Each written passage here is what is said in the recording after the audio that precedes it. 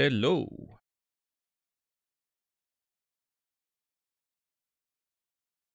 What's up, everybody? Brewer, Zulu, Sim, Rasta, Shire, 10 bucks, Dax, welcome in. Pawns, thank you so much for the resub. 5 months with Prime. Appreciate it. Less money for Jeff, more money for me. Always good. I'm actually I was absorbed during the intro by I was watching the MTG World Championships. The top 8 is going on right now, and I was just like looking at it, and it's still on my third monitor, and I'm sort of absorbed by it. But I'm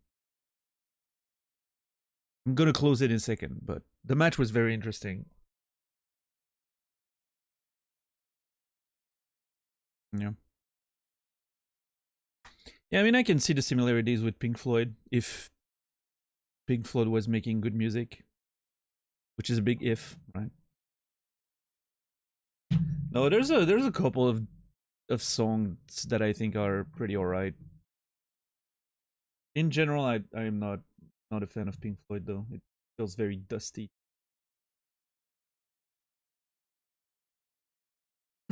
Before my time.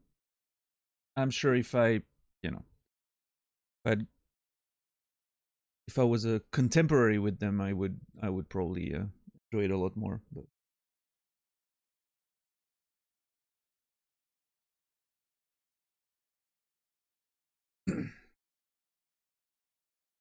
I don't know. A couple albums that are pretty decent, but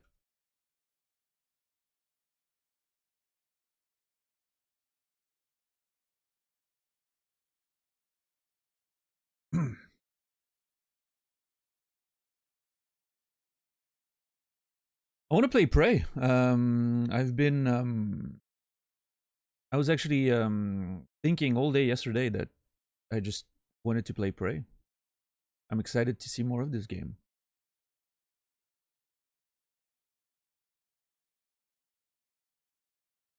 Probably not gonna take too long before getting into it today. Actually, let's go sit on the main menu, as one does. Gonna get bang. Hold on.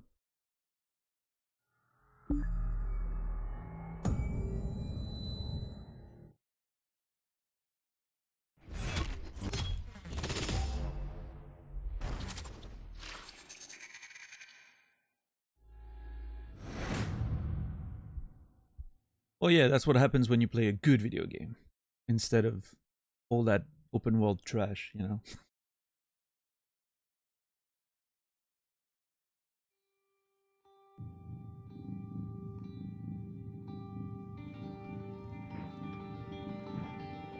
You were raised on Pink Floyd, saw them in concert when you were 9. Nice. Were you wearing earplugs? Were your parents responsible?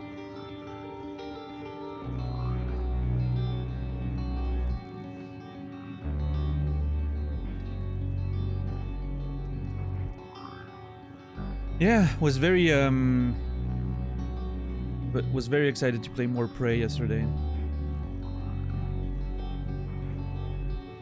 First time in a long time that I was not excited to have a day off, for sure. I mean, I was happy to have a day off. Ordered a pizza, it was delicious.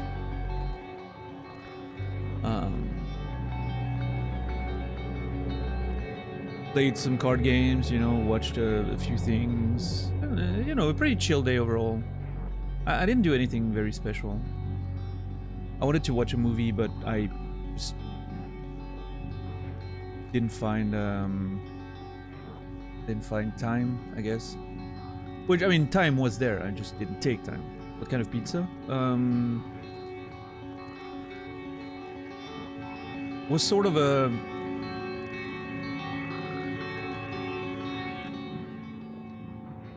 I don't know, I think the closest to what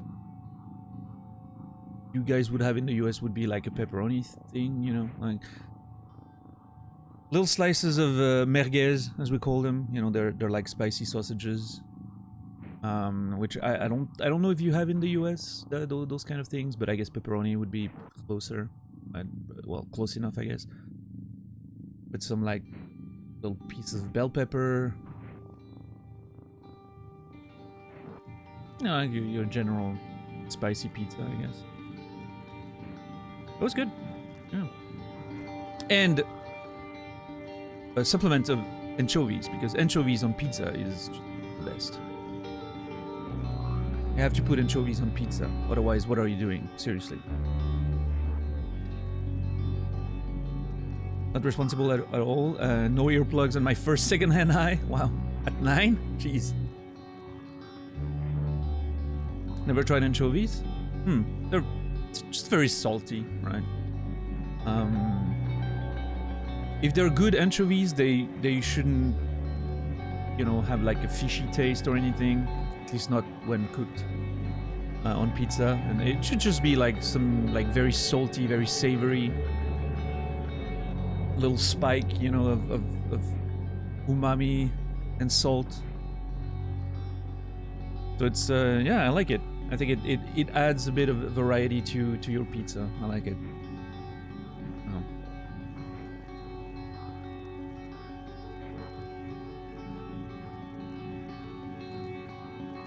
It's not popular here?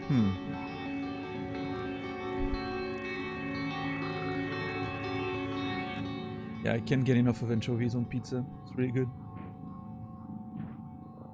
I like it.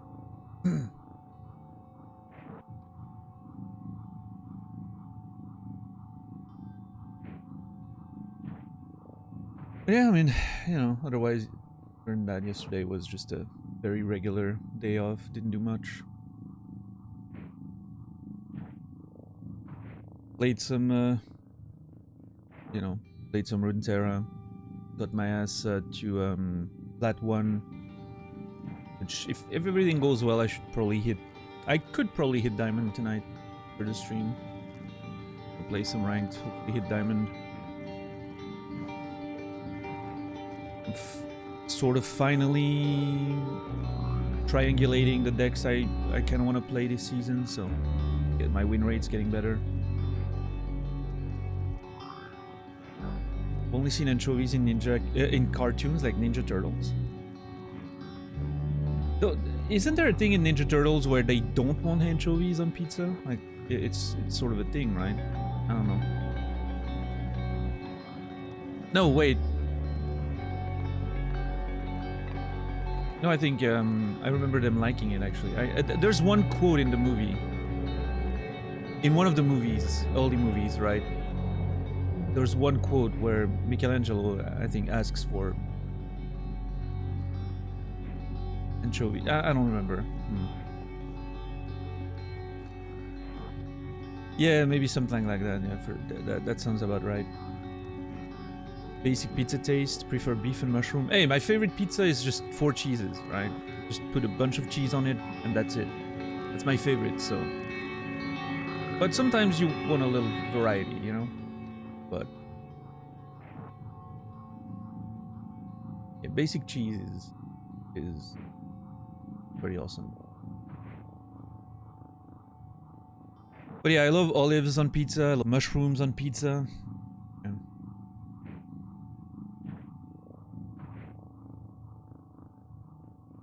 All of that's pretty awesome.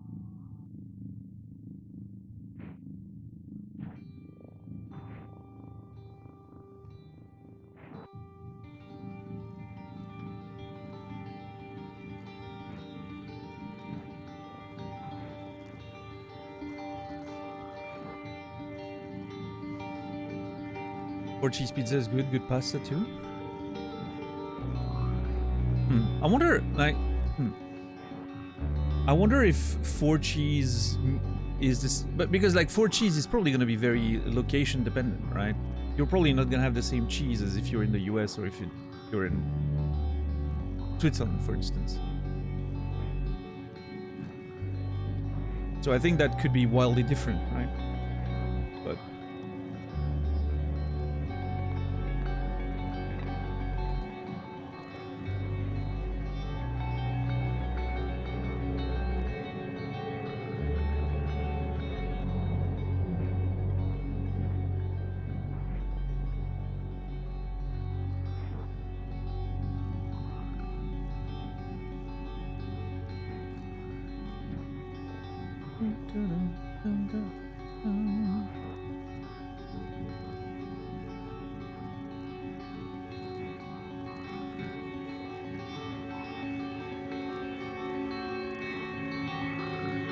Alright, hold on.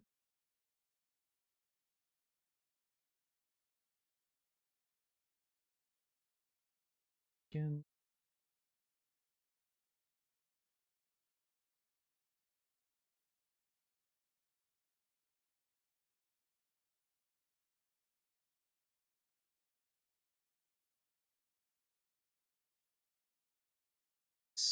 Alright.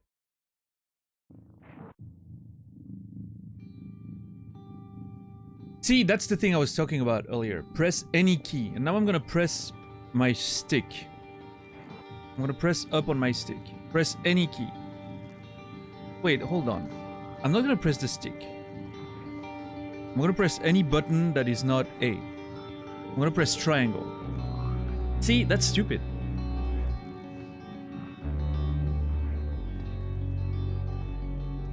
Press any button and then press A? Like, what's wrong with you?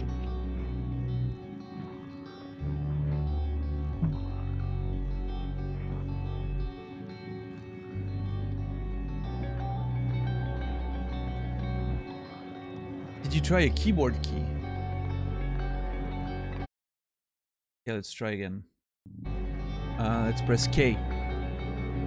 Yeah, it's still dumb. I'm sorry.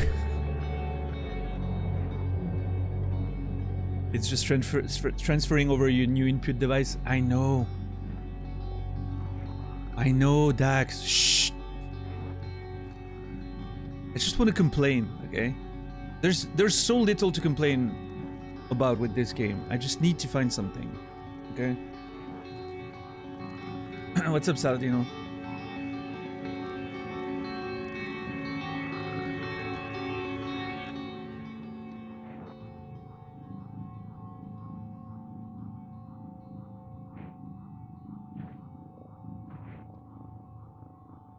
That being said,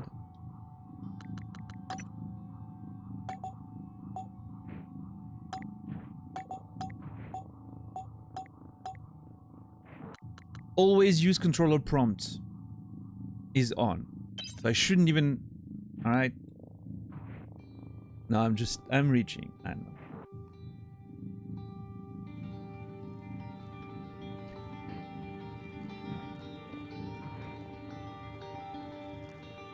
I get that showing the controller input is different than actually activating your input device, right? If the game detects that I'm pressing keyboard keys, it wants to switch over, which makes sense. It's a perfectly logical thing to do. In fact, you could probably find reasons to complain if it didn't do that, right? It's a PC game. It should auto-detect what kind of, you know, input device you're using.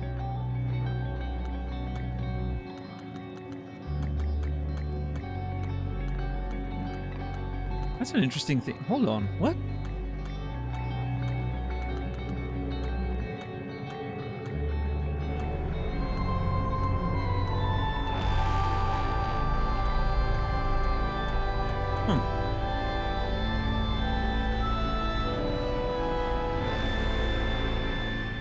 Brainy. Tier 3. 16 months. What a terrible game. Can't even read its setting before they loaded.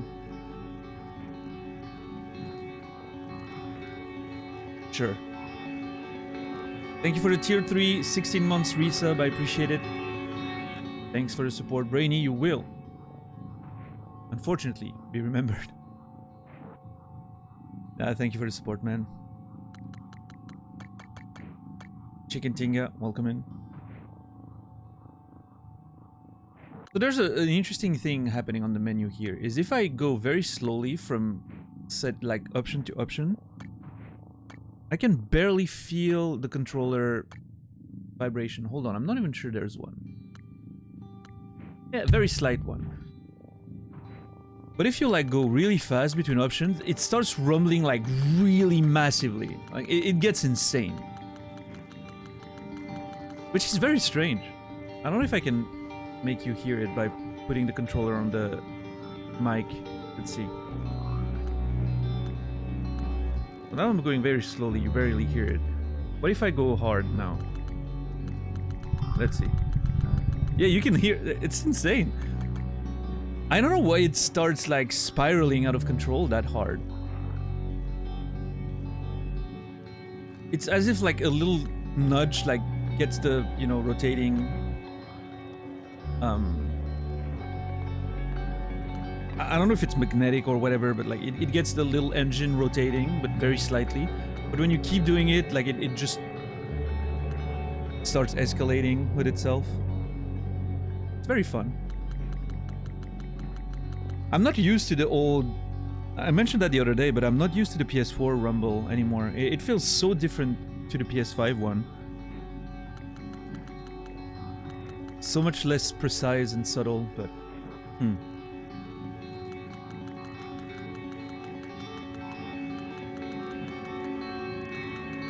What's up, Credo? What's up, Shepard?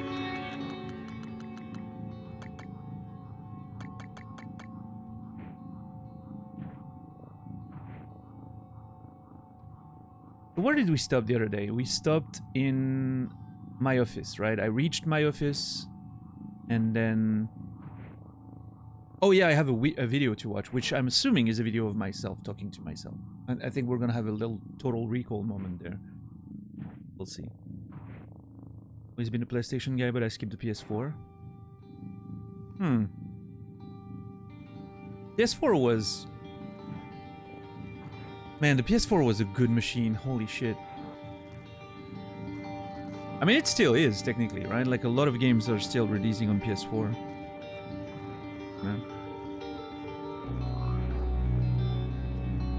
But that being said, if you skip the PS4 and got a PS5, you have a whole catalog to play now, which is great too. Yeah.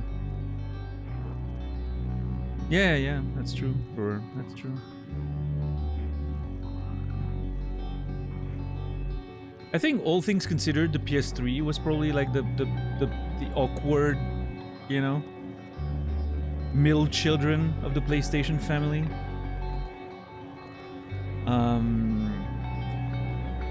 There were some really good games on it though, but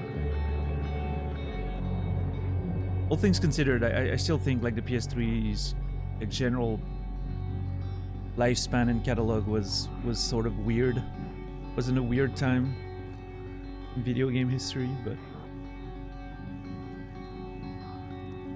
2 PS3s that I just use as Blu-ray players. Wow.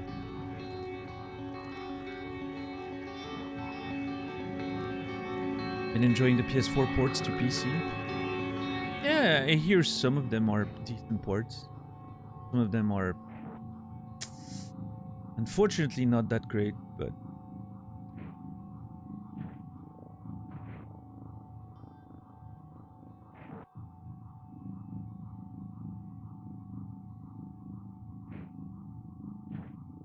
yeah, I haven't touched a lot of PS4 ports, obviously, since I've always had like a PlayStation available, but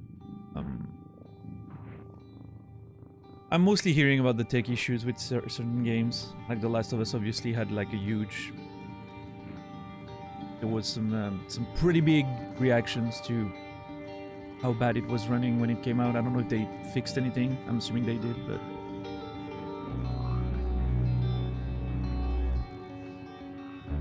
Buying a PS5 was one of the best decisions. Yeah, I mean, it's so good, Credo. That machine is amazing, and yeah, like almost the first 6 months that I had a PS5, it was like just running almost constantly every day.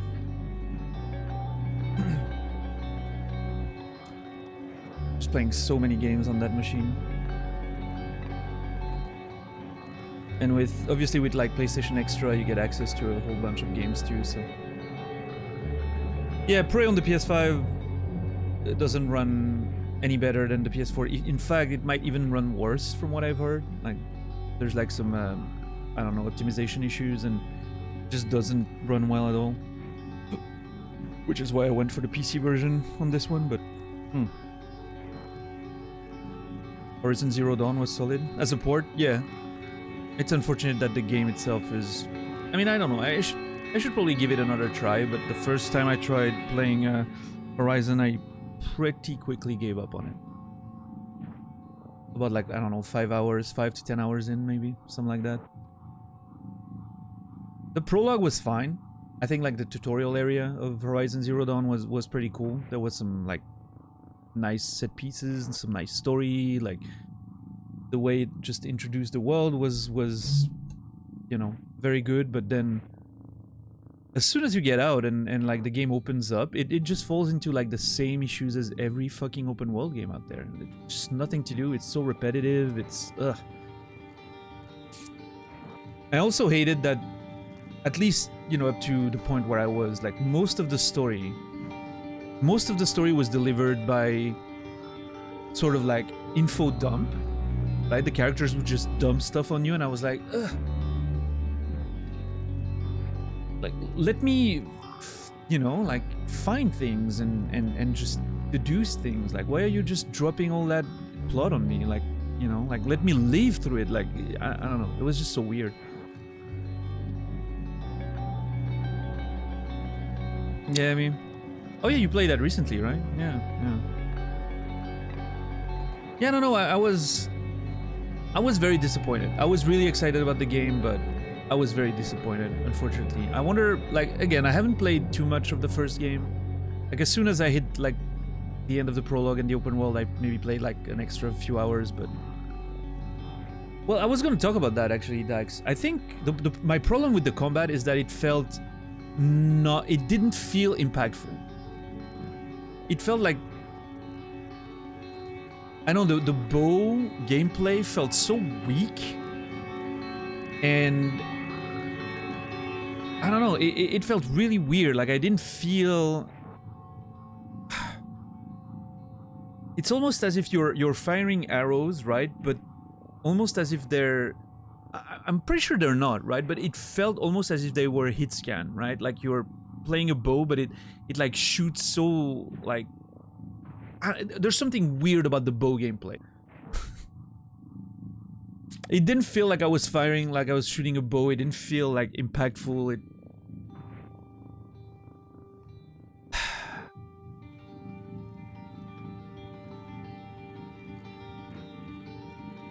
Yeah, I don't know what it felt off to me, as opposed to, I don't know, the bow in Last of Us, for instance. You know, takes time for the story to develop. It felt the other way to me. Like there's a whole bunch of story at the beginning, and then there's just not much anymore. Like it just info dumps after info dumps, and like I don't know. Like I haven't been spoiled on the plot, right? But I remember having that conversation about how the story was delivered, and I remember someone telling me, I don't remember who it was, but I remember someone telling me, oh yeah, that's how it does the entire time. Like the entire game is just like you're not really taking part in a story at all. You just get backstory and stuff dumped on you by characters or computers, and there's not a lot outside of that. Like it's just like exposition dumps one after the other. But I don't know, maybe I should try getting into it again at some point. Although, you know, obviously my desire to play open world games right now is pretty low. I don't know. I think open world games are flawed by default. What's up, XQC? Thank you for the 10 months, tier 1. Appreciate it. Thank you very much. XQC will be remembered. If you're going to try another game, what is going to be... I don't understand the question. You think I'm not going to play another game ever? If you're going to try another game, and I'm going to, you know, once I'm done with Prey, I'm going to play another game. I don't know for sure what it will be right now. The front runner after Prey on the schedule is Life is Strange 2 right now, as it stands. Because I've been, you know, I played the first, like, Life is Strange and the Before the Storm thing. We played that last year. And I'm going to I wanted to keep playing them, the Life is the Don't Nod games. So I think Life is Strange 2 has a good chance of being the game after Prey. But yeah. I haven't played Cult of the Lamb. No desire to play it ever.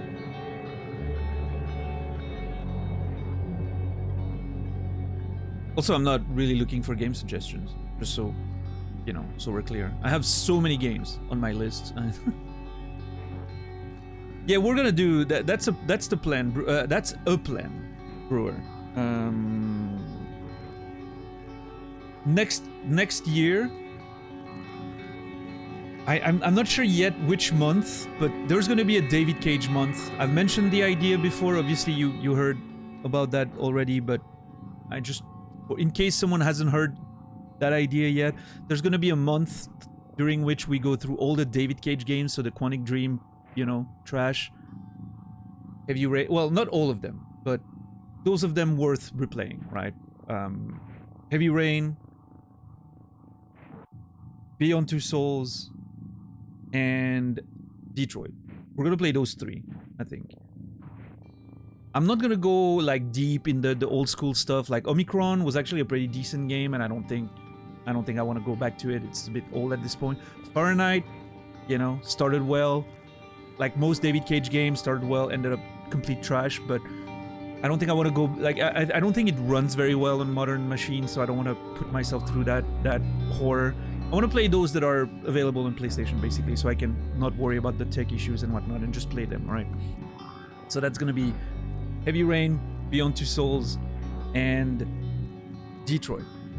And we're gonna spend the entire month playing those. Well, I mean, I don't know how long it's gonna take me. Well, I think 3 weeks, like a week per game, is a pretty good idea. And we're gonna absolutely demolish those games. We're gonna talk about like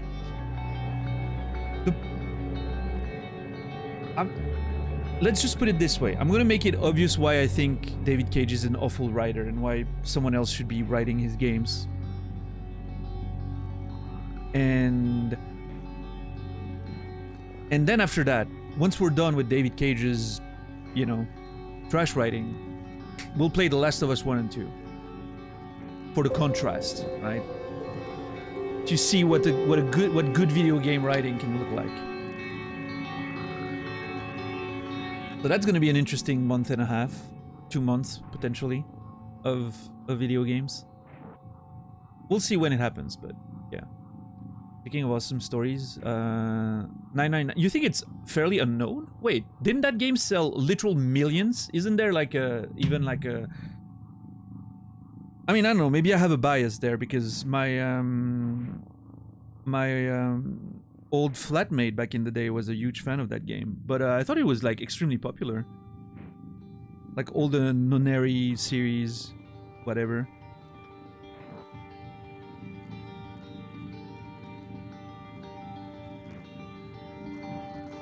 They were alright, yeah. It's got 3K reviews on Steam, so that's your rationale. Well, I mean, it came much later on Windows, right? Like 10 years later. Like everyone who wanted to play it played it on DS, because like the DS was such a popular machine.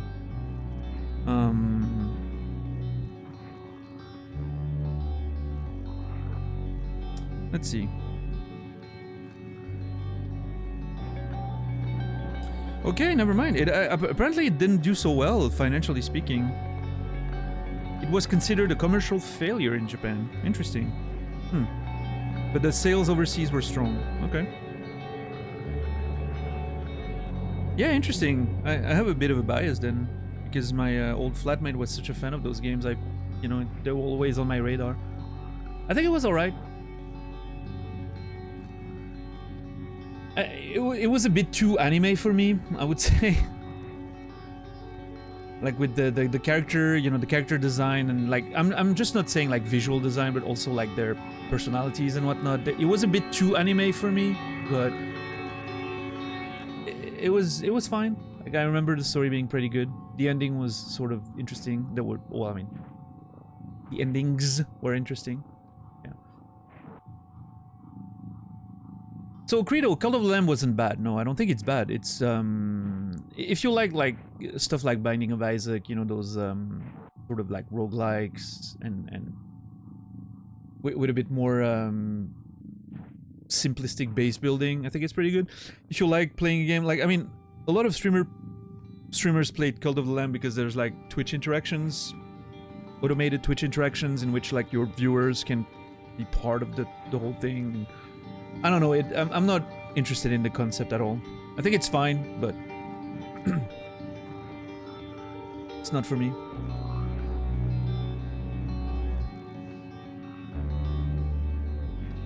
Also, Venadar, thank you so much for the resub. 14 months. Thank you, thank you. Appreciate it very much so. Support means a lot, and Venadar, you will. You remembered, thank you. But yeah, Chicken Tinga, I thought that's interesting. I really thought 999, like the Naneri games, were more popular, especially since like there's 2 sequels, right? But yeah, I guess there's a bit of a bias there. Also, being on Twitch, obviously, you know, you're around people who are pretty hardcore into gaming, so you obviously meet a lot of people who know them, right? So that led me to believe they were more popular than they were, I guess. But yeah, I like this style of game, you know, like sort of like puzzle games and whatnot.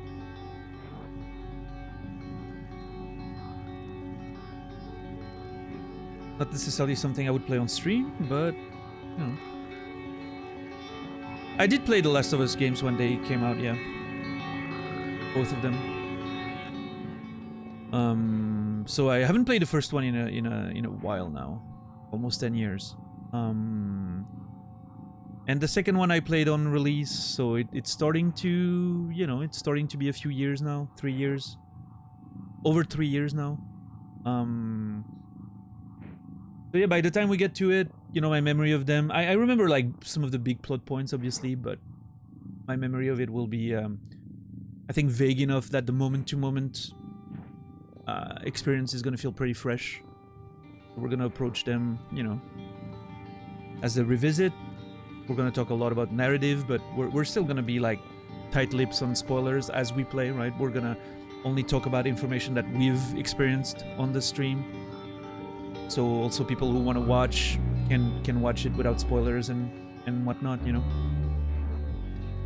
But yeah, we're gonna do a big narrative deep dive with the themes and everything. Like, there's a lot to talk about in those games. It's gonna be pretty great. Love the story of The Last of Us. Yeah, The Last of Us 2, 1 year ago. The Last of Us 2 was still one of my top 3 video games of all time. It only got pushed out because I played Hollow Knight in December.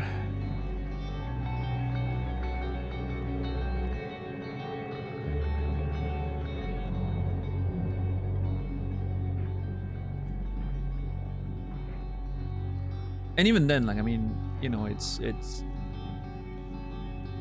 I think Hollow Knight, the experience of playing it on stream was amazing. I think there might be some recency bias in me calling it one of my top 3 games of all time. Like, the more time passes, the more I'm like, yeah, it was like absolutely amazing. Like, definitely top 5 for sure. I don't know if it's gonna stick. I don't know if it's gonna stay in the top 3 once I replay The Last of Us and go through that again. You know, there's a good chance the 2 games as a whole, or the second one's gonna take its spot again in the top 3. I don't know. We'll see. We'll see. Outer Wilds, however, is here to stay. Outer Wilds is just, the more I'm distant with like, the more time passes and my playthrough of Outer Wilds, like, sort of, you know, fades in, like, the more I value this game. Like, it was such an experience. Well, not necessarily Third Mass, because it's a game I've played before, right? You're reactivating memories. It's very different when you're like replaying a game and you're like, oh my god, yeah, this game was so fucking great. As opposed to, you know, I just played this new game, it's fucking amazing. And then you start getting a bit of distance with it and you're like, you know. Obviously, I'm not saying there's no recency bias involved, but I'm thinking like when you replay a game, it's a bit different. The recency bias is definitely a lot less. In fact, it can go both ways. Replaying a game can be like, oh, it was actually not as good as I remembered, or, you know, I changed in the meantime and now it's a bit of a different, you know.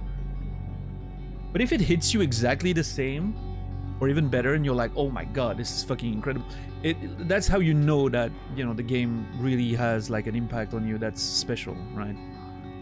Time has passed, but you're still like falling into right back into it, and yeah. Oh shit, there's actually a mod for that. Ooh. Okay, hold on. Sorry, I'm gonna cut the music for a second because I need to tab out. How easy is it to install? Let's see.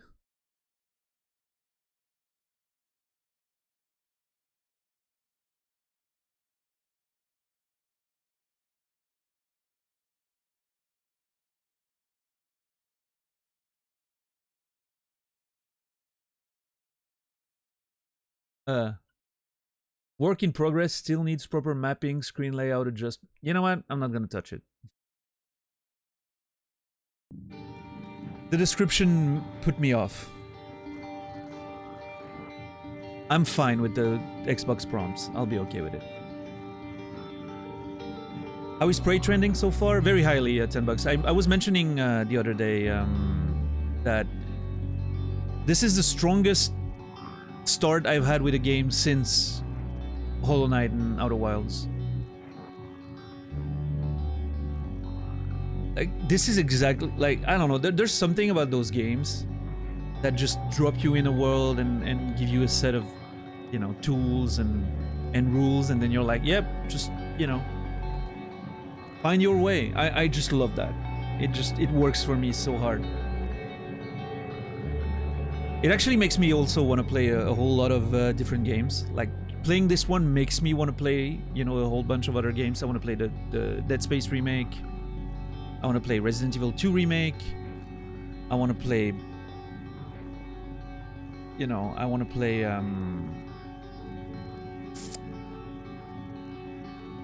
I potentially want to play the Hitman games. I don't know, it makes me want to play a whole bunch of games. Dishonored, I actually kind of want to play Dishonored 1 and 2 now. Even though I was pretty low on Dishonored 1 from the beginning of the game that I played back in the day, right? And here's the thing, it makes me want to play BioShock. Because here's the thing, I was trying to remember my experience with BioShock back in the day. And as a matter of fact, I only played the PlayStation 3 demo of BioShock 1. Back in the day. I have never actually played the whole game. And then I played Infinite years later, right? That one, Infinite, I played from start to finish. But I never played the full BioShock game, the first game. Because I played the demo when it was out. I was studying at the time. I remember playing the demo and be like, I don't have a lot of money, I'm not gonna buy the game. And then I never got around to it. So I think there's a chance I might want to play BioShock. Like the first BioShock game.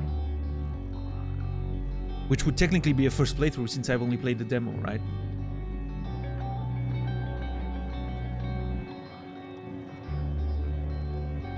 So I remember the intro very well. Well, sort of, you know, because it was such an impressive introduction back in the day. But that's about it. So we may have a BioShock playthrough in the future on the channel.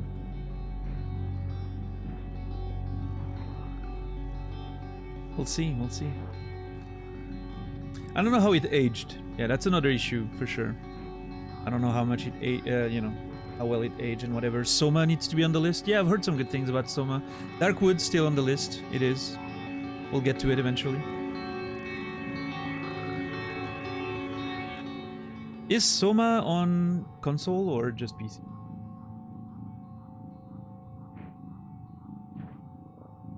I don't mind either way, it's just... Signalis, that's the Resident Evil looking one, right? Like top-down, third-person sort of ish. I don't know, it looks fine, Signalis. I don't know if I want to play it, but it looked... I've seen, was it Lopes playing it? Soma is on PS4, okay. Yeah, depending on how it runs, I would rather play on PS4 for sure. Well, PS5 technically. We'll see, we'll see. I'll figure it out. Wow, Credo, nice. Yeah, I don't know, a whole bunch of games that somehow Prey makes me want to play. Because, like, you can feel all the influences going into Prey, right? And it sort of made me want to play more, you know, horror-ish sci-fi games of some kind, you know. It's... And I'm not saying we're gonna play them all in a row, right? Of course not, but... they're the kinds of games we might see in 2024. We'll see. Did you ever play System Shock 2? No. I played the first System Shock all the way back, but I never played 2. I also played the first Deus Ex back in the you know, in the old days. I haven't properly played Human Revolution, and I haven't touched Mankind Divided. Human Revolution, I remember back when it was around release, just before, like a month before release, a beta version of Human Revolution sort of leaked on the internet, and I installed that version and I played like for a couple hours, and then I was like, you know what, I'm gonna wait for the release to play the full game. And I eventually never did. So, yeah. I hear some good things about it. So, I don't know, maybe it's something I should try at some point. We'll see. It's not super high priority, but it's in there somewhere.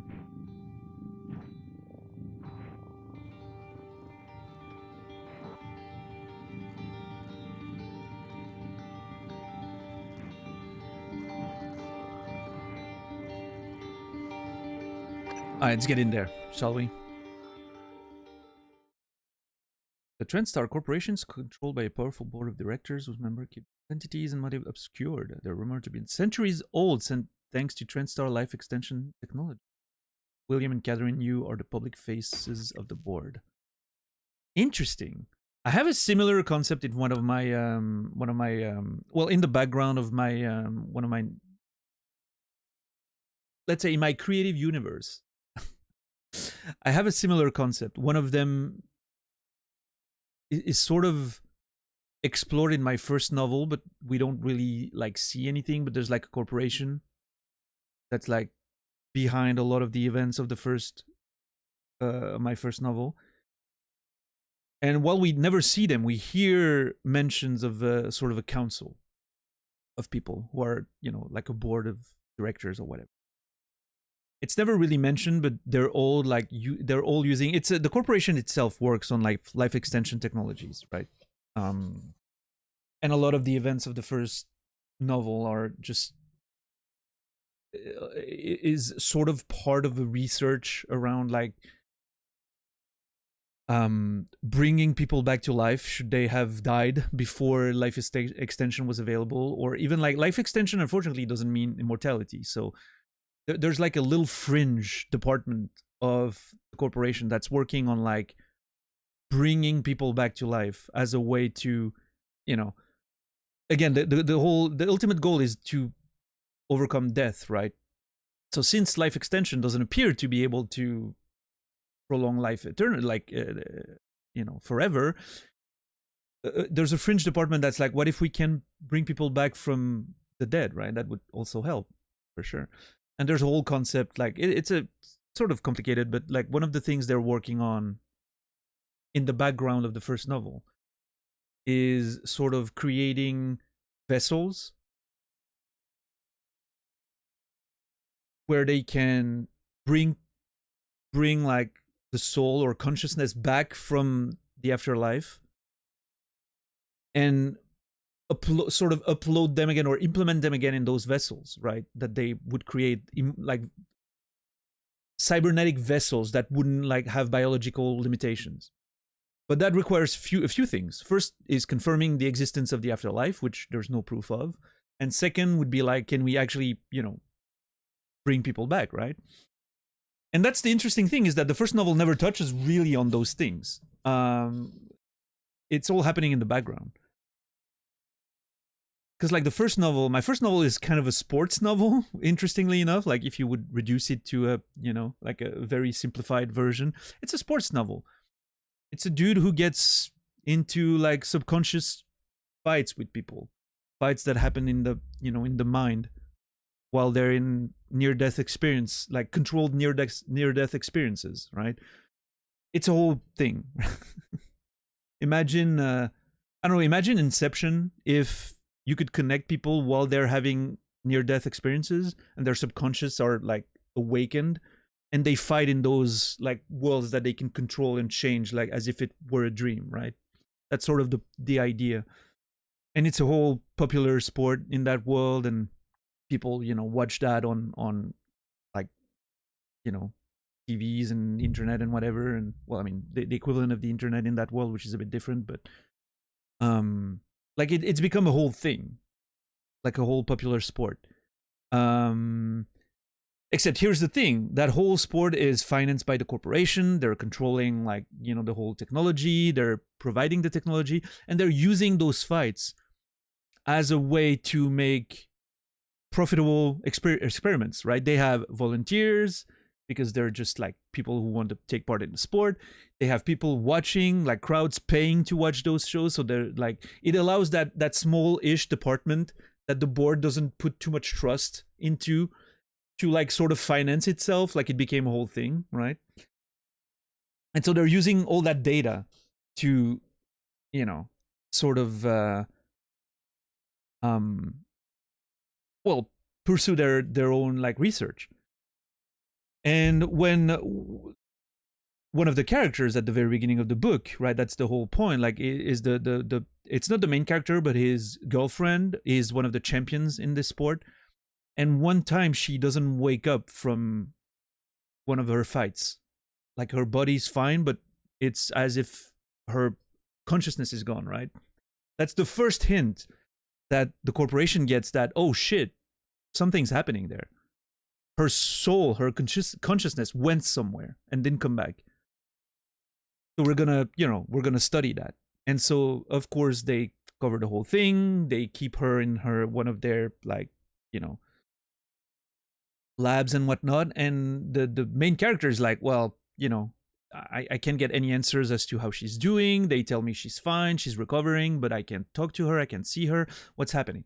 So he gets, against his better judgment, he gets involved in the whole sport in an amateur tournament in order to try and, basically investigate from the inside, right? That's the whole like setup of the story. He gets in there and he starts getting involved in those fights and starts noticing weird things happening with his memories and his own like. Well, anyway, it's a whole thing. I'm not gonna, But yeah, that's kind of sort of the whole setup. And but in the background, something that's not very touched on in the first novel is that in the background there's this whole like sort of experiments and research. And so that interesting that it reminds me of what they just mentioned about like the board of directors like being very old. Like the way I imagined it in my mind, like that board of director is that they're all so fucking like ancient that they're literally like crumbling behind their desks, unable to really make proper decisions anymore. They're starting to go a little crazy, right? Um so yeah, there's a whole concept there. But do you have any books translated into English? Nope, not yet. Probably not ever, but you never know. What's up, Noger? Hazy Lion, Zia?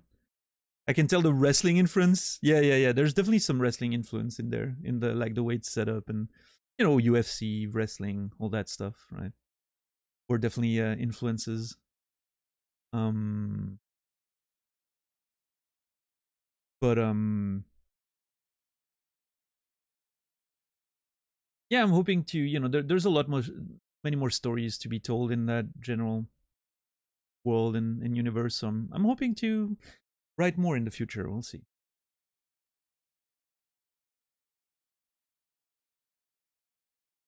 Yeah. But yeah, Zia is one of the few people in here who's read that book. So by virtue of speaking French.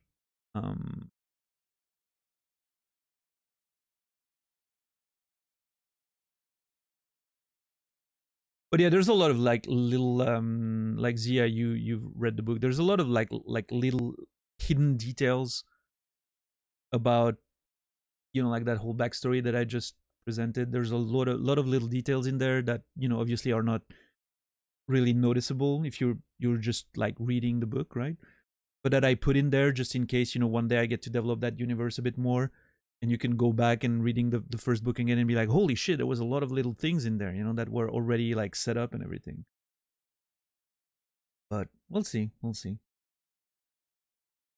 Like the character of Morgane, for instance, is incredibly more complex than you would imagine from the first book. She's really one of the keys to a lot of stuff in my general universe, so to speak. I don't know, Zia, have you read the second book? I don't know if you read the second book, but for instance, there's a like a very direct link between Morgane and the man without the name, right? There's a very direct link between those two characters. It's very interesting in the backstory and all of that.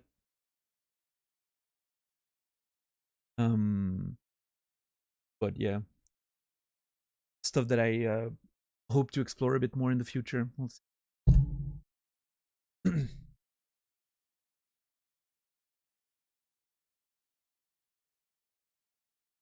What's up, Alex the Great? Wait for the movie. You might wait a long time, unfortunately. The Madiverse, yeah. It's actually a pretty good name, the Madiverse. I like that.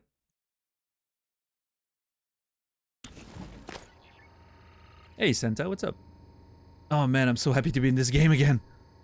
Oh, this game's so good. Alright, all my shit is well conserved. Nice. I was worried that the saves would not save the little details like that, but no, it did. I'm very happy with that. It also saved the fucking fact that I broke the window to get in, which I'm very disappointed with. Because I didn't have to break that window. But god damn it. Now I have a broken window in my beautiful office. Jeez. How are you today, Santa? Raider dispenser. Is that one broken? Like, what's the deal? Why can I not?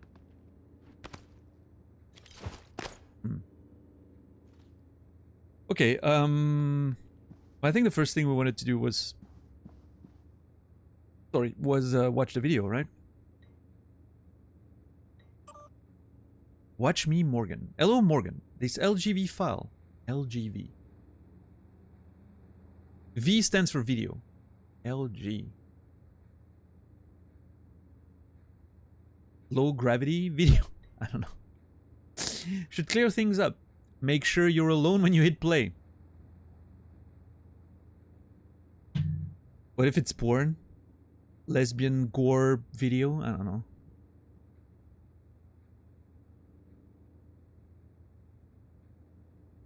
Chad, look away. Yeah, I need to be... I'm sorry, Chad. I need to be alone when I watch this, so...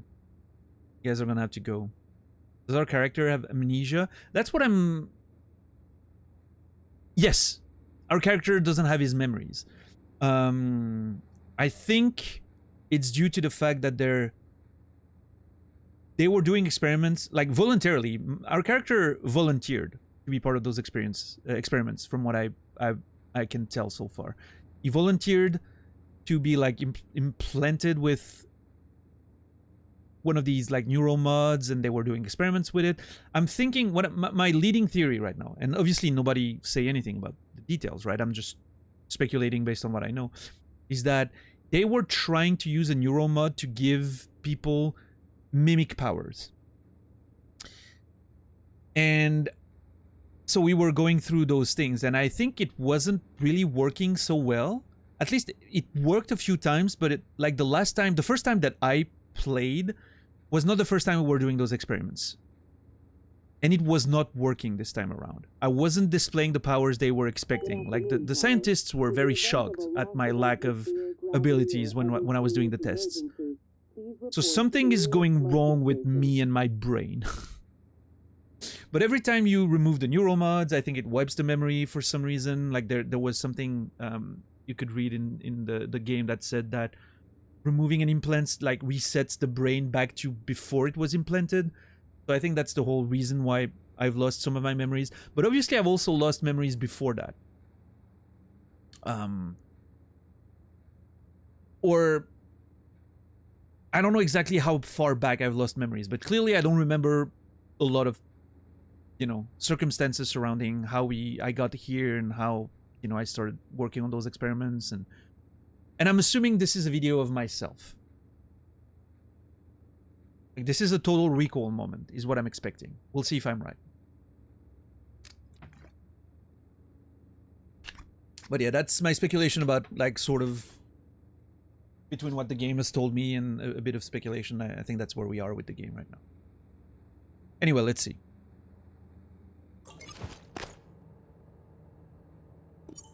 Watch the LGV playback on the main screen.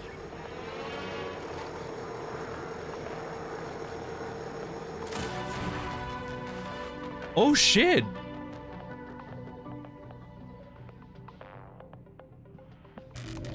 Hello, Morgan. Tough day, right? If I'm talking to myself, it must be. Now, your memory's shot full of holes. I know. I'm sorry, but it's permanent. So the first thing you need to know is you can trust January. It's an operator, a sort of backup of you and me. It knows what you've forgotten. We've been testing a new kind of neuromod based on the Typhon organisms, mapping their neural patterns onto ours. Problem is, when you uninstall a neuromod, it resets your memory back to the moment you first put it in. Okay. That's why you forget. There's supposed to be a process to bring you back up to speed between test runs. But someone could just skip that part, turn a single day into your entire life. Well, that's exactly what Alex did. The question is, why? You're not gonna like what I have to say next. Oh.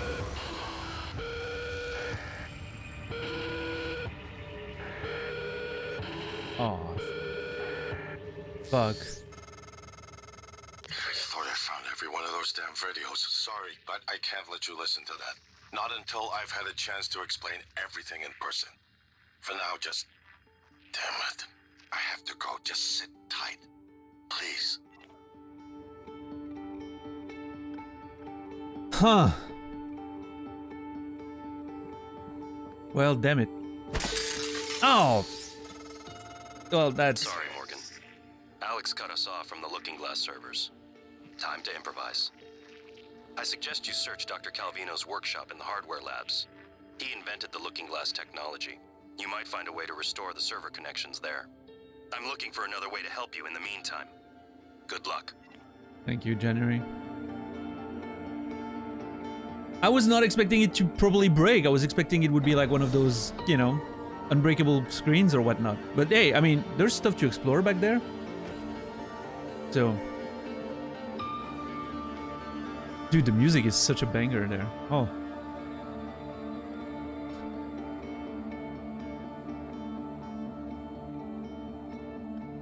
All right. I mean, hey, Senta, I'm glad to hear you still managed to have sort of a good time, and I'm sorry to hear that those are sometimes difficult times for you, and you know the ups and downs, right? I mean, it is what it is, but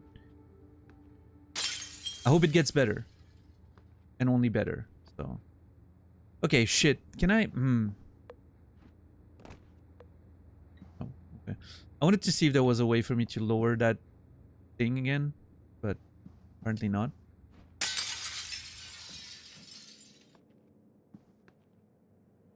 Okay, that's the whole way to explore, though. Yeah, I can probably access some stuff that I couldn't before, thanks to this passage. Okay, oof, there's a lot of... But now I have fucking, like, a giant broken hole in my office. I was feeling safe in there. Now I don't feel safe anymore. Look, like, there could be... things coming from everywhere. I hate this. I like feeling cozy and safe. One of these two is a fucking mimic, I swear to God. I'm not going there now. It's interesting how, you know, things being closed gives you a feeling of comfort. But like just a broken window here or that broken wall now like gives you a... I don't like it at all.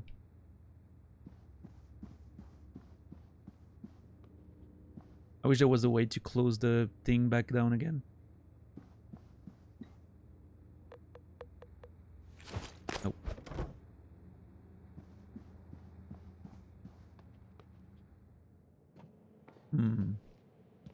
I mean, let's see. Yeah, one of these is a mimic, isn't it?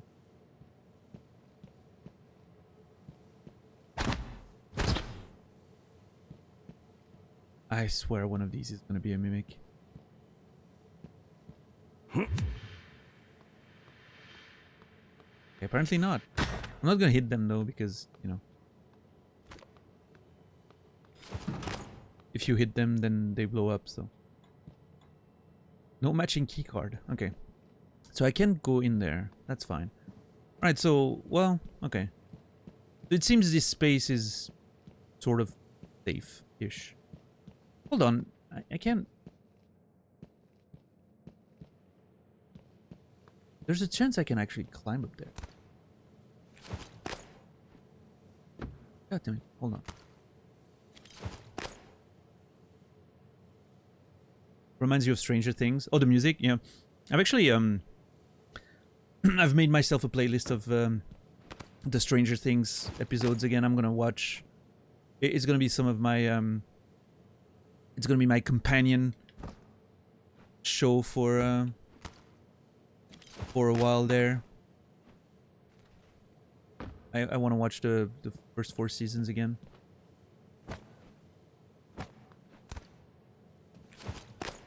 Also want to watch The Good Place again. A lot of interesting shows. I'm getting to the end of watching The Office as a companion show, so it's gonna be a spot available, so to speak. Yeah. Yeah, so there's really nowhere I can go here, I don't think.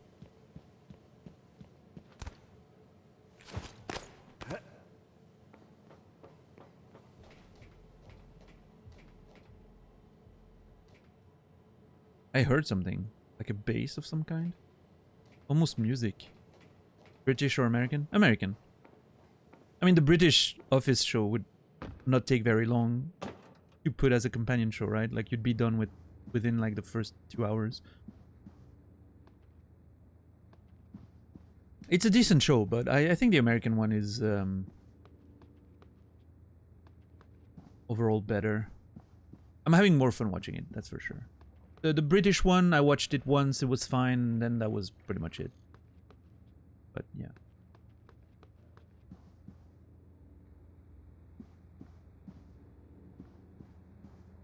Most folk won't sing when sober. Yeah, that's the thing, right? If you want a successful karaoke, you need to provide drinks, right? That makes sense. I also agree with that. Okay, so we had a few things we wanted to do, right? When we stopped last time. We can go into the teleconferencing center. There's a gun there that we can grab. I'm very tempted to grab it. We also have a neuro mod that I didn't install yet because I'm waiting sort of to see. Like, I'm not gonna...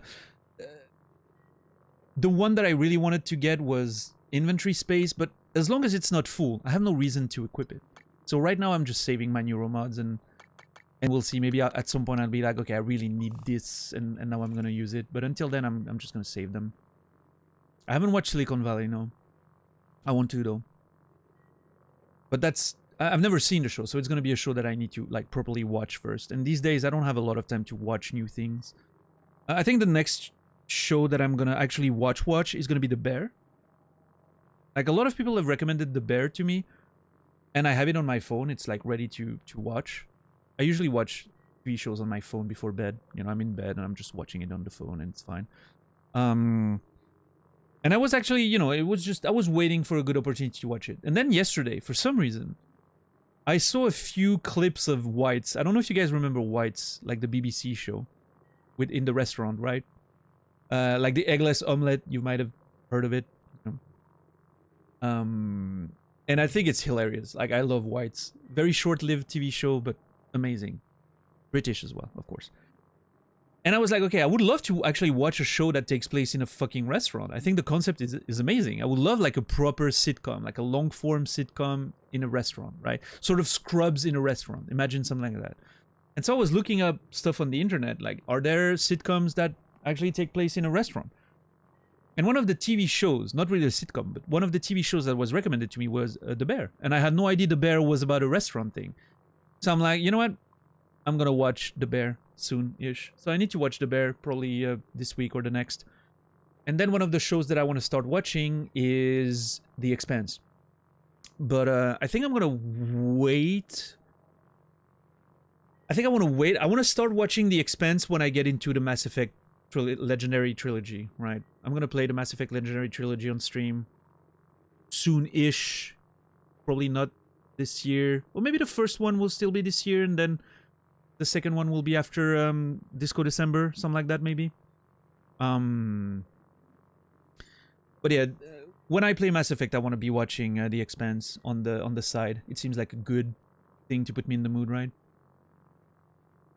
Faulty Towers. Okay, I don't think I've ever heard of Faulty Towers, which. Okay, it's British. Nice, nice.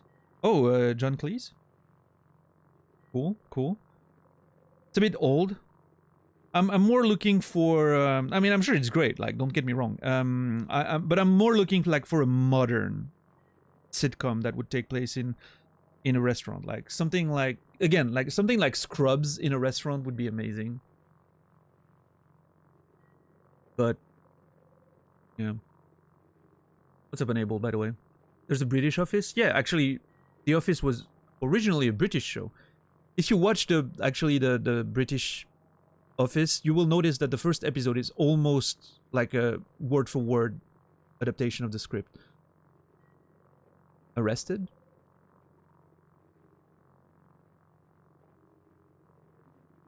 Arrested Development?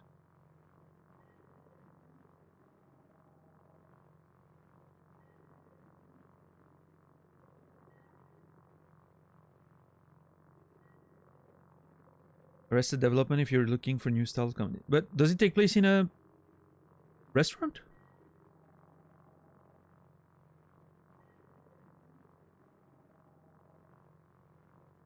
I'm specifically looking... Oh, okay. Yeah, no, I'm specifically looking for something that would take place in a restaurant. I'm legit looking for Scrubs in a restaurant. That's what I'm looking for. I don't know if it exists.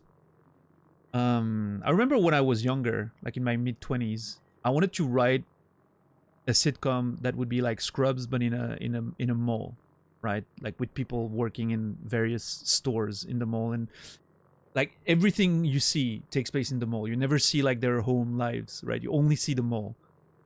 And you know, like the dudes working in the game store, you know, and you know, like people working in different stores in the mall, and they all have like their interpersonal relationships in the mall itself, and you never see their home lives.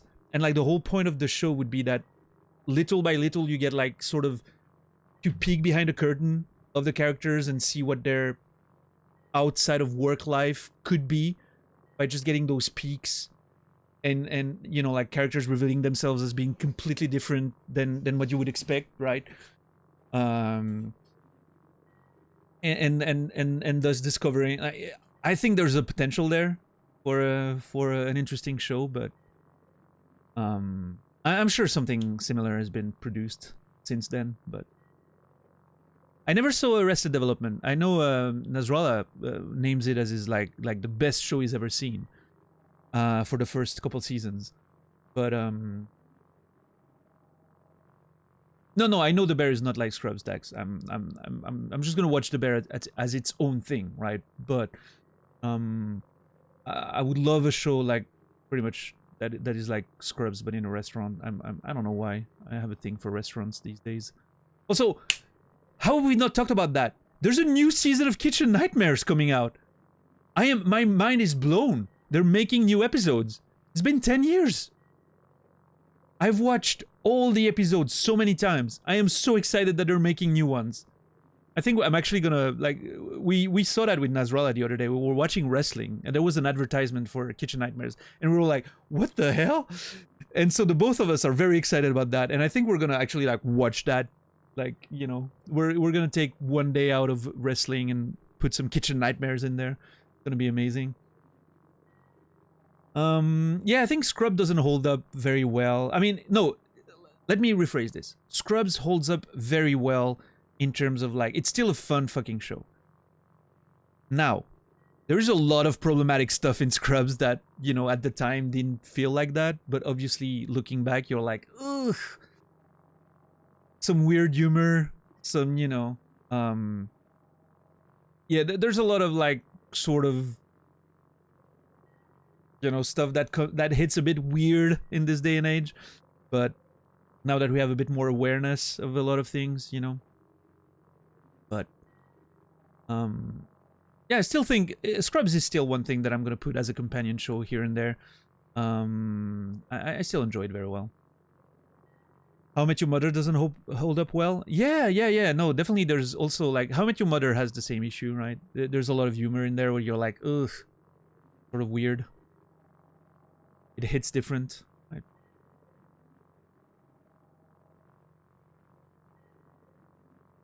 Yeah, Senta, the original Office is British. Ricky Gervais, you know, created the show.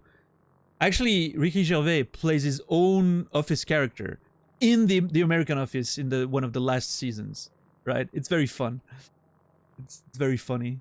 Like, he appears as his own character from the British Office in the American one in the later seasons when they're looking for a replacement for Michael. No, actually, that's not when he appears. Like, Michael meets him in a, like, in an office somewhere, but like in a hotel somewhere. But it's not the same as the episode where they're looking for his replacement. It's around the same time though in the show. But Ted is problematic as fuck. Yeah. I mean, Ted's behavior is, like, extremely creepy when you put it in context. Well, out of the context of the show. Well, I mean, even in the context of the show, but that's the thing, right? It makes they turn it into something that's, like, funny and endearing. Obviously, if you apply that to real life, it's not. It's very creepy. Yeah, I mean, Barney. The thing with Barney is that he's so caricatural. Barney is not supposed to be taken seriously for most of the show, right? Until the end, where he starts becoming, like, a more solid character. That actually, when he becomes, like, a more solid character, he sort of becomes, like, less problematic and more believable as a human being. But at the beginning, he's such a huge caricature of himself, right?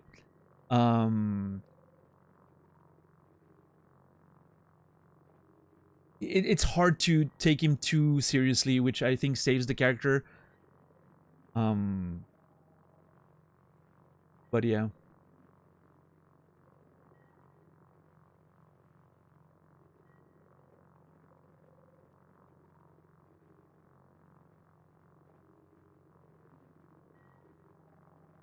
What did Ted do? I mean, there's a lot of things with Ted, but one of the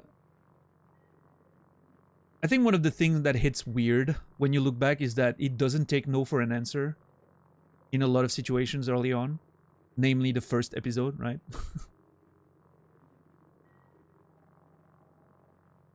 He is a bit, I don't know.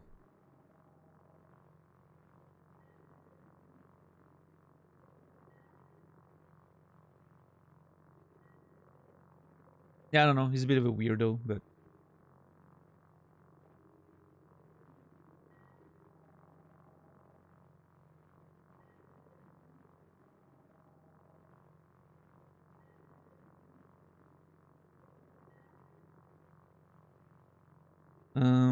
oh, we're talking about Ted in How I Met Your Mother, Dax, not Ted in Scrubs.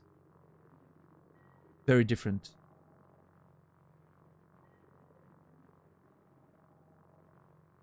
But yeah, Scrubs has his own different set of issues. So one thing I noticed when watching Scrubs again was that Carla is an awful fucking character. Holy shit. Carla is insufferable. It never hit me when I was watching it at the time, but Jesus Christ, she's annoying. And not just annoying, but manipulative. She's like literally abusive. She's a bully and doesn't accept when anyone says anything to her, which they kind of, that point they sort of like put in light in the show, but still, like she keeps doing it. She never gets any redemption from it. Like manipulates her husband with sex. Like it's such a weird, like overall, I don't know. Such a weird character. Hate her.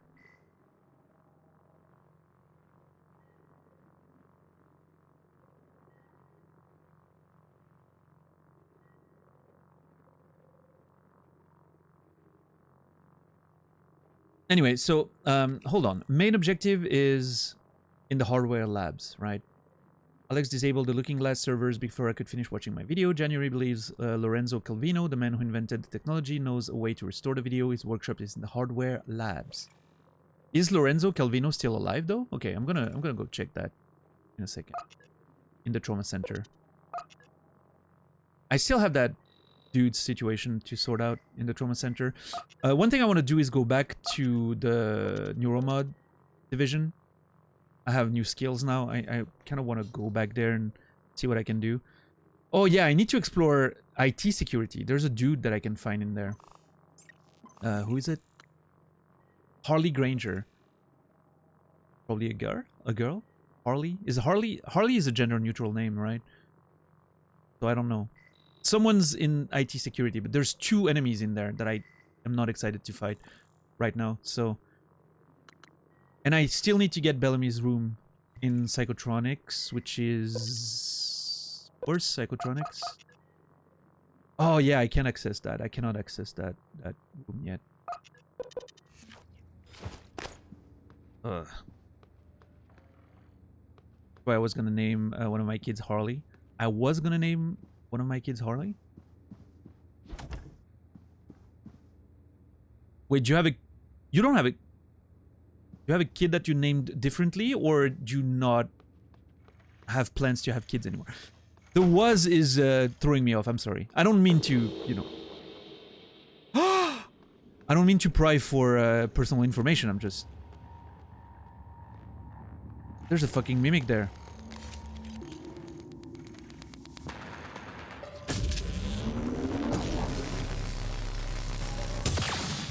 Oh, it was out of range!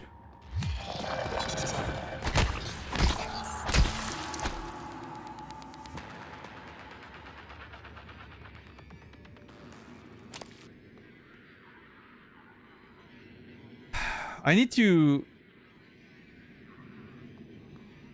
Wait, it destroyed the tower!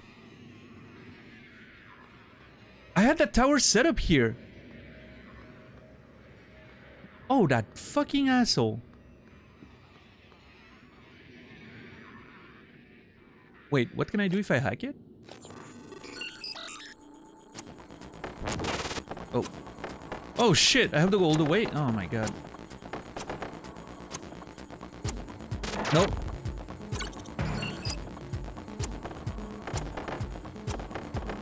Oh my god, this is a nightmare. Attention. Station leadership has issued an alert. All personnel should report to muster stations immediately and await further instructions. So I don't know what repairing is gonna do here. Yeah, chicken tinga for sure. Good afternoon, Talos. Join us in congratulating Dr. Lorenzo Calvino, winner of the Employee Innovation Award this quarter. Wait. I can still... Yeah, okay, the corpses are saved. Great. Combat basics. Thanks, game. I've played the game for 12 hours now. Take advantage of your environment and tools in combat. You do not have to fight every enemy head-on. Use alternate routes to sneak past through enemies or get the drop on them. You intend to fight disabling enemy first. Increases your odds of surviving. Yeah. I'm okay, game. Thank you. I really want to open that fucking door. I have a key card, but I'm very afraid that there's going to be enemies in there. But that gun is very tempting.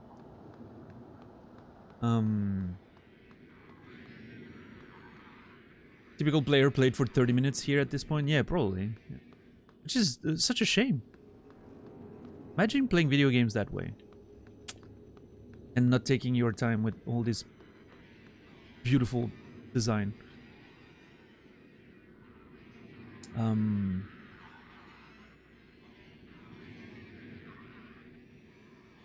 Penny Dreadful? I haven't heard of it. Well, I've heard of Penny Dreadful, but I have never watched it. Eva Green?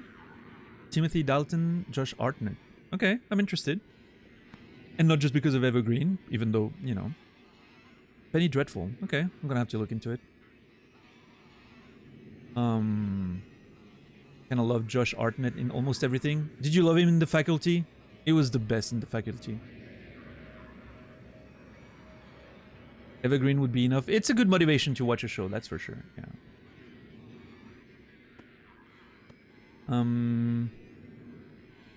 Reminds you of Matt McConaughey? Oh yeah, interesting. Oh, in that sense. Yeah. Agree.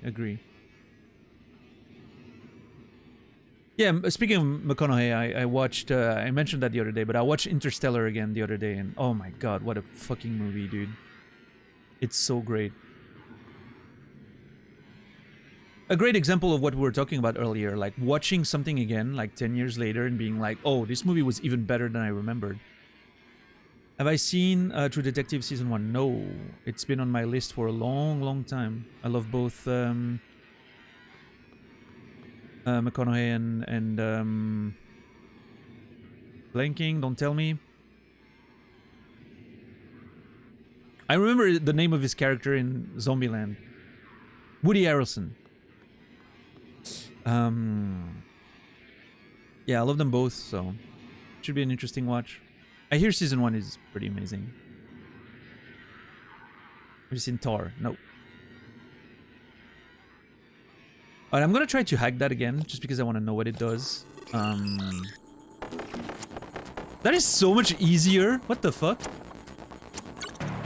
It's the button prompts are gonna be a problem every time, but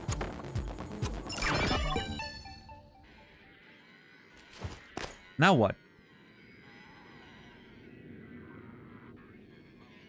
Nothing. Great. I'm assuming it does something if the turret's not disabled, maybe, or if it's like programmed to be aggressive on you or something. I don't know. I'll figure it out. I need repair 2 to repair this. There is a part of me that's tempted.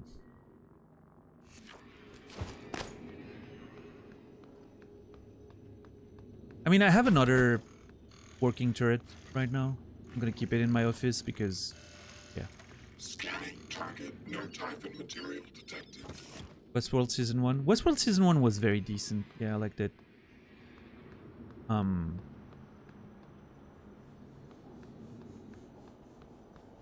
haven't seen anything past that. I hear it's less good later.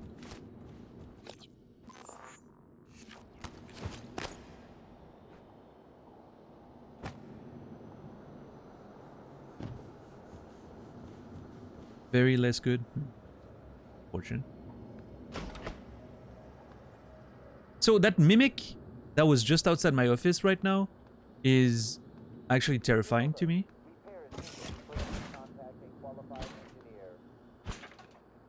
Because it's making me think that mimics can be in places you've cleared before, right? I don't like the idea of. Okay, Lorenzo Calvino.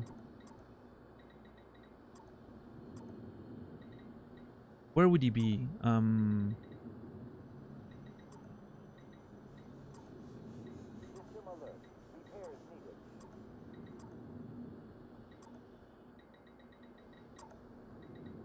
Hardware Labs. So Renzo Calvino. No life signs. Uh-oh. No life signs. I mean, he could have removed his bracelet, but I'm also thinking we might find him dead.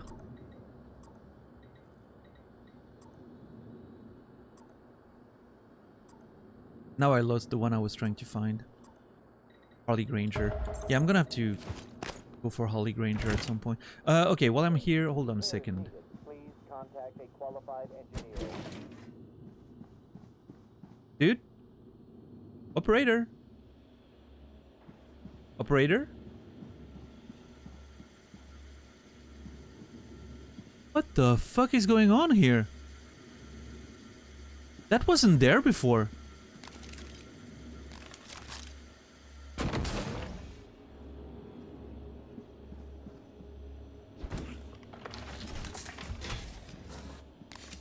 Wait, there was an operator in there. Where is he? System alert. Repairs needed. Please contact a qualified engineer.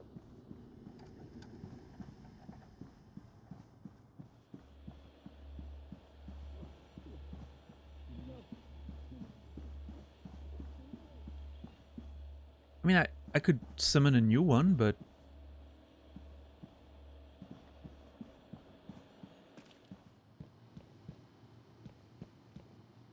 Hold on. System alert. Repairs needed. Okay, there's one that's damaged here. But I did have a not...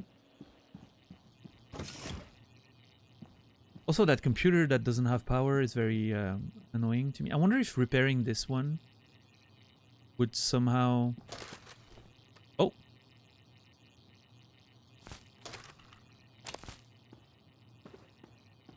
Still want to sell the glue cannon? No, I mean... I decided against that as soon as I... Oh!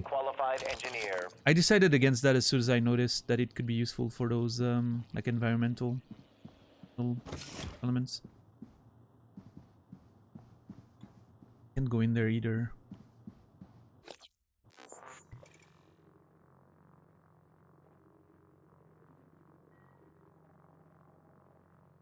So I like that the closed doors are indicated on the map. That's pretty cool.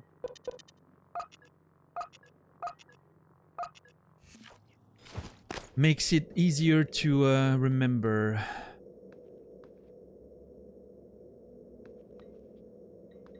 What was that utility again? Behavior test. System alert. Repairs needed. Please contact a qualified engineer. So I remember trying this one. I'm just answering whatever, right?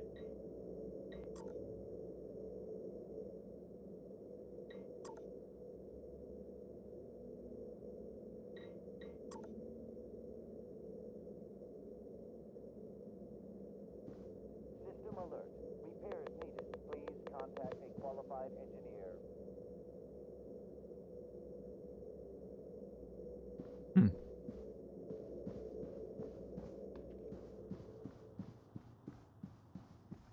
Yeah, why not, Credo, right?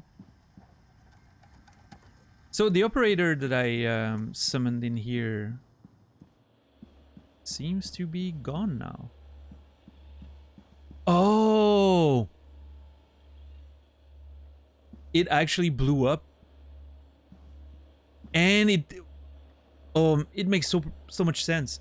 It blew up and I think damaged this pipe in the process. That's why the pipe was yeah.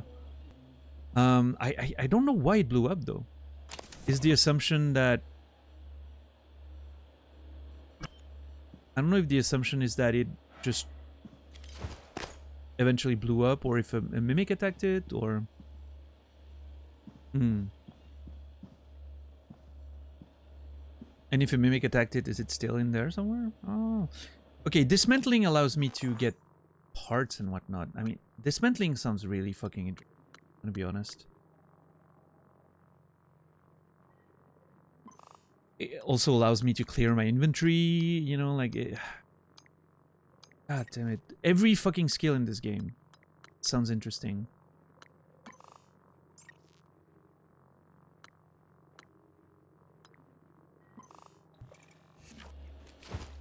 Okay, do I summon a new one? I'm not sure. I feel like summoning a new one is a waste of resources at this point. There's a limited amount of them, so... We'll just stop at the water fountain on the way to Neuromods. Yeah, I want to go back to Neuromods. There's a few spaces I would like to explore now that I have more tools.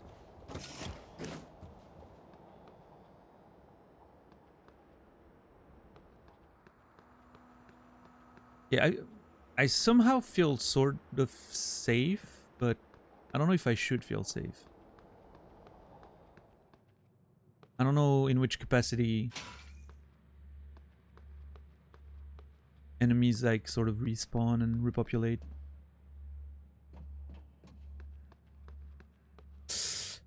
I should have gotten the gun, fuck. Well, I'll get Good to afternoon, it. Talos. Jesus Don't forget Christ. that TranStar safety standards call for a weekly inspection of your uniform. Report to the hardware labs for a diagnostic. Fucking scare me again. Wait.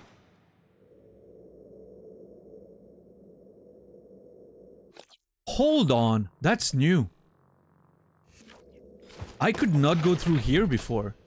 It was completely blocked, and now it's not. That thing fell down or something.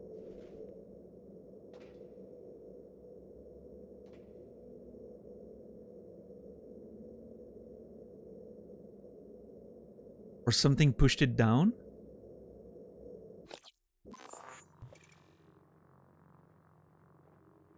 Oh, brother. Oh, jeez. Oh, fuck.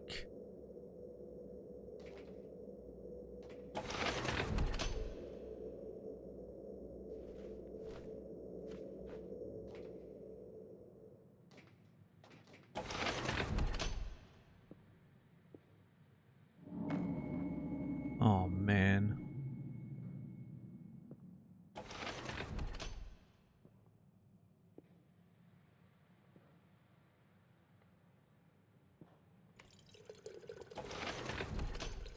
I am not...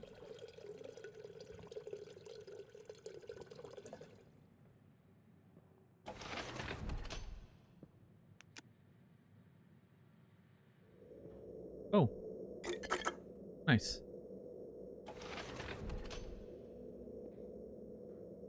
Dude. I am not feeling this place at all.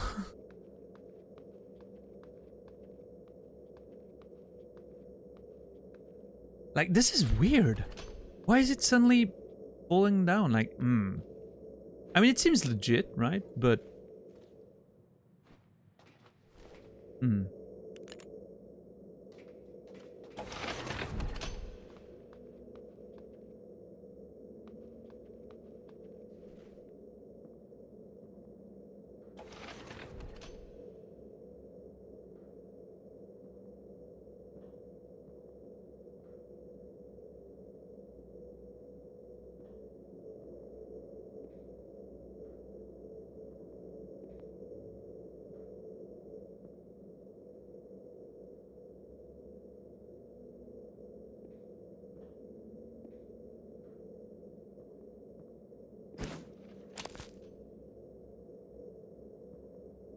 What is this? Oh, headphones. Okay.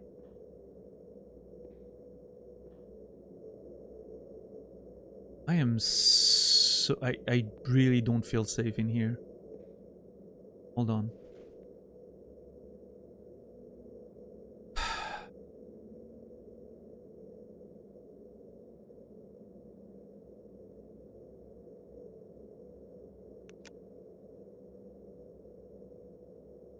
Rule 47. It is not okay to eat other crew members' lunches.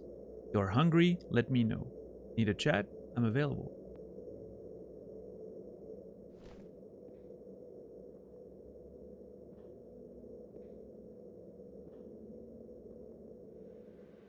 Aw. One of these chairs is not legit, is it?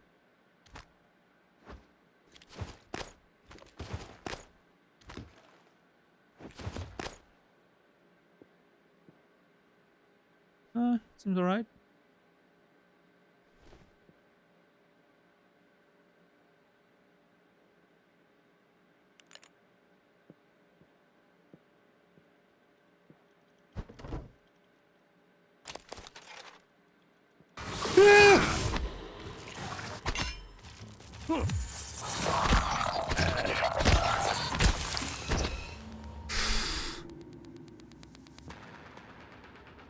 I was hearing the little glitches. I was hearing it. But I couldn't tell where it was coming from. Fuck.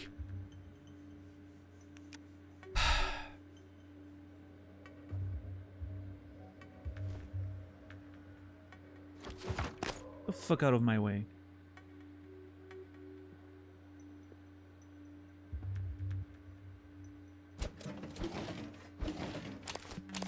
Oh boy.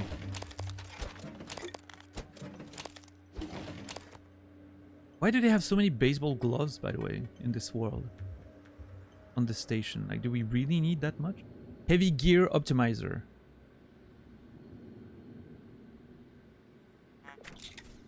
Chipset.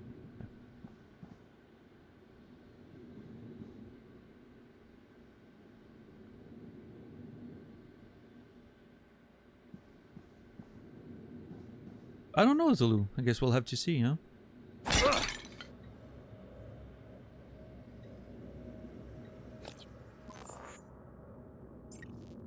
Okay, there's a few things I picked up that I wanna...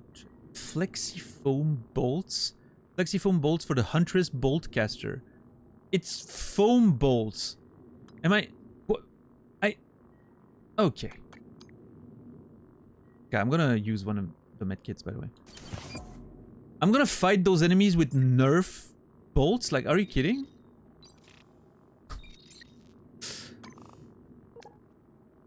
Chipsets. So I'm not sure if I want to use this one, because this one was given in the bonus locker, right? And I can't get rid of it. I don't know what the recycler charge is, but I don't like the word immune. It makes me think that it might be like extremely overpowered, so I'm not going to equip it.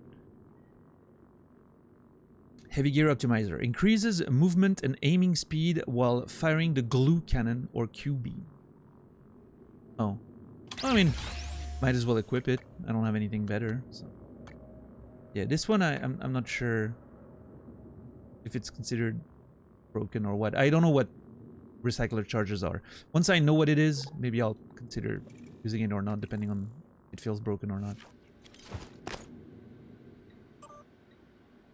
Good news from Thomas Tucker to applicant SC3-12535, which is Sandro. It is my pleasure to inform you that your application has been accepted. We've shipped you a packet of documents. Please review and sign by the end of this week. Once the paperwork is done, I'll send travel instructions. We'd like to get you up here next month if possible and begin orientation. It's always challenging to reserve travel, but you'll be blocked for an exhilarating ascent on one of our shuttles. Please accept my welcome on behalf of the Trendstar family. We look forward to bringing you aboard. Thomas Tucker. Sandro. I wonder if Sandro made it here. I hope for his sake he didn't.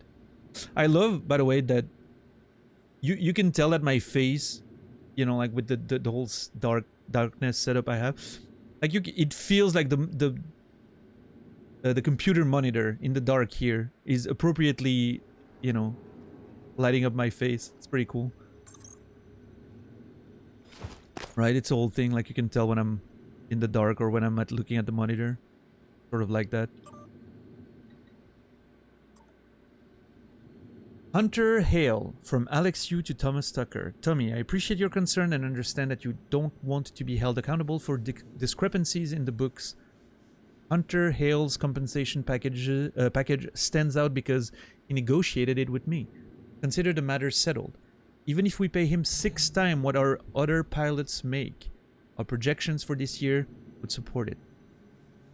Why did Hunter get paid so much more money? What happened? What did Hunter find out? What does Hunter have on Alex? Hmm.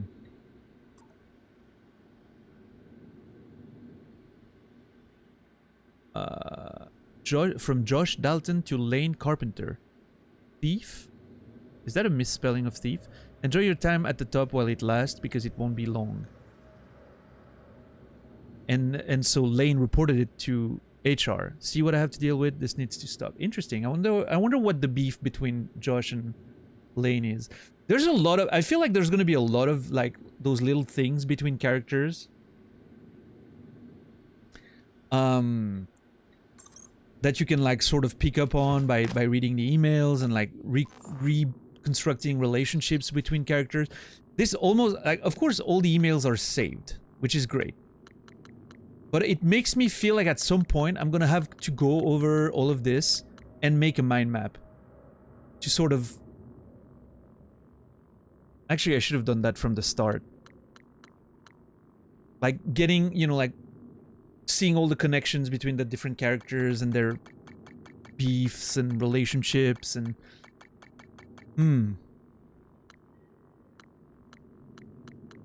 I don't know. I can still always do that at some point in the future. If I start noticing that there's like some actual stuff to figure out, right? Yeah, we'll see. Maybe there's gonna be some proper mind mapping happening in this game after all. Oh, more bolts.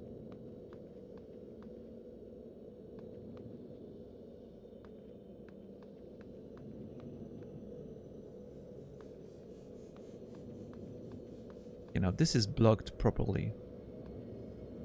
I mean, I'm pretty sure that other passage was blocked earlier. Why is it not blocked anymore? TrendStar reward programs. Rewards program, sorry.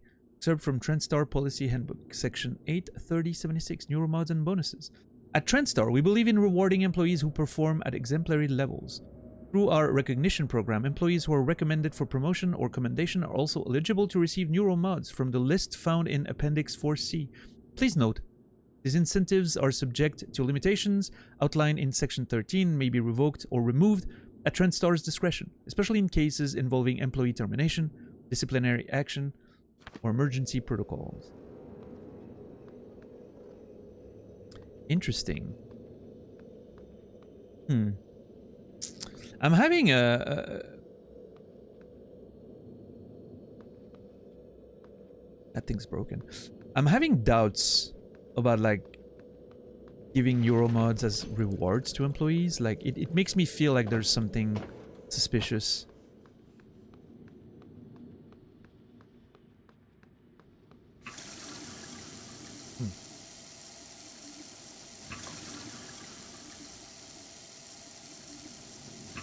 I mean, why would employees... Well, I mean, I guess neuromods, you know, are probably expensive. And it... I mean, let's assume neuromods existed in real life. The thought of being able to just instantly acquire a skill or abilities is pretty exciting, I will say. Well worth the price. So maybe it's a good work incentive. I don't know. I wonder if there's some form of, like, almost addiction nature to it. As you know, you start using them and then it makes life so much easier and you sort of get addicted to the whole thing.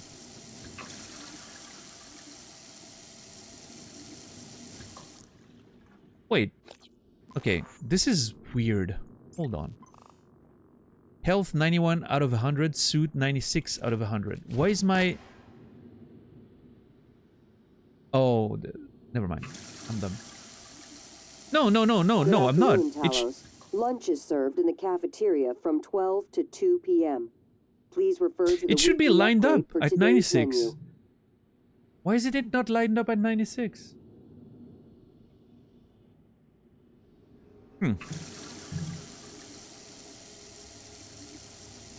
It feels like the suit integrity and health are using, like, different scales, which is very weird because they're both 0 to 100. And they both start at the same like level. I don't know why this is like standing out for me so much, but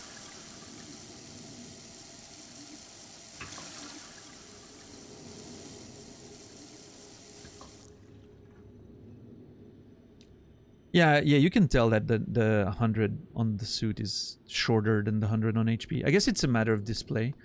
Makes it more discernible.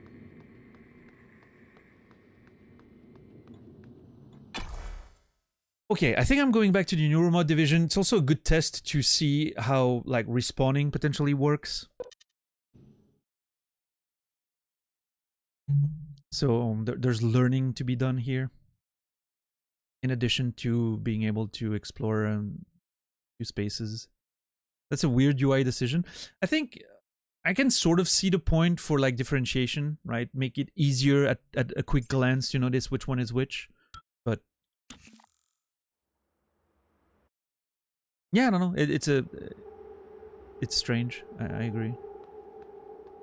Ooh, that is fantastic. Okay. Corpses stay through fast traveling. That's one of the things I was worried about. I was worried that the mimic corpses would disappear. No, they stay behind. That's very, very, very, very cool. I'm very happy with that. Even broken glass like gets memorized. Oh, amazing. Good game. Yeah.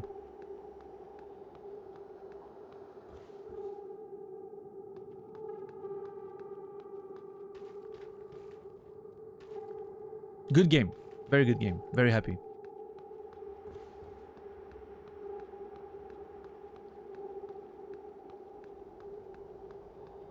Watching the stream in hope to heal from an existential crisis just triggered by a YouTube video on the future of the universe. Oh, you watch one of those videos that goes like... There's one like popular one, maybe it's the one you watch, that, you know, shows like the universe in increasing amounts of times in the future. I think it's very interesting. I understand the existential crisis from it, but... I've watched so many of those things, and I was already so fascinated with like those concepts when I was a kid. I think I'm sort of immune to existential crises because of that now, but I totally get it. This is... Okay, I remember being confused by what this was the first time I saw one. I think those are like those energy modules. Well, maybe not actually. But like the recycler and fabricator have those like things like that in them, right? I feel like as an energy source, maybe. Reminds me of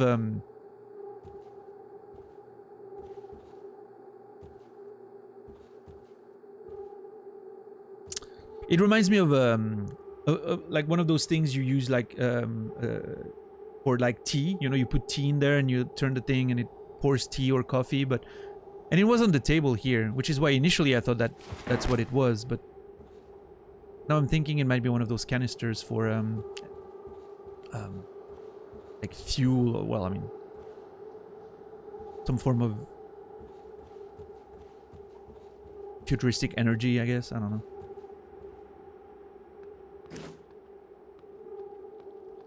Hey, Slim, what's up? Okay, so I think I can hack into this now. With level 2, right? Oh, even level 1. Hell yeah.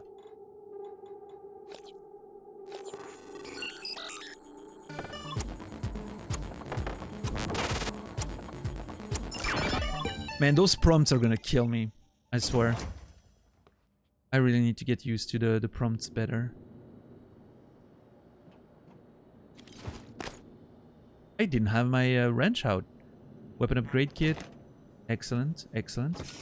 I'm gonna lock this door to be safe while I'm in here. Unless this chair is... Fuck! Bring turrets up to fabrication. As a reminder. Security station, no password found, but I can hack it, so... Let's do so.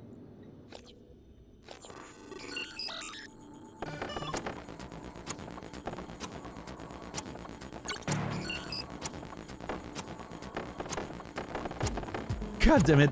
Dude, this is so annoying. Not Oh. Okay.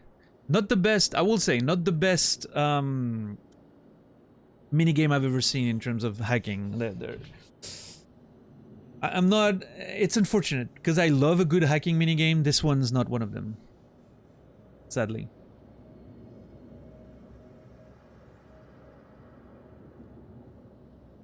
Yeah, Rasta, that's cool. Hey, maybe a future, you know, physicist or whatever.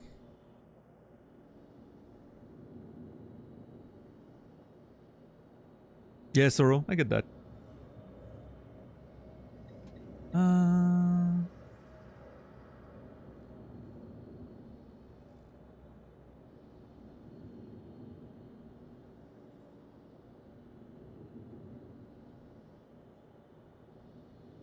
Nier Automata hacking, still the best I've seen. I'm not a fan. I remember slightly the game. I'm not a fan of the gameplay part of the Nier Automata hacking. The music, however. Oh. When you're in that boss fight, the you know, like the opera boss fight, right? I'm not gonna be too specific for people who haven't played it. And you switch to the hacking music. Oh, it hits so good. That track is already the best track in the game. One of the best tracks in video game soundtracks history. But that particular like switch to the chiptune version, oh, so good. I can't wait to play Nier and Nier Automata again. It's gonna be a blast. It's been long enough that I don't remember them too much, so it's gonna be a blast. Send help, please. Rich Ivers. We're locked in here. Graves has overridden the door locks and there's no way out of fabrication. We're in the research office upstairs. I'm with Snow and Divya. Graves' light is on. I can see him moving around in his office, but he's not responding. Oh, shit. Are they still alive? Hold on.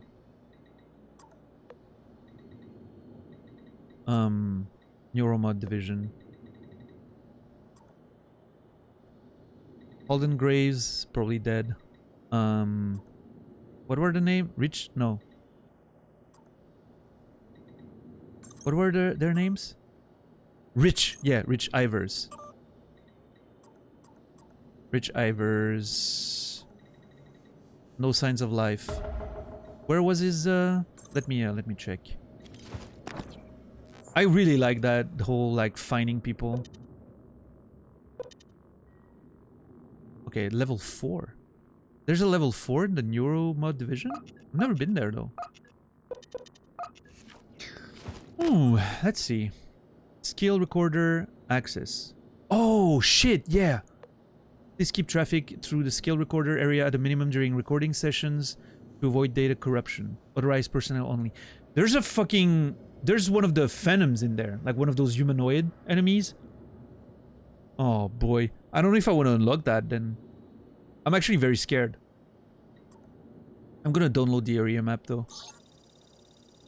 Man, this game's so good. Oh, I love this game.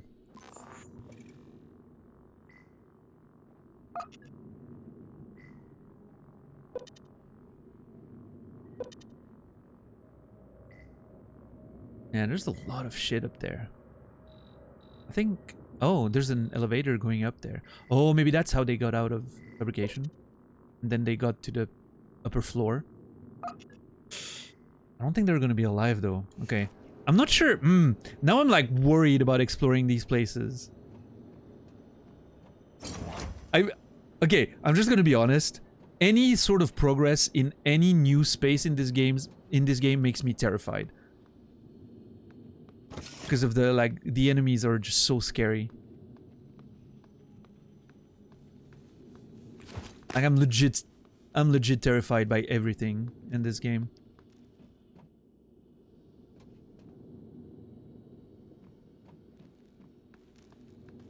Okay, what is this? Control panel is broken. I could repair it. Yeah, see, one of those... Oh, it's different, isn't it? That's one of those energy sources. I don't think it looks the same. Hold on.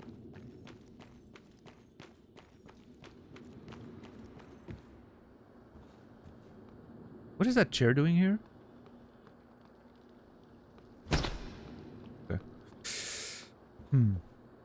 Yeah, no, it's different. Okay, so that might actually be a teapot.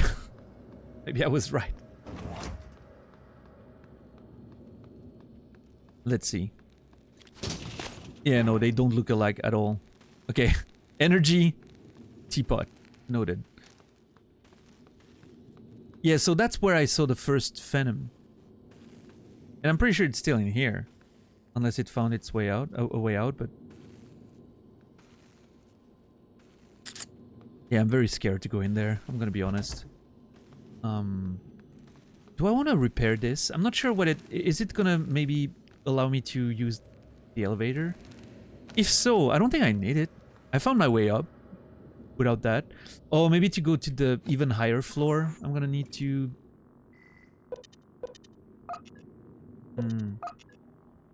Because I can get to level 3 without repairing this. It's a lot of spare parts. It's almost like everything that I have.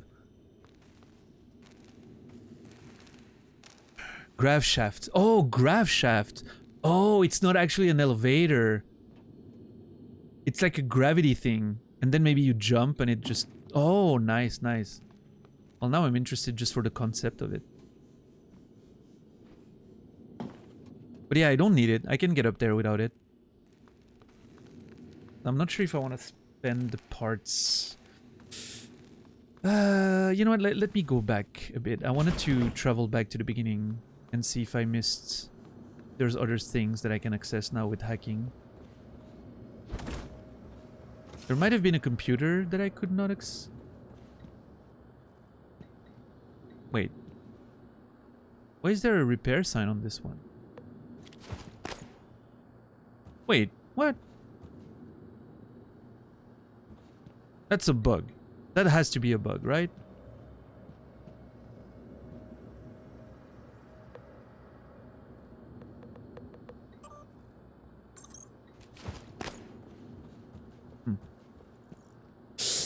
Ah, Caleb. I can access Caleb's computer now.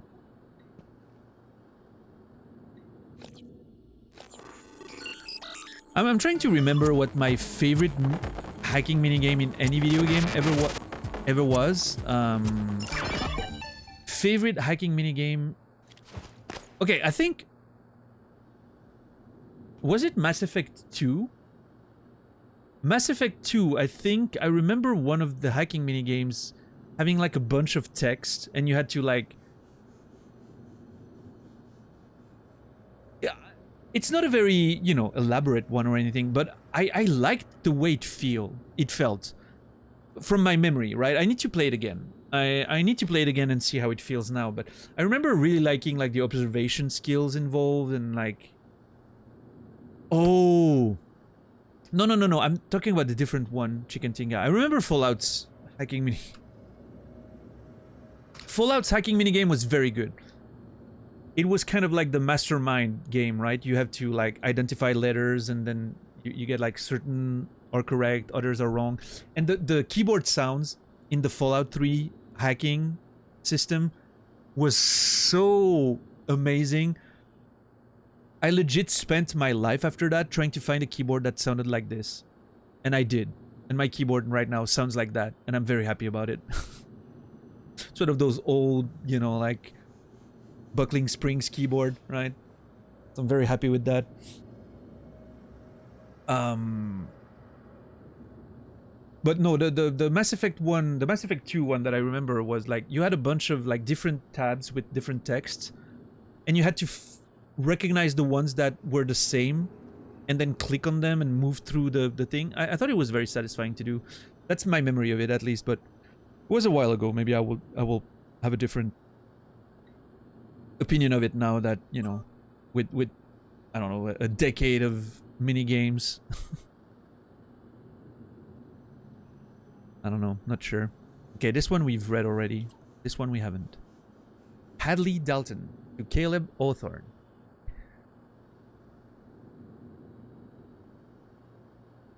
Igua's talk. Tell me about it. Wait, hold on. Let me start at the bottom. From Caleb to Hadley. I join you in the cafeteria, but Higua's got a lecture scheduled. Here's hoping he gets rid of the neuromod updates so we can do a proper eval? evaluation, evil. On the tech side, but you know Igwe, he'll go Zener on us for an hour until we're all seeing circles and wave lines. You'd think he would have learned Earthside to stay focused. Okay, so people don't seem to like Igwe too much. Everything I've heard about Igwe, people do not like him. Tell me about it. I don't know what scares me more, the time Dr. Wiggy spends in the lab or when he takes the stage. It's like listening to a metronome.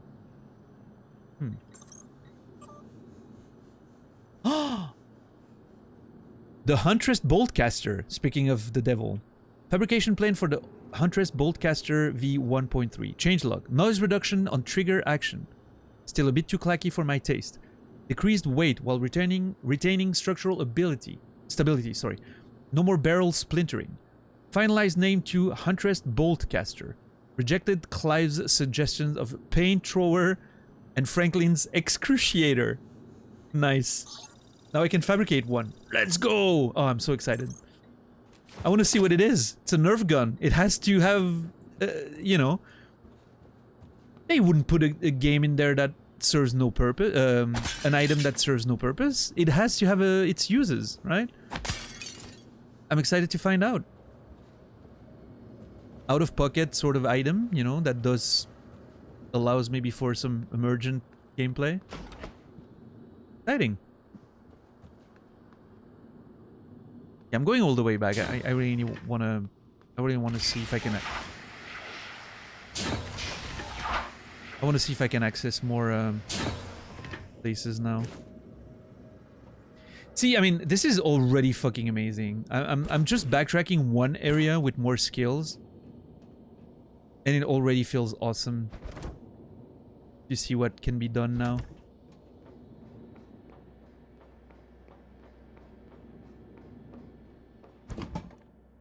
What an incredible video game so far. Greg?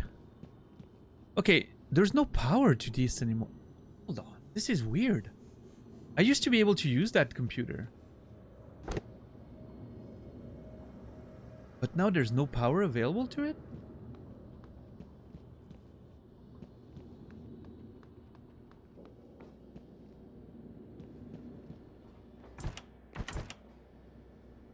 Huh.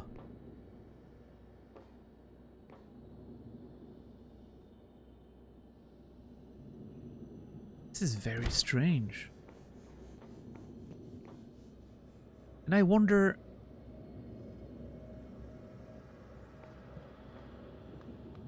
there's a part of me that wonders if it's because I left the whole simulation on when I last left. I don't remember if I did or not, but... if there's systems like that, to that level of, you know, detail, I'm gonna be very impressed. It might be just a coincidence, right? Electric junction. That's something I can interact with.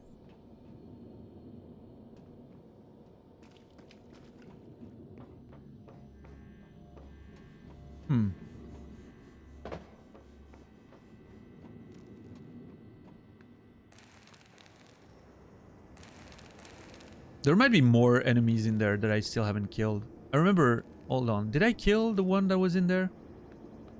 I don't remember.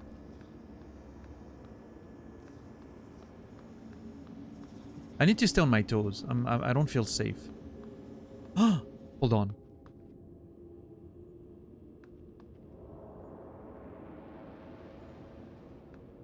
Oh, okay. We're good.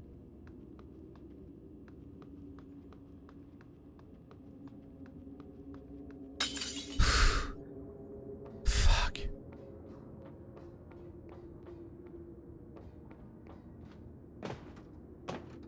Dude, just jump over.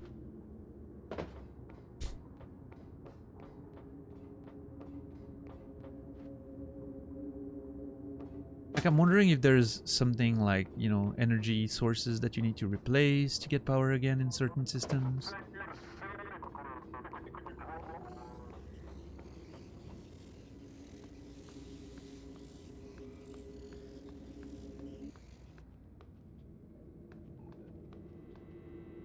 All right, I'm back here. Can I hack this one now? Fuck, it's level 3. Damn it. Okay, interesting to note. This is the room where the video was recorded. This is the room where the video was recorded earlier. Probably with this camera, as a matter of fact. Now, the fact that the camera is still filming me makes me think that Alex is spying on me.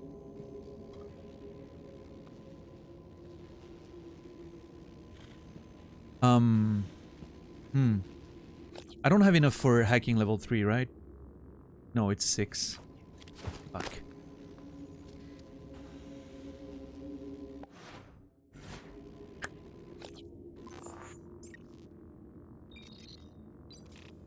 I don't...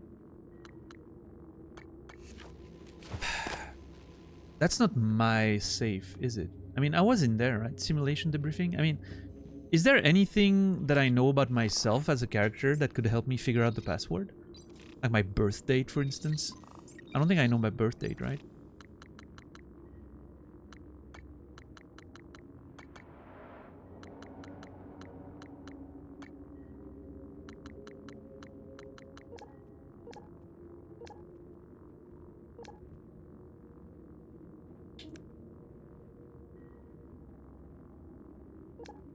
Okay, so Morgan has the Fermi paradox as a code, right? I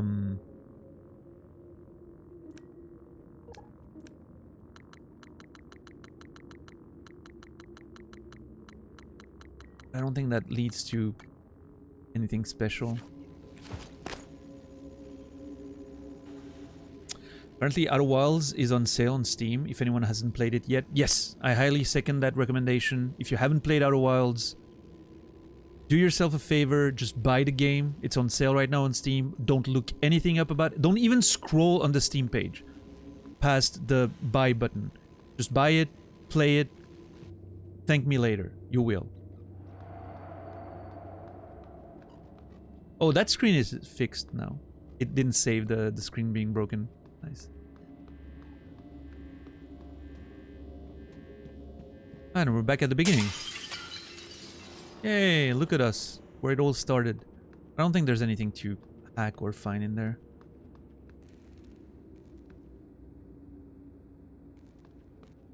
The Steam page is full of spoilers. Yeah. Just don't read anything. Just get it. Play it. And join us on the side of people who know that Outer Wilds is the best video game of all time. Okay, so I'll have to come back here for that hacking level 3 safe. 12 hours in, still in the apartment. Yeah, that's a fair way to put that.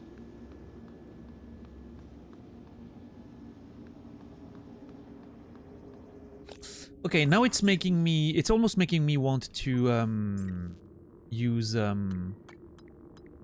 Oh, I can't. Necropsy. I was gonna say get Necropsy, but I require 5 for that, so... Yeah, I'll have to come back here anyway. I'm very happy to know that the corpses stay on the ground. That means I can wait before taking Necropsy, right? I'm not gonna lose on stuff if I don't take it early, so that's good.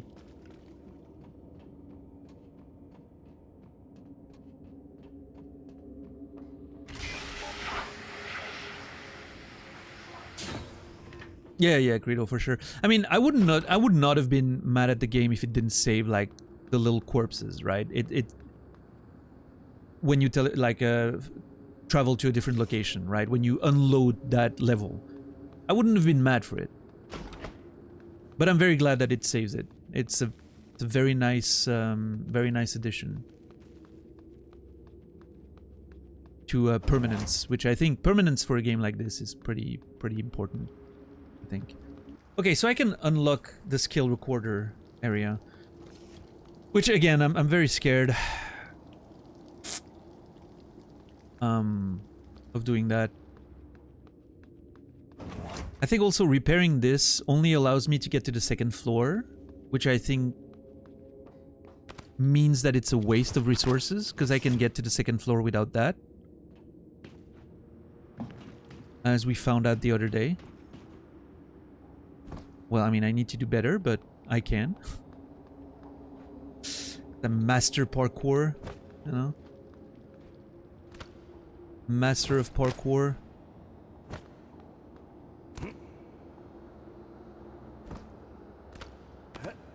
There we go.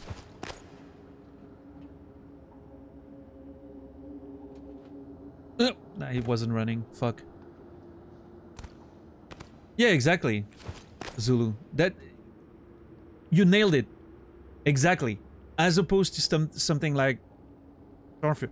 Anyway. It doesn't feel like you're fast traveling or you're loading a different... You know, it's just like... I get that the game cannot load everything at once. It would be great if it could, right? And if... I don't know, maybe it used a different immersive thing. Like you go through a little... like... SAS or decontamination room, and while it's closing the door behind you, it's loading actually the next one, and so it would be like seamless.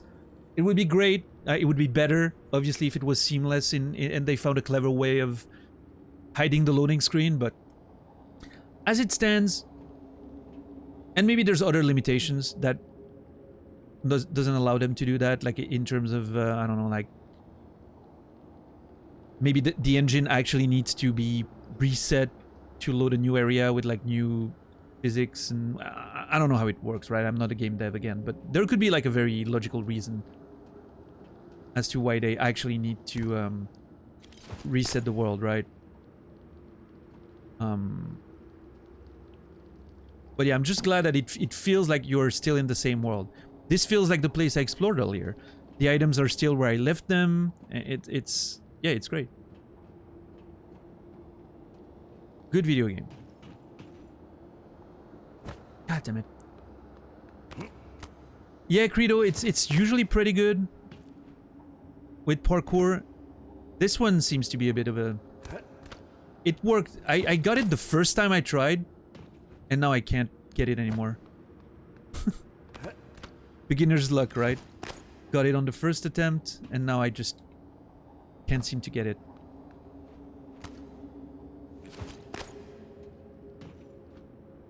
And I know I can use the glue cannon, by the way. I just don't want to. Oh, did I do it from here? That's what I did. I didn't grab the side. I jumped from the letters. I remember now.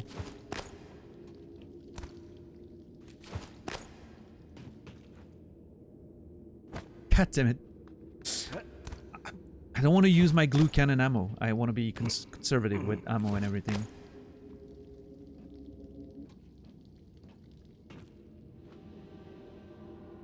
God, fucking damn it.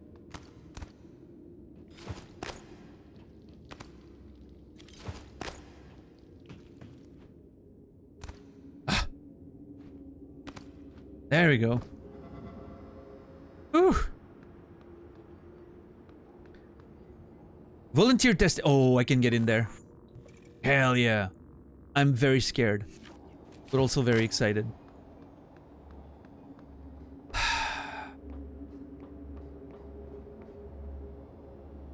You know, a game, in terms of immersion, has you by the balls when you're actually scared of exploring new areas. I can also explore this one. I have a key code for this one. Oh. Hacking is OP. Yeah, I mean, if, you know, if you've played, like, Deus Ex or the first System Shock, you know hacking is OP. You know you want hacking. Allows you to get into more places, more resources. Yeah, okay, so getting that elevator is just useless. I'm not gonna spend the parts on that. Oh, it's level 4! God damn it. Oh, wait.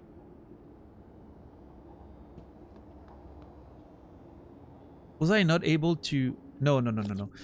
I think fabrication can be opened from the other dude's office. What was his name? Graves? Or, wait. Hold on. I'm not sure now. Hold on. Ow. Okay. I was scared that was gonna hurt, but...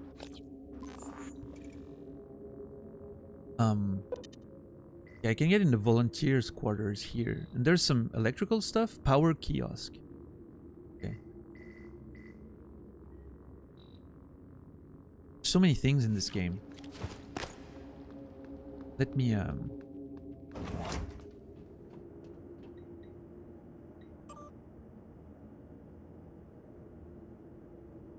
No, that's only skill recorder. That's only access to the skill recorder, which I'm very worried to get into because I know there's gonna be a big enemy in there. I've seen it.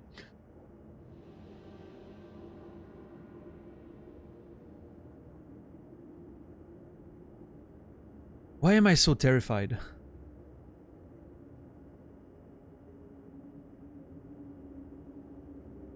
Okay, hold on.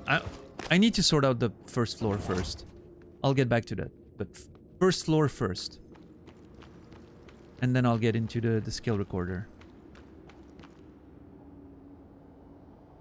Ugh.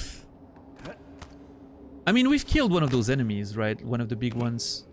I mean, actually, it was even a different one. It was like a flame one or whatever. In the med bay. But we had turrets to help us. I don't have turrets this time. In fact, we didn't do shit. We let the turrets do the work. So. But hey, maybe I'll find a turret in one of these rooms up there. So. Even more the reason to first explore those, god damn it, those side rooms. And if I keep missing, I'm just gonna craft myself a nice little glue staircase.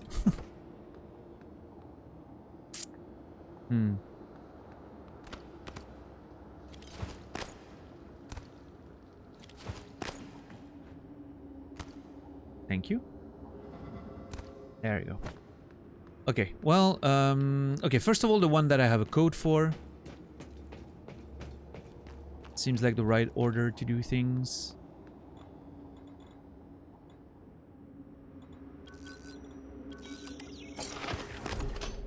Ah, shit! Come on.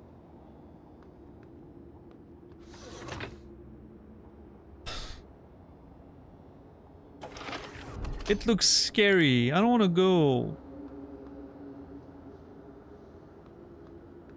Let's see what the other one looks like.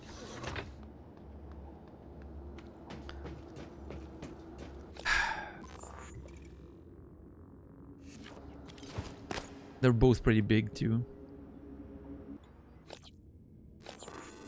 Man, I wish if only if the hacking minigame was better, I would be so on board with the hacking. Hacking would be my favorite thing in the world. As it stands, it's just the minigame's not fun. No.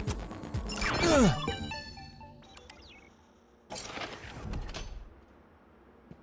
See, this is a lot less scary. Kind of. I don't know. It's still scary.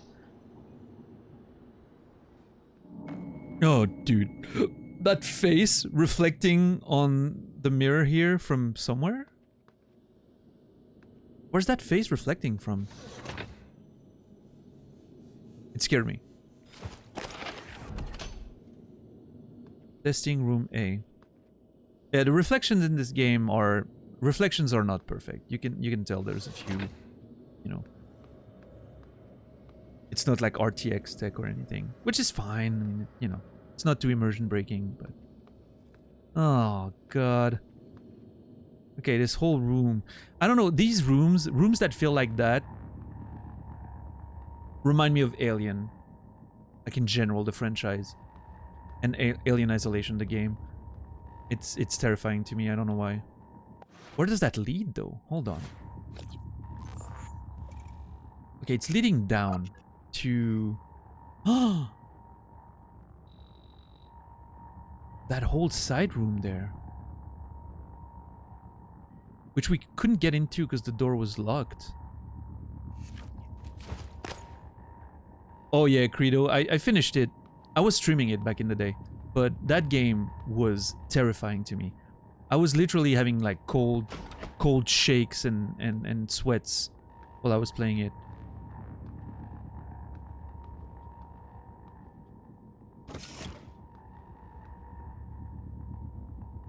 I think that game came out in 2016, but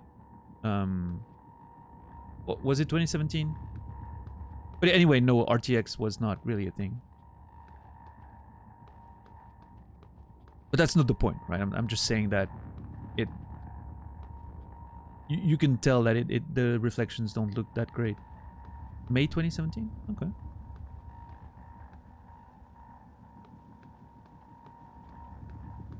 I had 2016 in mind somehow, but... Jesus, that sub-alert scared me. Holy crap. Zimstang, fuck you. Thank you for the 14 months. I appreciate the resub. Appreciate it. Zimstang, you will. Be remembered. Thank you. Neuromod installation and extraction? Hold on. Is that not the same room? Oh, okay. It connects.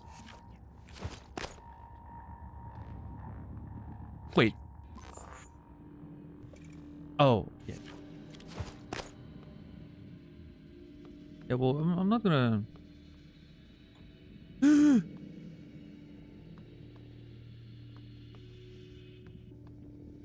Oh man, this room looks scary as fuck. We'll get in eventually.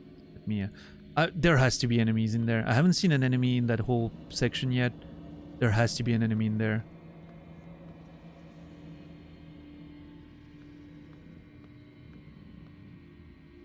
I need to keep my finger on R2. Because I think my reflex when I'm getting jumped is just clenching, and then I'm gonna just press the button and it's gonna hit the enemy as it tries to jump me, right? I uninstalled Alien Isolation the minute I finished it. There. That mug moved.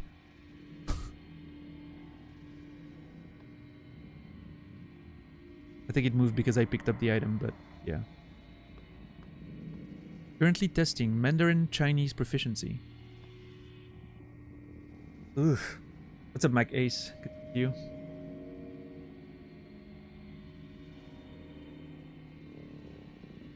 Right, Sorrow. Yeah, I mean, the technology probably was developed, you know, a bit earlier than they actually managed to make it run, right? But...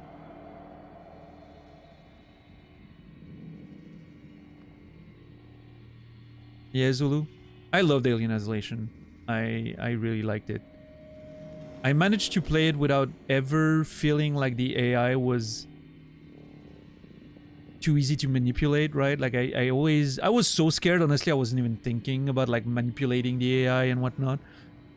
Like for me, it was just, you know, I was just so immersed. I wasn't thinking of anything else, and it was amazing. And I've always been a big fan of Alien, the franchise, so being in that world and, it was amazing. Ray tracing was used for a decade for movies, etc., but rendering took ages. Yeah. Like real-time ray tracing is very recent in affordable hardware, right?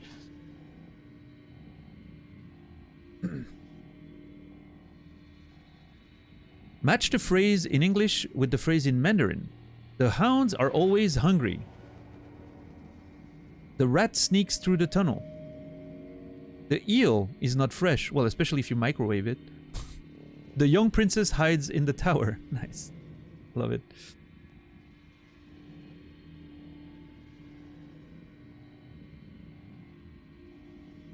Yeah, Infamous. Man, I wish CDPR focused on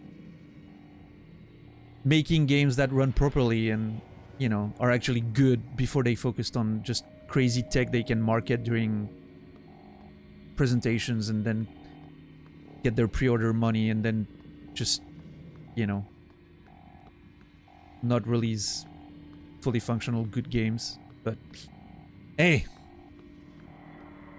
to each their own, right?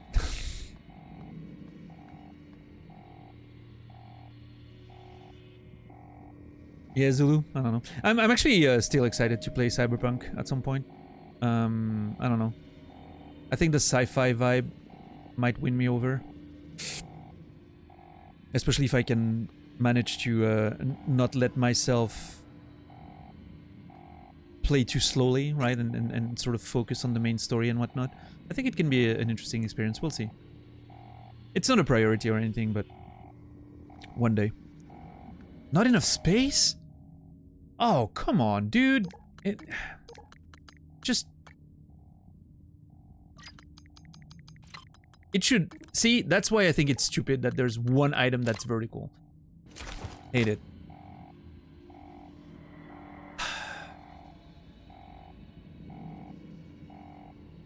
Yeah, Saladino, yeah.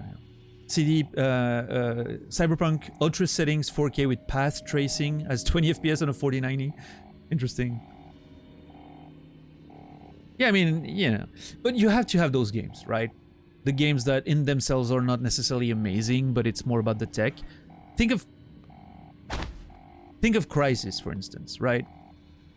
Not a great game in itself, but technologically at the time probably helped pushing a lot of you know, tech, and it's probably something that you have to have those projects that are more about like the tech advancement than anything else. Never understood inventory Tetris. Well, I mean, I don't mind inventory Tetris. As a matter of fact, I'm a big fan of Tarkov inventory management. I think it's so much fun. In this game, I have two issues. One of them is you can't rotate the items, which makes no sense. Actually, that's it, really. I don't like that you cannot rotate the items. That's it. If you could rotate the items, I'd be perfect. Oh yeah, and it doesn't save the position of stuff, right? Well, now it did. Maybe it does then. I don't know. But like in my stash, we saw like yesterday or the other day that my stash doesn't save the position of things, which is very annoying, but yeah. I don't know. It's just one of those things, right? I love a good inventory Tetris. I just wish this one was better.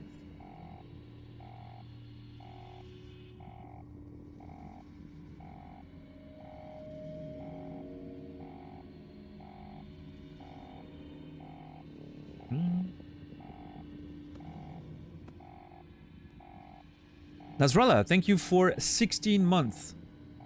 And, well, $10 by extension. Thank you so much for the resub, Naz. Nasrallah, you will be remembered. I still need to catch up on Friday. Did I miss some good stuff? Well, Friday was amazing. There was a lot of good stuff in there. Mostly me being terrified for 5 hours. Today, so far, has been mostly me being terrified for 2 hours. I'm back in Neuro mode right now. I wanted to come back and see with my new skills what I could, you know, access, and hacked into a few spaces. But yeah, I'm just very scared. We watched the video today that we needed to watch.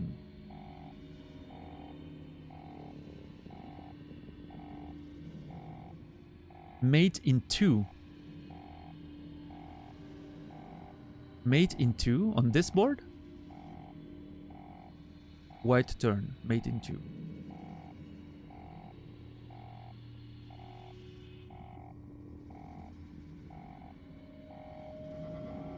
White turn. Move the pawn here.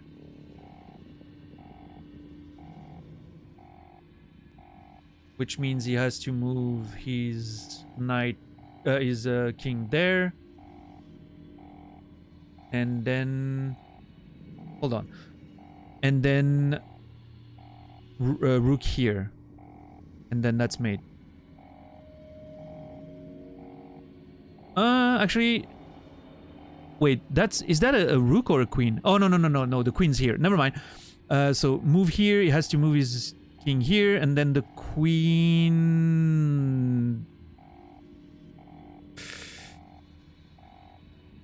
There? No, because he can take the... No. Okay, hold on. I got this. Pawn here, he has to move the king there.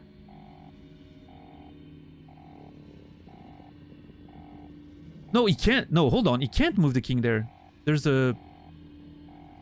Okay, hold on. Pawn here.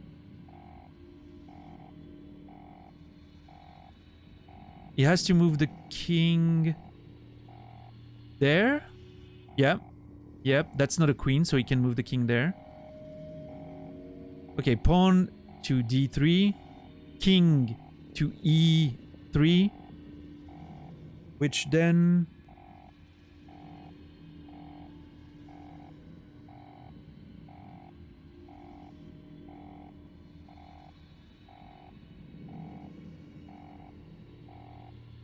rook to e5.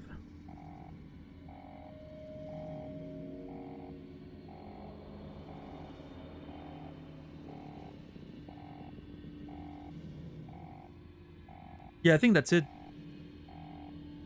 Pawn to d3, king to e5, e3, and rook to e5.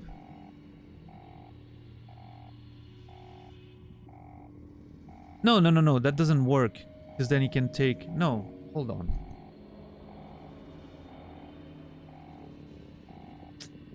I think the first move's correct though. d3, e3.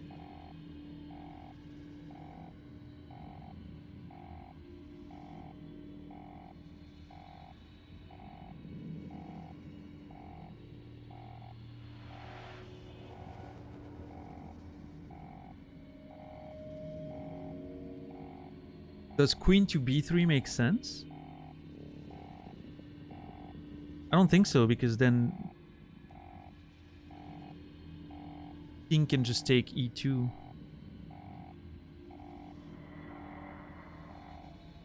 So maybe it's not... Maybe pawn to d3 is not the play. What about queen to b4? Queen to b4. He can stay on this range. He can go down here, can go down here, can go here. So he has to go there. No, he can't go there. Sorry.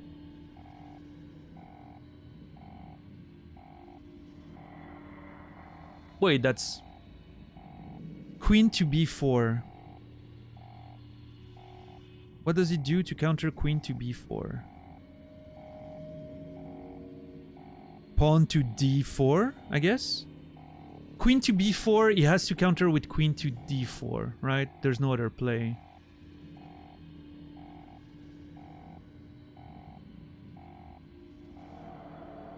And then...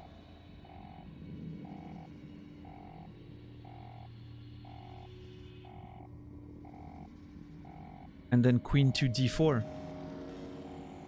Because he can't take the queen, because he gets... No, wait, no, never mind. Because he can just pawn to d4 if the queen moves there.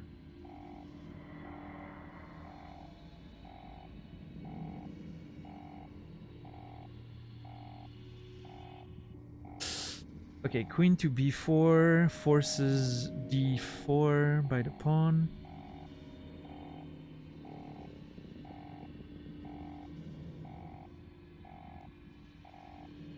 I'm not very good at chess, as you can tell. But...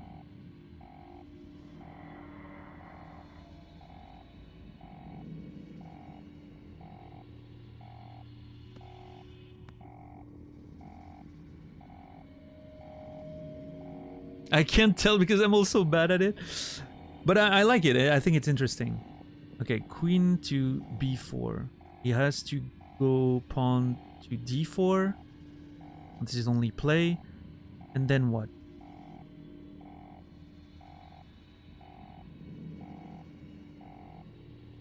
I don't think knight f2 makes too much sense.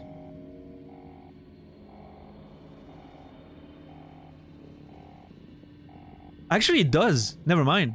I think that's it.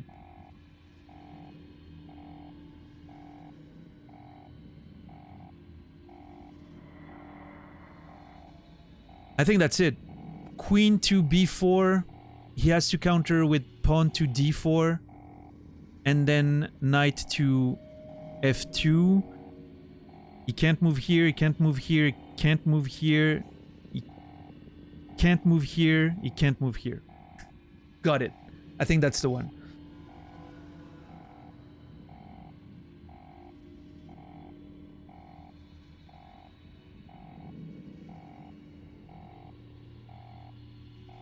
What do you mean, no?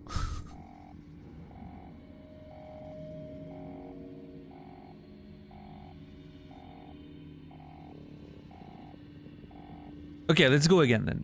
Let's observe again. Queen to b4. He has to move either pawn to d4 or...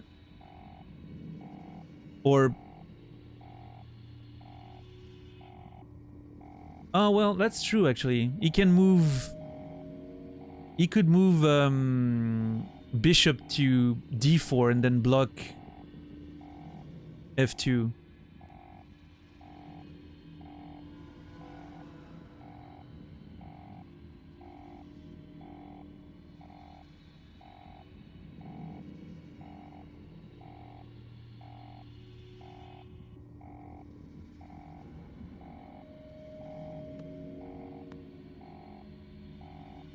I mean, we're talking chess inside of prey, which means... Obviously, I don't want any indication.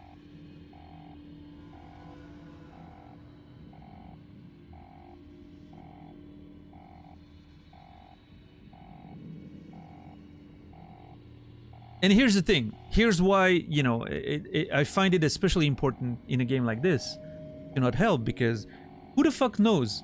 Nobody says, you know, there's no indication that this is not relevant to something. Maybe, you know what? Maybe the moves are legit like a code you need to use later. I don't think that it is. But nothing tells me it's not, right? There could be a world where this turns out to be a code later that you can use, right? So... Again, I don't think it is, but you never know with these games. So, okay, hold on. If I go queen b4, he can do bishop d4 to protect, and then I can't do knight f2. So that blocks that line completely.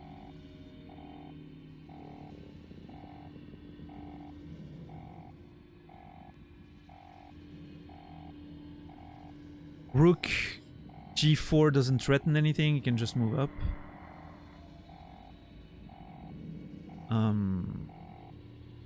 What if I open with rook, with knight f2? I open with knight f2.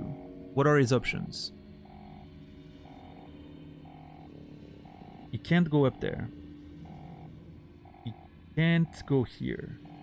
He can go here, he can go here, he can go here. He can move here. That's his only choice. No, I mean, hold on. Wait. Is knight f2 actually a mate in one? Yeah, it would be easier if I could actually like move it. That is true. It's hard to just visualize. For good chess players, it's very easy, right? They do a lot of that in their mind. I'm not a frequent chess player or anything. Okay, hold on. Knight f2. Can't... He has to move the knight, right? With knight f2. He has to move the king, sorry. Can't move here. Can't move here. Can't move here. He can't move. Can't move here, and he can't move. Oh, I think that's it. But that's a mate in one then, not two. Or maybe mate in two is this one? Because that's a mate in one then. Knight f2 just instantly wins the game, right?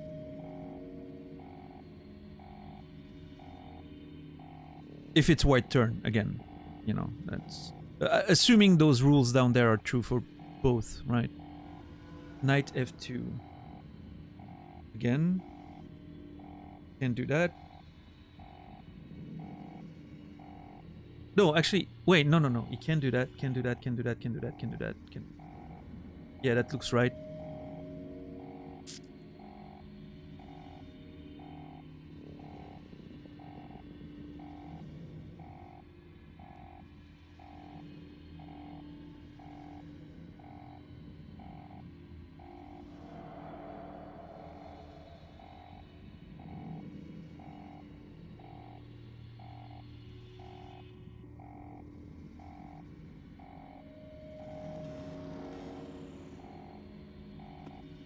Yeah, I'm gonna go with this is correct.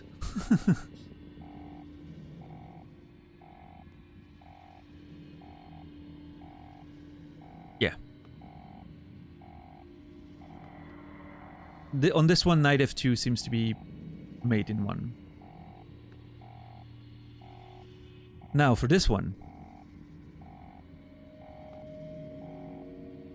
What do we have? That's a bishop. That's a rook. It's a rook. Okay, so moving the bishop opens a check, right? You move the bishop here, for instance.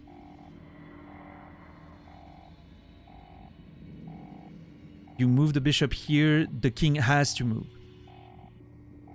He can't take the bishop. He can't go there.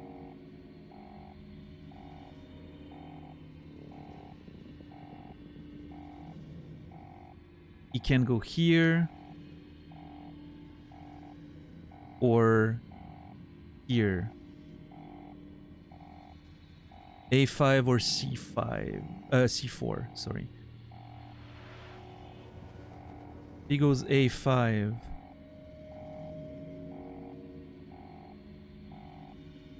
You attack with the king. Which then... He can't go there. He can't take the king.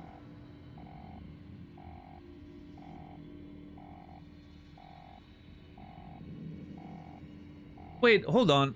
I have a doubt now.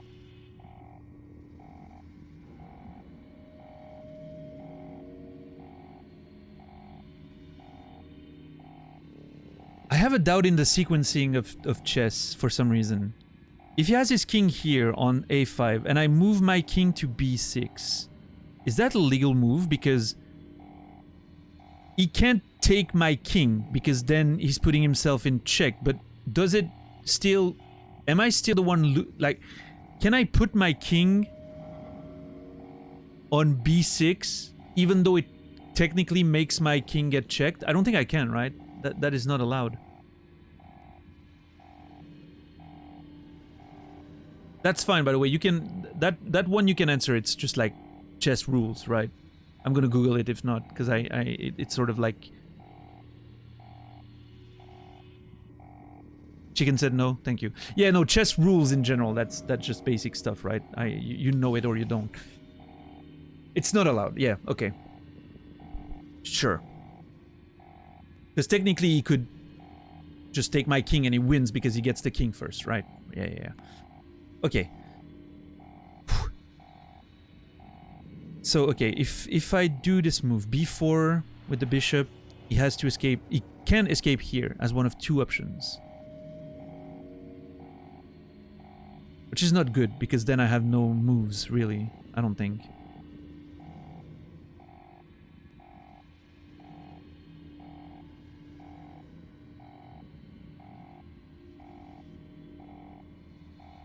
Oh, actually, hold on. If I go bishop b4, he goes a5. I go b5 to open up that check. He can't take the bishop. He can't go here. He can't go there. He can't go there. And he can't go there. That's check in 2. However, okay, hold on. This line works, but he has another escape. If I go bishop b4, he can go c4.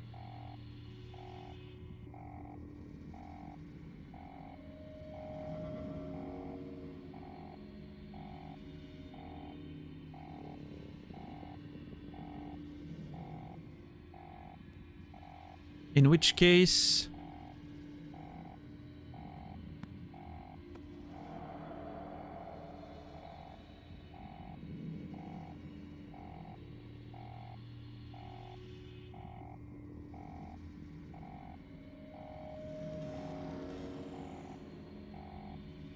I mean, the obvious one is queen e4, but queen e4 gets taken by the bishop, so that doesn't work. Oh, never mind. Queen c5. No, he can just take it. So that wouldn't work. Goes there, he goes there, I go here, it just takes it. Yeah, that doesn't work. So I go here, he goes there. Then what? b4 with my other rook. What can he do then? Can go here. He could go there. Okay, that doesn't work. Okay, that line's wrong, I don't think. So bishop to b4 doesn't work. It doesn't do anything good for us, fortunately. Hold on. What's up, Shagrat? How are you today? Oh yeah, Soro, my math teacher when I was younger in high school would sometimes give me back my tests saying échec et mat in French, you know, because I would fail. Hanging in there? Yeah, Shagrat. Yeah, I'm alright. You know, my mood's been... It's been a pretty rough year overall. The past few weeks have been... I've had a good July and August, and the past few weeks have been a bit rough. September's not a good month for me so far. But,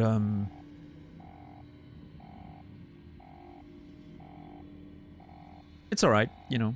I'm waiting for, you know, better days will come, I'm sure.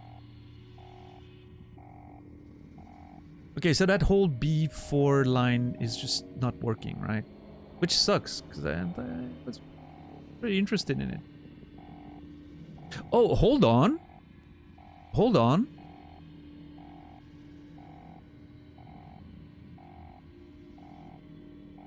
No, it doesn't work.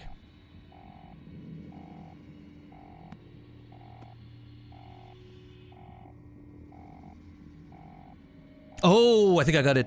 Never mind.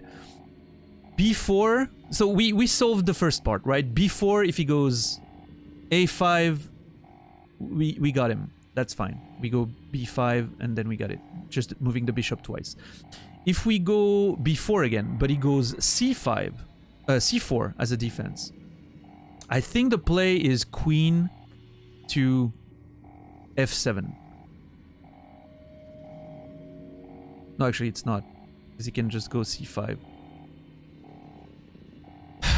Never mind.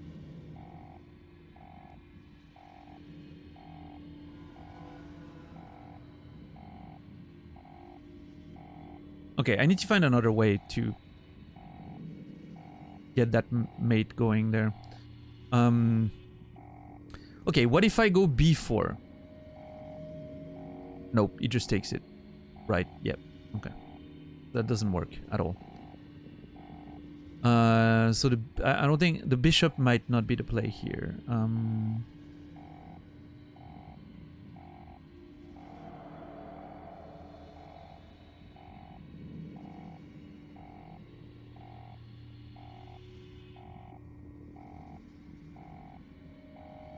Or I mean, okay. The only role of the bishop here is to open up. So what if I go bishop A2?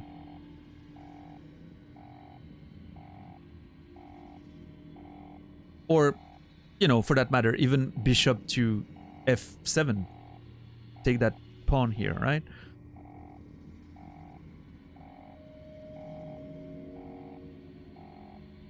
He can't stay on either of those lanes, so he has to move here, but he can't. He has to move... Okay, that forces...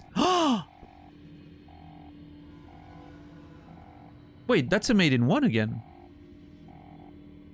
Bishop to... Okay, let's just assume bishop to A2. He can't stay on A or B. Which means... he has to move to C4, but he can't because I'm...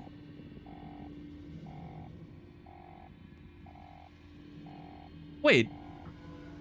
Bishop to A2 is mate in one. Unless I'm missing something. Oh no, never mind. Hold on, hold on. That is not true. He can move his bishop to take my rook. I didn't notice that whole line here. Never mind. I'm wrong.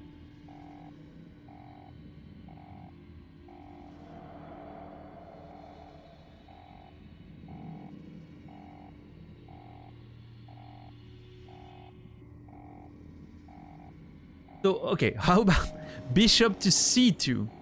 Meaning I open up and I block the other bishop, right? Meaning now he's forced to go to c4. He's forced to go to c4.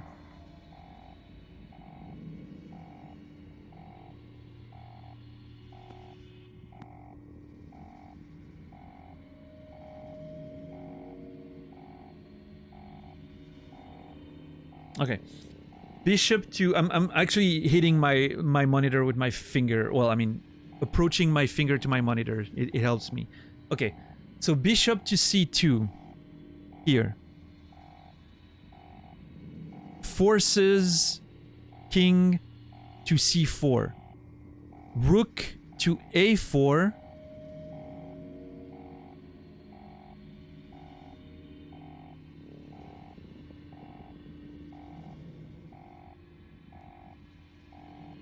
No, you can just go there. You can go d5. Okay, so...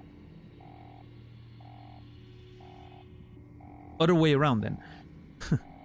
Bishop to c2. King to c4. Rook to b4.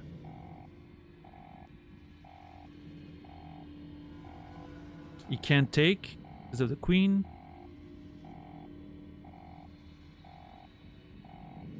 You can, again, you can just go here. d5 is still an escape.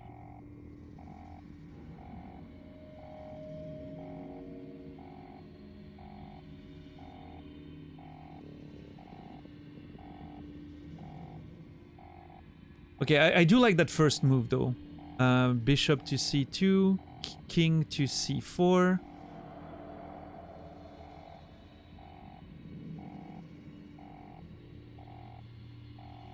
Queen to b4, I think. I think that's the one. c2, c4, b4. Can't take the queen. Can't escape in any of the round. No, wait, he can still escape on d5, right? God damn it.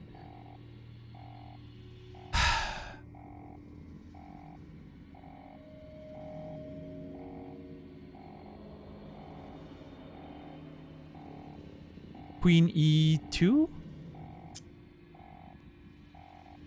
No, same, d5 still.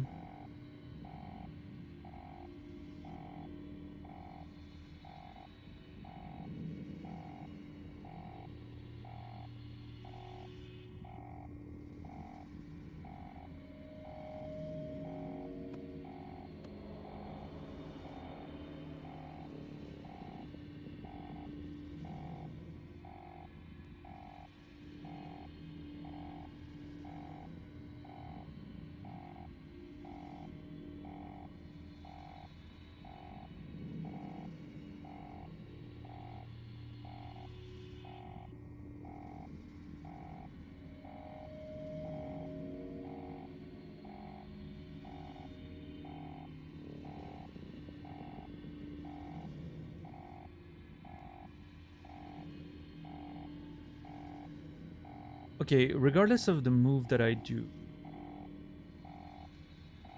if I don't bishop c2, this one is not a threat.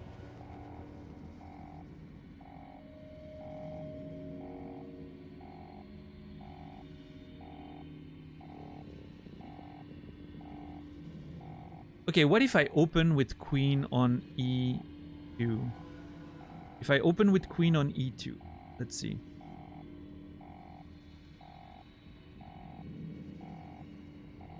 If I open with queen on e2, he can't move here. Now he has too many options.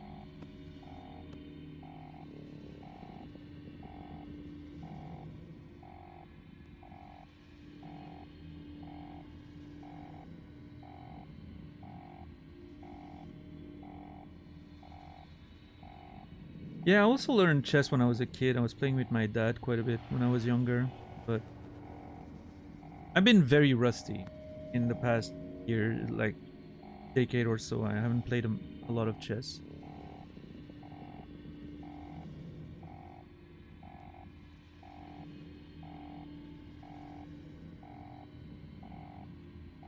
And not being able to move anything here is definitely not helping, but I still should be able to figure that out.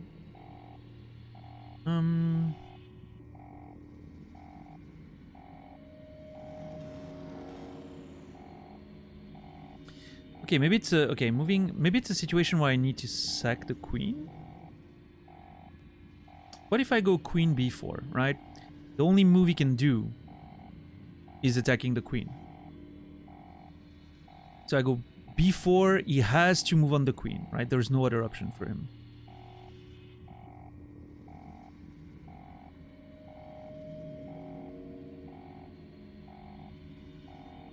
No, but then I'm screwed because, like, what do I do to get...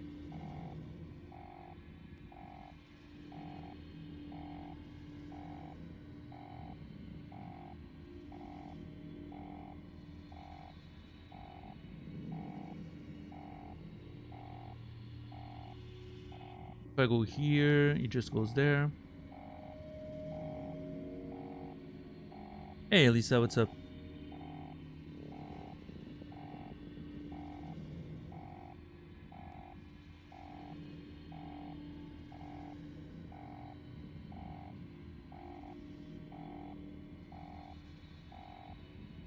If I go queen here, same scenario, right? Queen on c5 instead. He has to take her, and then I think I'm pretty much fucked, right?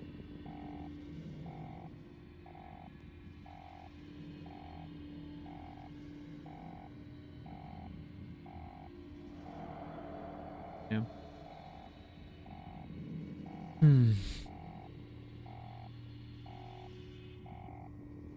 What about queen on e5? Have I tried that line yet?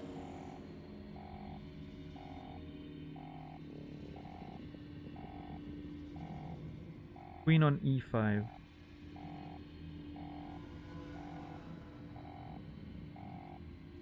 He's only... No, wait, he has a couple escapes. If I do that, he can go b6 or b4. No, he can go b... No, never mind. He can go b6. My king is there. Never mind. Okay, so e5 for the queen forces b4.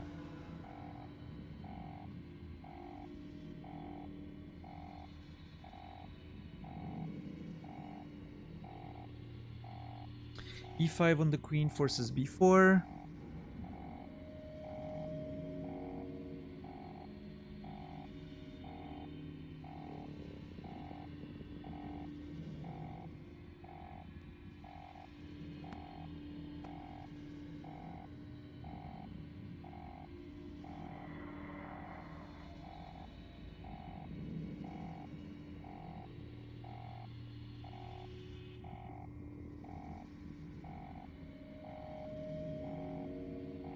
I think that's the right first move. Hold on.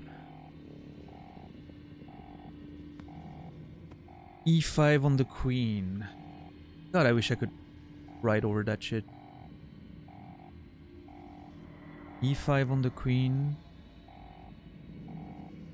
Forces b4. And then... Hold on. I feel like I'm very close. I'm almost there. I'm almost there. I need my brain to just... e5 forces b4. Is it as simple as then going b4 with the bishop? No, because then he can just take my rook with his own bishop.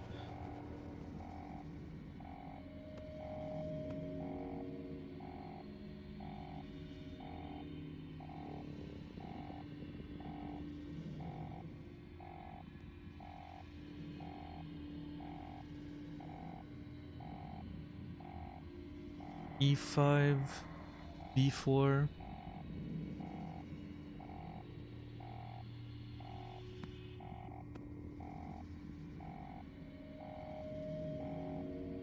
E5, B4. What's the next step? I feel like it's a queen move. Again.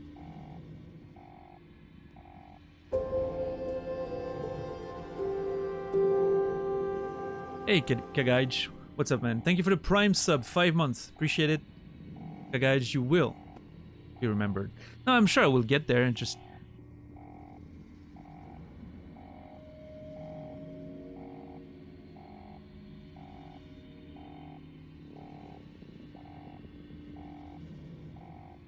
E5.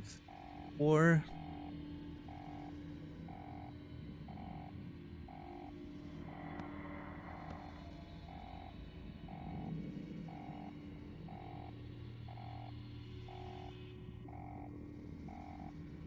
moving the bishop in c2 doesn't do much there, right? Doesn't it?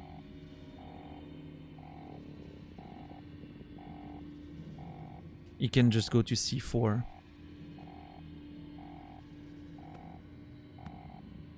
Yeah. E5, b4.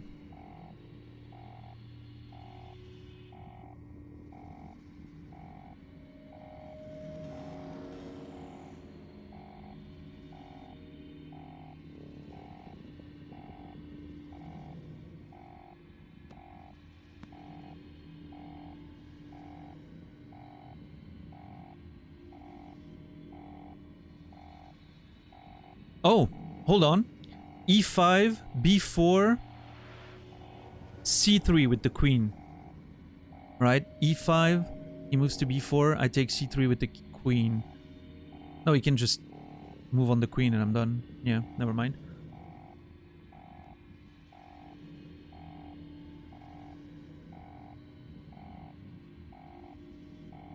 What about d4?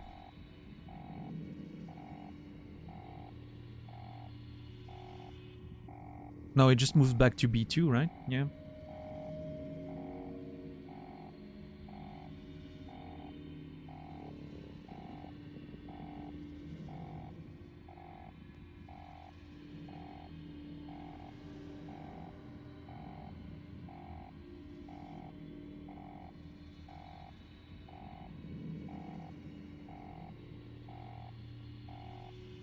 Yeah, I can't seem to figure out this one.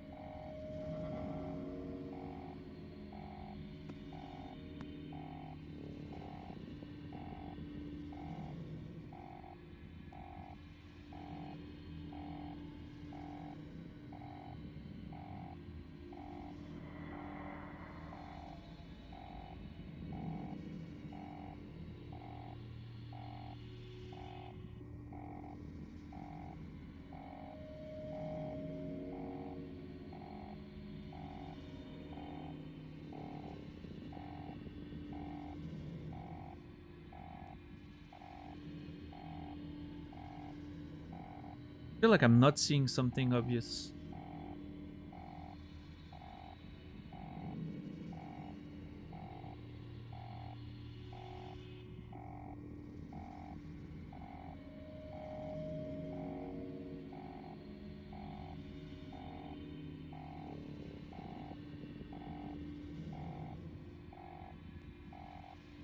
Which line haven't I tried? Like, I've tried every line, I don't see it.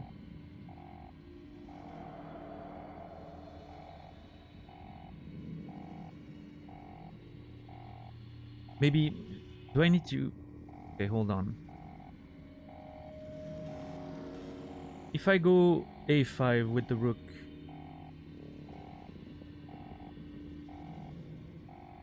his only move is taking the rook a5. Like, I'm sacking my rook, right? Rook a5, he takes it.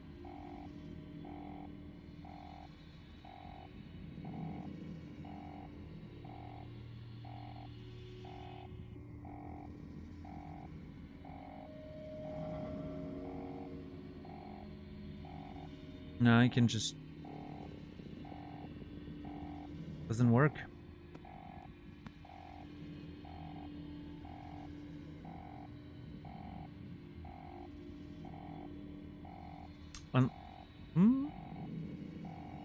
No.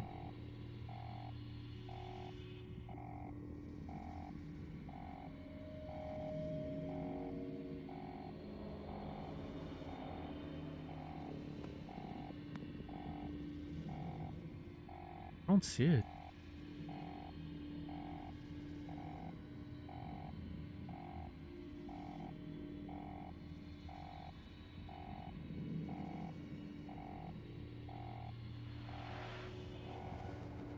I'm this close to opening like chess.com and putting the pieces in so I can just move around with them and just, you know.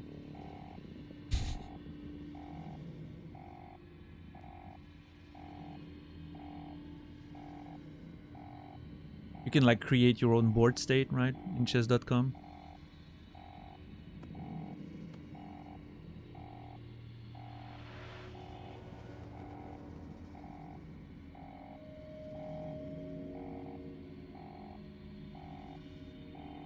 What's up, Cooley?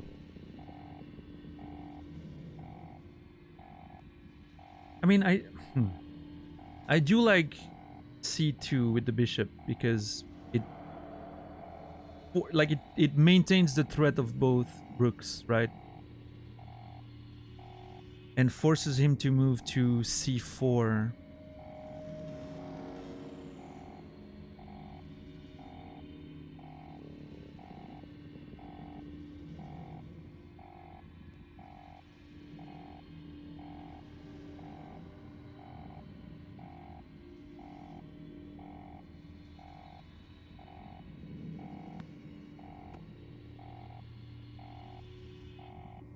And then, is there a queen move that I'm not seeing?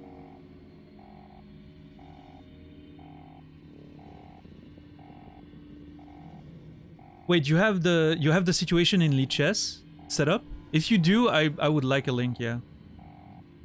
If it doesn't give me the solution, right? If it's just, I don't know Lichess very well, I don't know how it works. But if you have like the puzzle sort of like ready in Lichess, I would take it, yeah, I would take the link.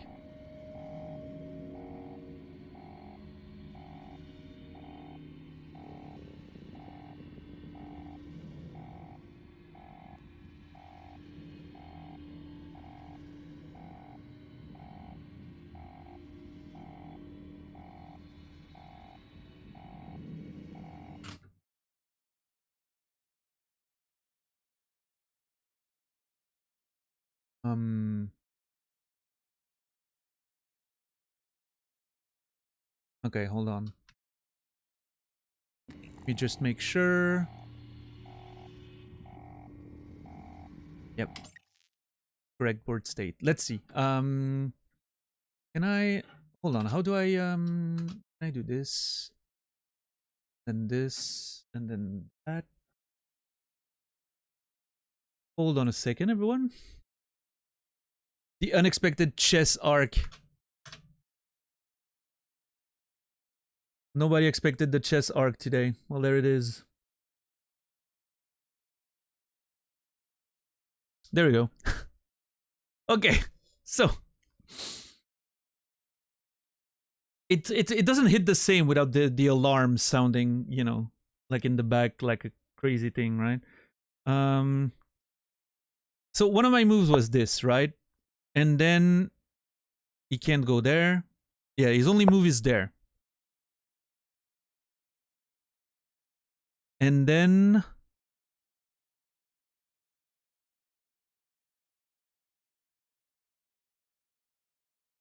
if I go here, he can get me with his bishop, so that doesn't help. If I go here, he can get me with his pawn, so that doesn't help. If I go here, it just gets me with his own king, that doesn't help. If I go here, he can just go... Yeah, that was my issue. He always goes d5, right? That's always the escape. No, we're still playing Prey. This is still Prey. Prey's right there, okay? It's we're just, you know, just trust me, this is Prey. What's up, Seven Toes? So, okay, I do like that opening though, but there's nothing really to do after that, I don't think. Because going here, he can escape to, again, that fucking d5 is always, you know, making me mad.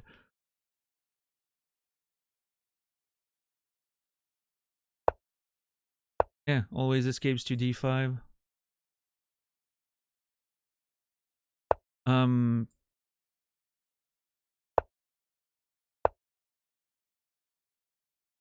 Yeah, he always escapes to d5. So opening with the bishop doesn't seem to be the play. Because everything else you do, you just do that, right?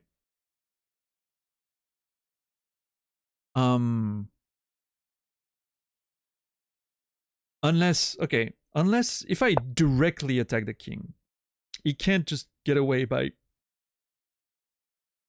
you know, he has to actually, but there's so many options where he can go.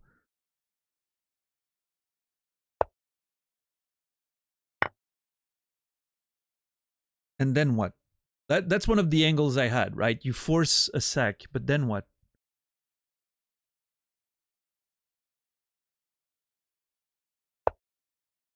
And there's always that fucking escape. Okay, so from this, I sort of deduced that the queen has to be the first move.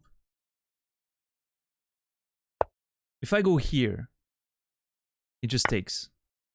And then what?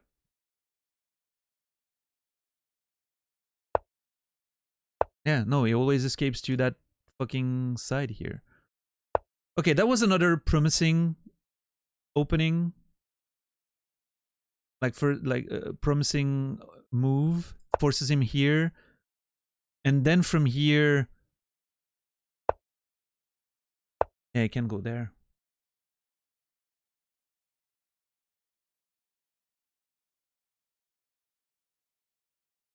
Anything else is just anything else than that, and he just kills, right? So I guess it might be a 2-queen move. Hold on.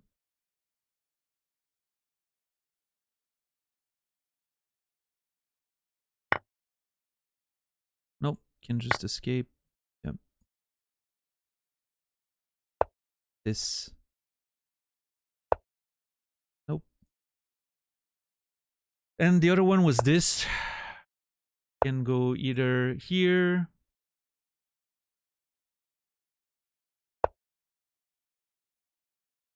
Okay. That's a mate in 2. Hold on. If, again, assuming, okay. If he moves here, mate in 2. Nice. If he moves on the other spot.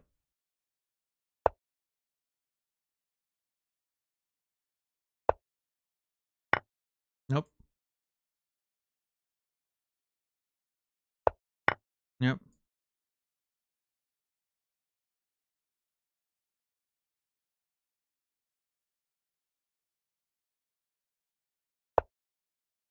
Yep.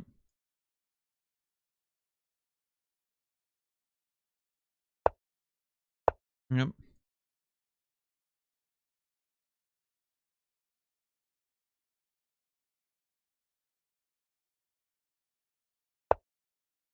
Yep. No, it doesn't work. See? Fucking hell.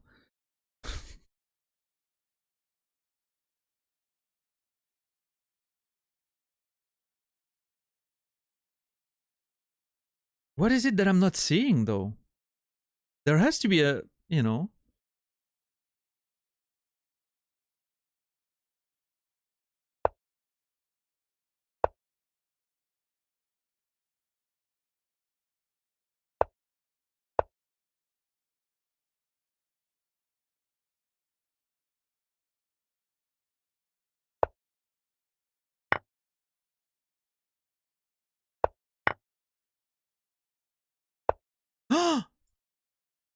That's it! It clicked just before I made the move. Like, the moment before I made the move, I was like, oh, that's the one. So, G5 forces B4, and then A5, and he's stuck. Yeah, I don't know why I never went this way. Like, that's the only queen check I didn't try. I don't know why I didn't see it. It wasn't instinctive. Yeah, forces this and then that. Nice. Cool. Got it. Finally. That took a while. I'm sorry for all the chess experts in chat. That was very slow solve, but... Nice.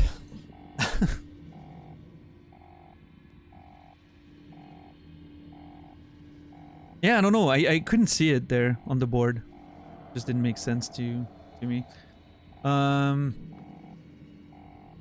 Did you also simulate the first one, Goose, by any chance, or, you know? I think I was right on the first one, but yeah. I'm pretty sure I was right on the first one. I don't remember it already. I already forgot about it, but... Oh yeah, I think it was a made in one, right? Like, knight to f2 and that's it. Yeah, knight to f2 and that's it. That's all she wrote. Unless... No, it doesn't work! Knight to f2 doesn't work! He can take with his own queen. I didn't see it. I didn't solve the first one. I was wrong. He can take it with his queen. I don't have it anymore. Want me to build it quick? Yeah, if you could, that would be awesome. Yeah, actually. I don't want to go anywhere without solving those puzzles. It's not happening. I'm sorry. I even have a little clock here and everything, you know.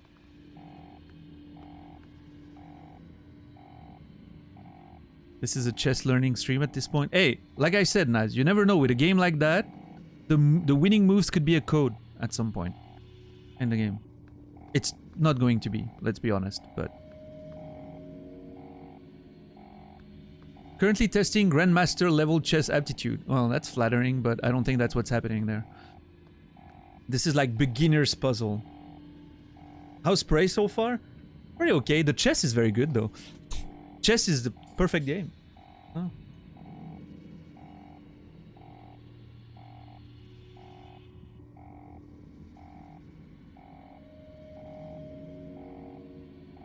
Oh, sorry, Goose, by the way. Like, Goose is trying to build the board and I'm like just moving around. I'm sorry.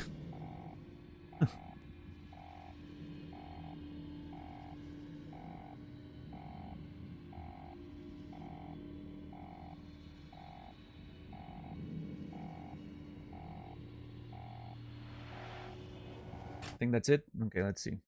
I could be building it myself, but I'm worried of not of fucking up like the thing and getting like the algorithm to find me the solution before I can do anything. All right, let me just check real quick if everything's correct.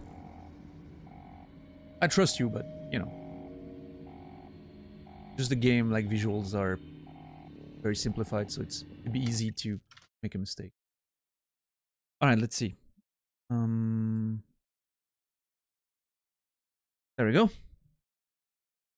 Okay. So again, like what I initially thought was the solution was this, because you can't go anywhere, but you can do that. So that doesn't work. Okay. My first instinct earlier was this, right? And it forces that, but then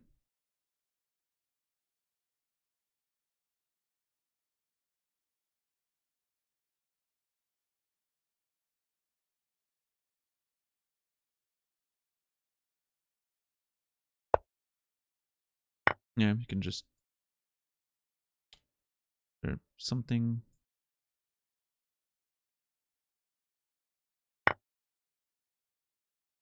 No, same. Good move though. That's a good move, but it's not a, you know, not a made into.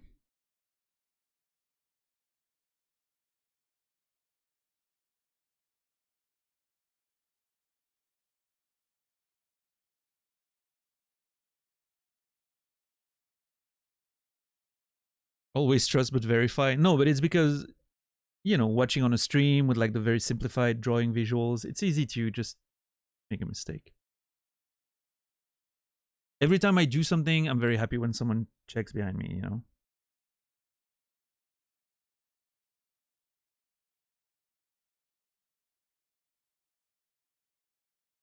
Okay.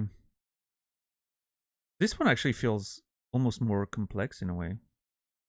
There's a lot more ways to create a check situation.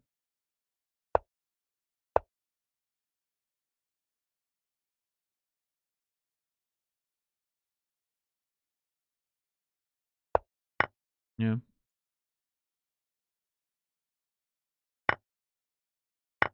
Mm-hmm.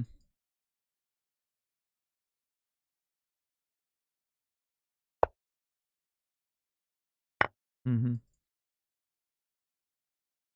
I don't think that's the key.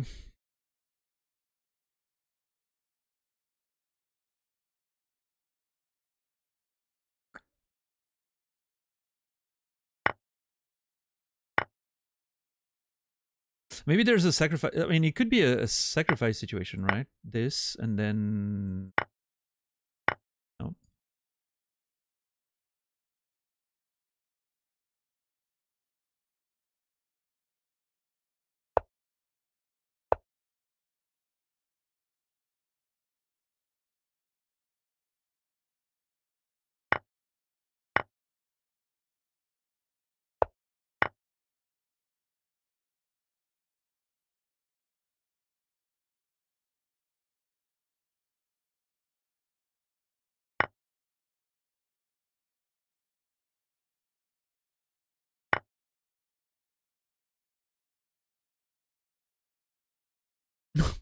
And then we're mate.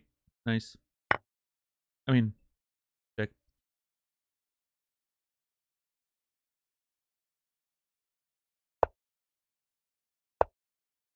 Okay, I do like this one because like the only move available seems to be a sort of trap, right? Like it's an uncomfortable situation. What's up, Rico?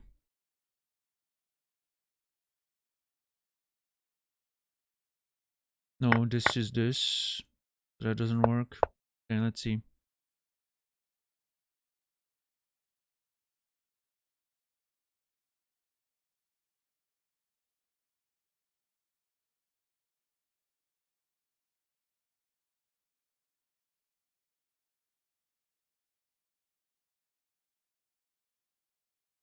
I tried both of those lines, right? It just doesn't work. Yeah. So unless there's a move with the queen that I'm not seeing. No, we tried this, but then just escapes. So okay, I can create a mate with this, a check with this. However, easily countered with this, which you know, it doesn't mean it's wrong. It just it doesn't seem to create a situation where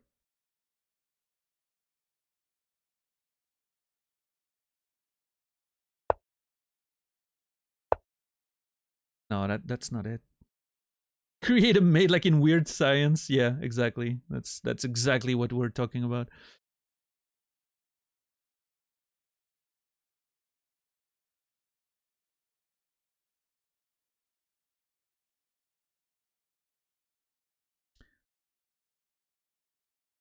Okay, those two block all those blacks around him except this one.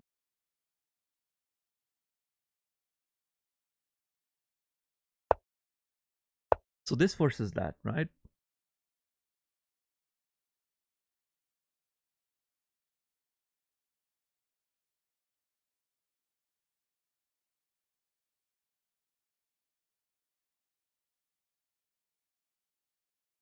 But then what? This? Nope. You can just do that, yeah.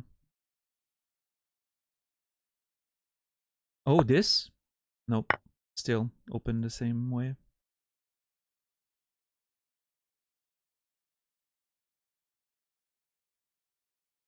We tried this, right? We tried this. You can take that. I tried this. Yeah, I tried taking, but he can just take with his queen. This, you can just do that. Uh, okay, opening with that Now this. There may be a knight move that I can do here.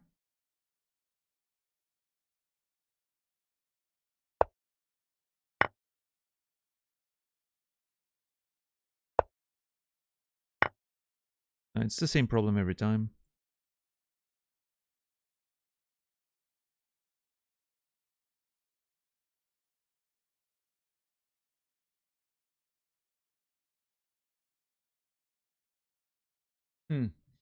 No, that's definitely not the rook is too limited. Okay, rook we can eliminate. That doesn't work.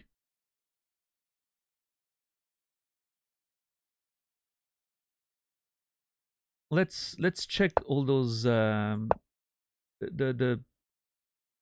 pawn check line again. What are my options now from here?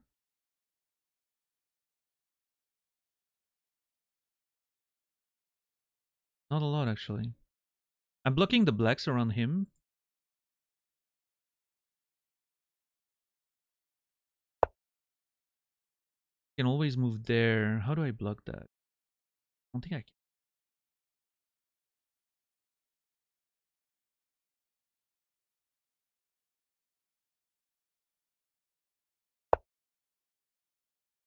can. Yep. We've already seen all those moves. Like there's nothing there.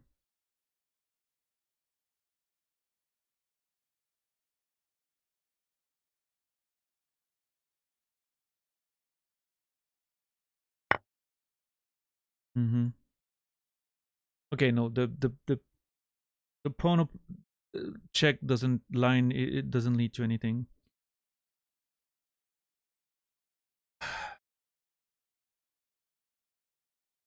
I discovered League of Peaks today. Never ceases to amaze me what people can do to make money these days. I've never heard of it. What is it?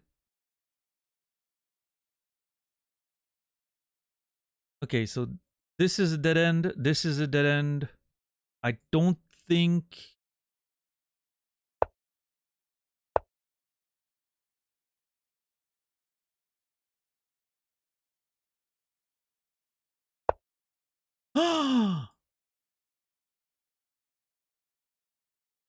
Well, there you go. I think. Wait, no, hold on. That's a counter.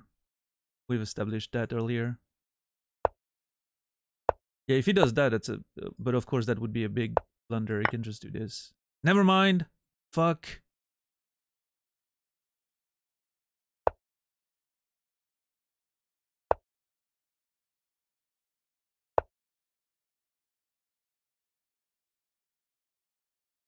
Okay, so it has to be a queen opening then. I mean, a queen check to start off. It has to. That's the only... Okay, this one forces this. But then what?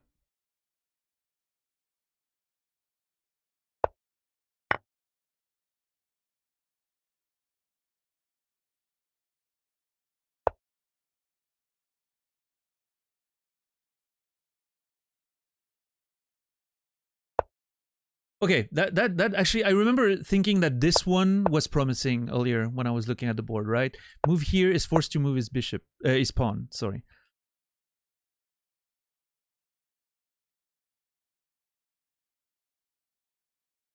That one's actually pretty interesting.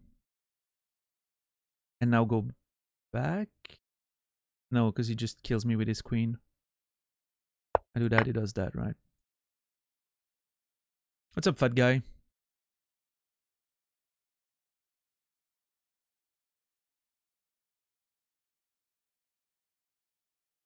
I go there, he kills me with his queen.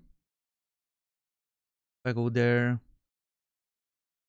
goes here, I guess. Yeah.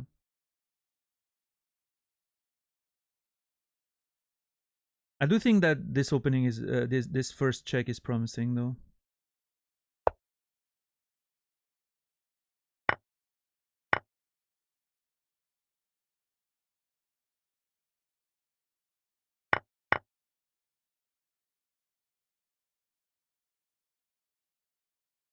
There's no other play here, right? Yeah. Or that, yeah.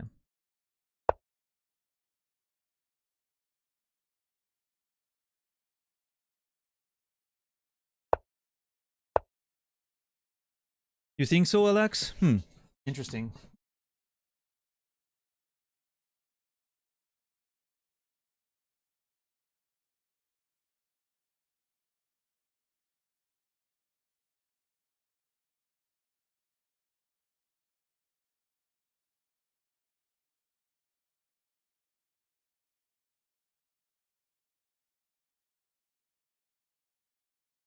You also didn't solve the second one? Wait, are you sure?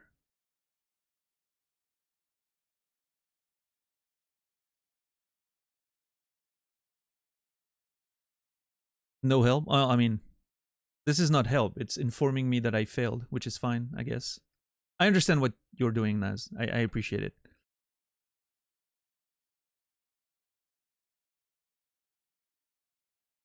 Wait, let me bring it back up then.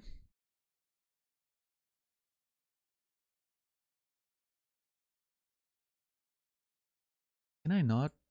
Oh my god, this is so dumb. Hold on.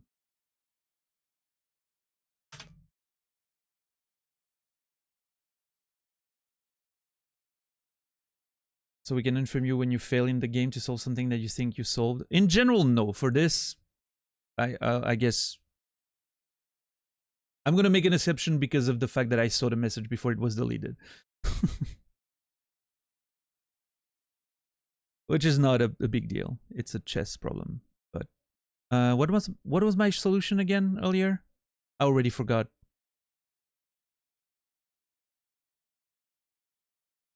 Oh yeah, it was this, which then forces this, right?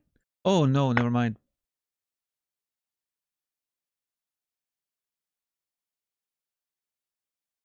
God damn it!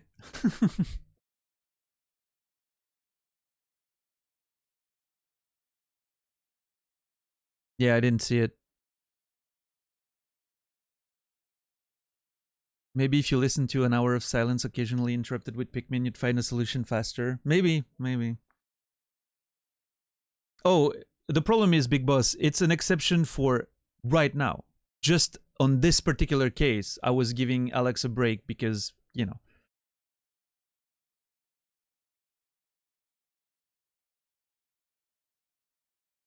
Naz was correct to try and delete, but I saw it first. So at this point, it was like, well, you know, might as well know, right?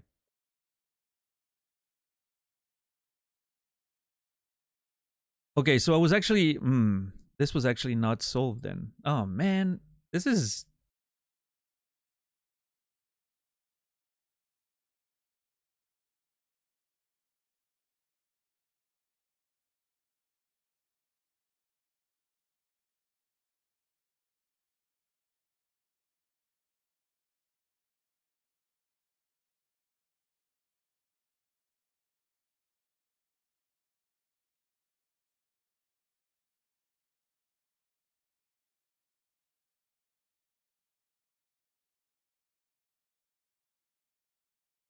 Let's see.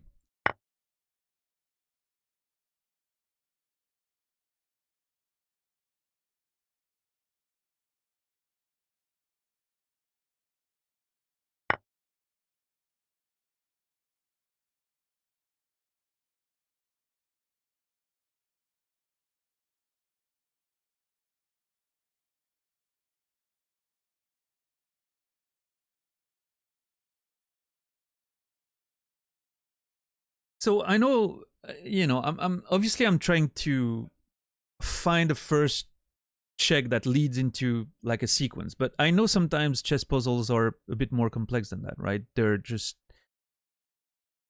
you sort of force a specific move, not necessarily by checking, but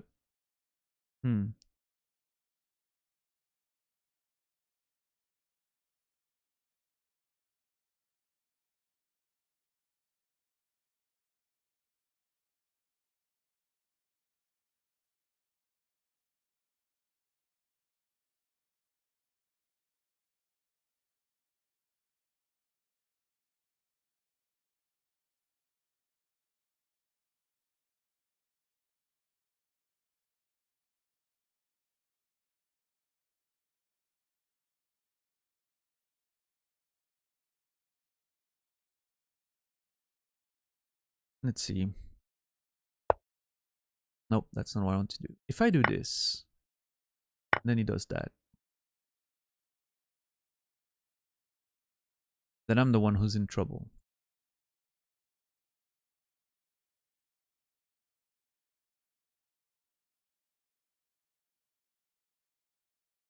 Yeah, I don't know. I think that's above my I don't think I can solve them. I'm not good enough.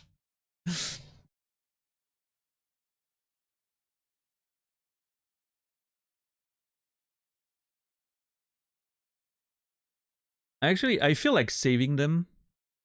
I feel like saving them and coming back to them later.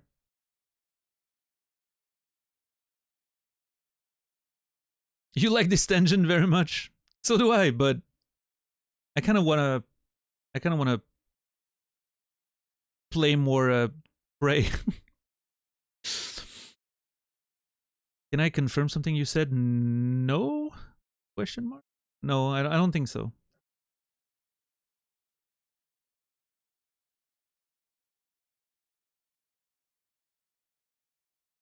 Mate in 2, white moves first. I'm not wrong with the rules, right? That was what the game said. Mate in 2, white turn. Yeah.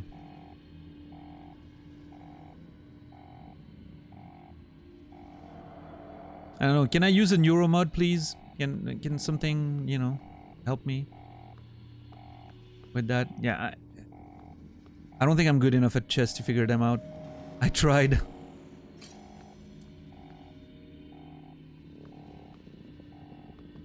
Get the chess implant. Yeah, I think that's what I should do. Wait, hold on. Let me look at the map real quick. Okay. There's another room and a medical bay. I feel like this is... I feel like if there's gonna be bullshit, it's gonna be in... Oh. Yeah, that place looks terrifying. Hold on.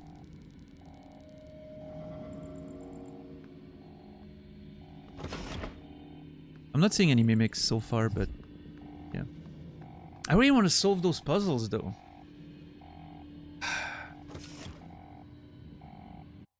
I'm very annoyed.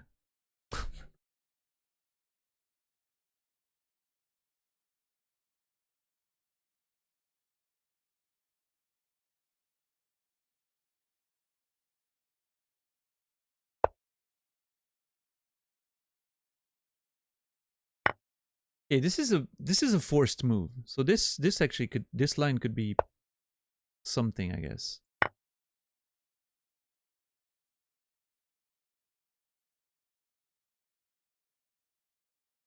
Although I don't think having the queen in the mix here is gonna help me in any way, shape or form. Quite the contrary, actually.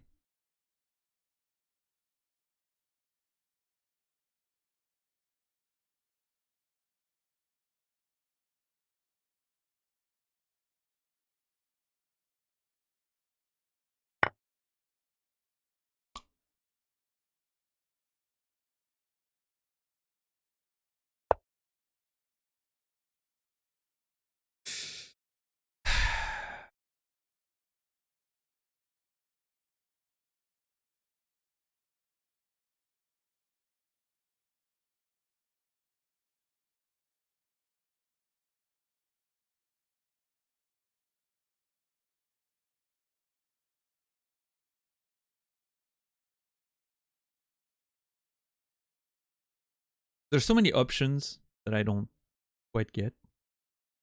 Toggle local evaluation. What is that? I'm worried to click on anything because I'm worried that it's gonna, you know, give a solution, but...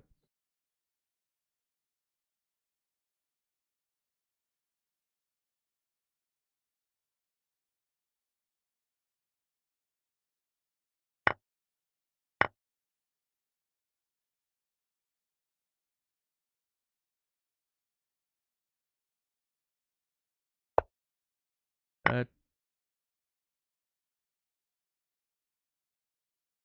This leads to that. Yeah.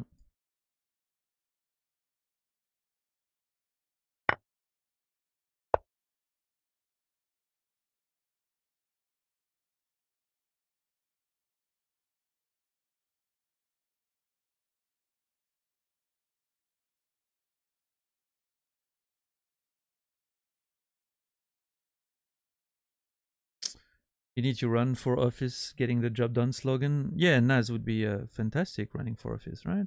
He doesn't want the job, which makes him more qualified than most people.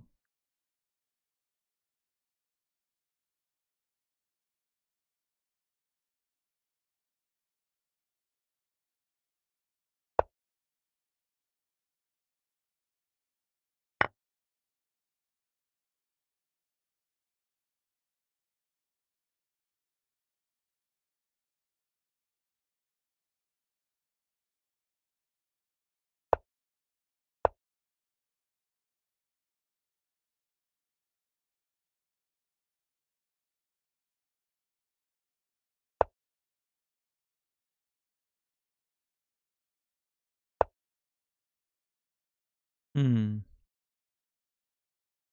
That queen is annoying.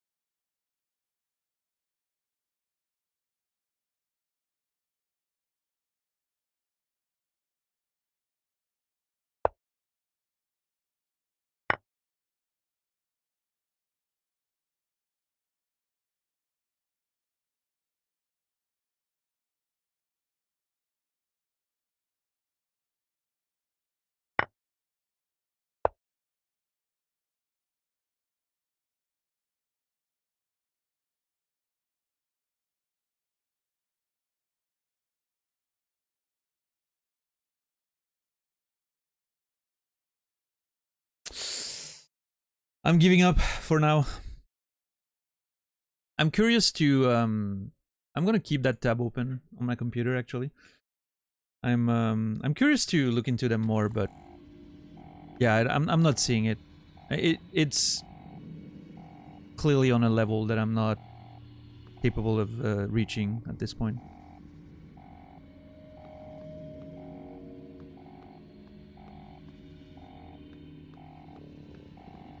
It was fun though, fun distraction from the whatever's hiding in this awful place.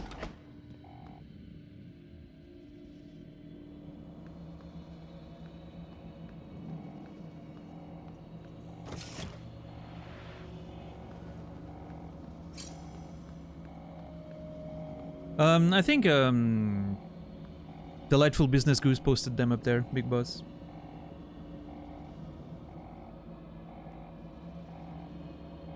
If you scroll up the chat, they're up there. Made into White Turn.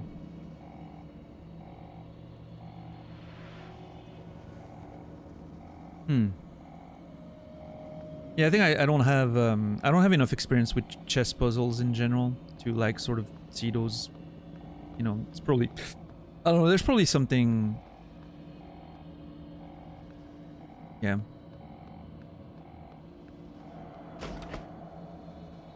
I'm interested in looking into them more on my own time though. I think they're just actual hard chess puzzle. Yeah, probably. I would have really liked to solve them though, but this might take me all stream. And I kind of want to play Prey as well. It's a good game.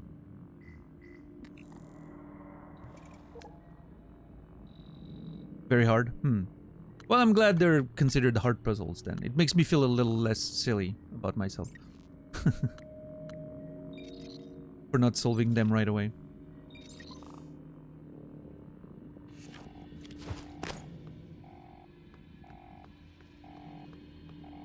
I can't let go. It keeps drawing me in. I want to solve them. Well, that's the way I do things, you know, okay? Maybe I'll return to them tomorrow, I don't know.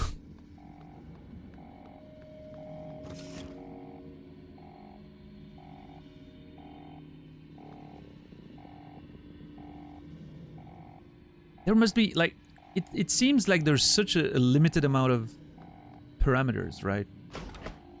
There has to be something that I'm not seeing.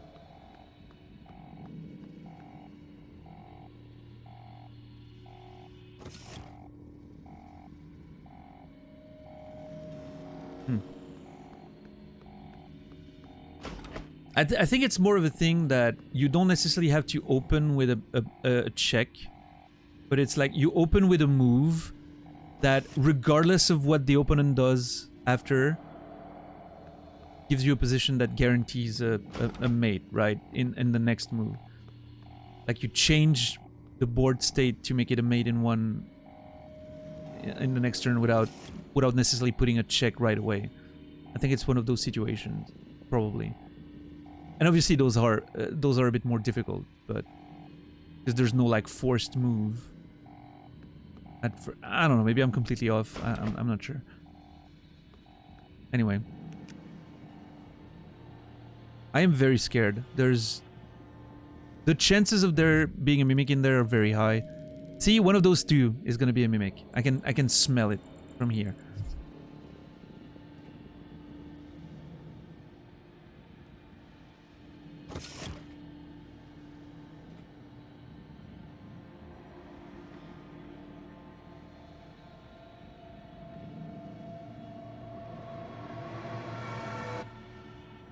Yeah, the music is terrifying.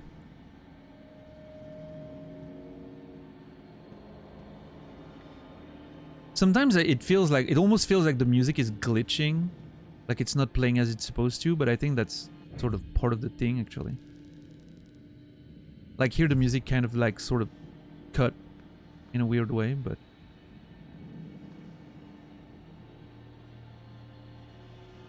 What do mimics smell like? I don't know. I imagine... interesting. I haven't thought about that. Tar, maybe? Of their black appearance. And I swear...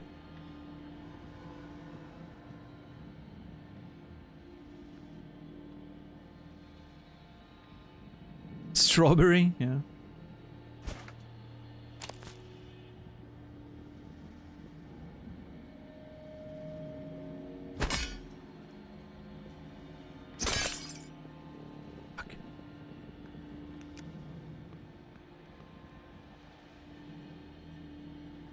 Yeah, Pikura.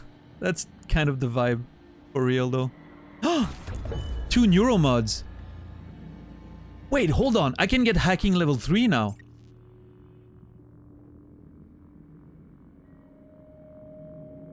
I just saw a thing earlier, right? That had hacking level 3 required. What was it again? I don't remember. What's up, Victimize?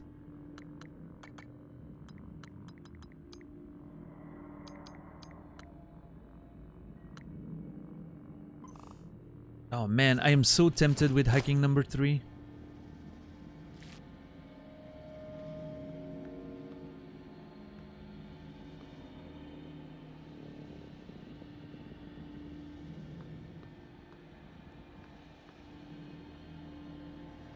That's suspect.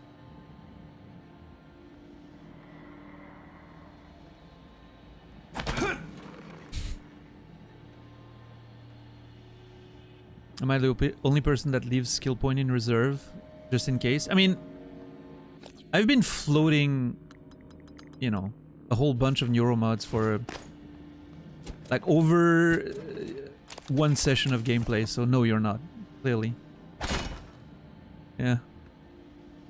I initially wanted to upgrade my inventory, but then I was like, my inventory is not full. Why would I upgrade it now? Like, might as well keep it and either upgrade it when I really need to, or, you know.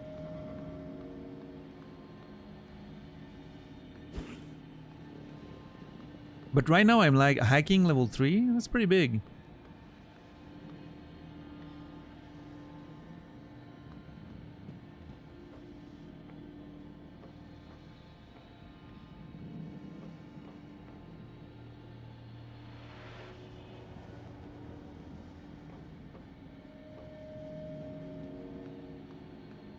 Okay, let's see. Neural scan. Patient not available. Procedure not available. Cortical area not available. Neuromod SKU not available. Patient connectome must be updated with a recent neural scan in order to perform a successful apto-regressive neurotomy. Okay. TS neural surgical system V1.8. This procedure will extract a designated neuromod from the subject, returning the subject's memory to a period before the extracted neuromod was installed. Debrief. TS Neural Surgical System V1.8.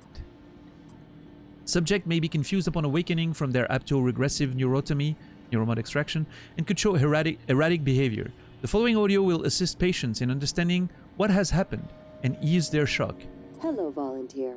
My name is Bianca Goodwin. I'm the volunteer and guest liaison aboard Talos 1. I wanted to be the first person to congratulate you when you woke. On behalf of everyone at TranStar, well done and thank you. I'm sure you feel disoriented. This is because you've just experienced a medical procedure known as apto-regressive neurotomy. For the next few hours, you might have trouble with fine motor skills or recalling details. More importantly, your memory of the tests is completely gone.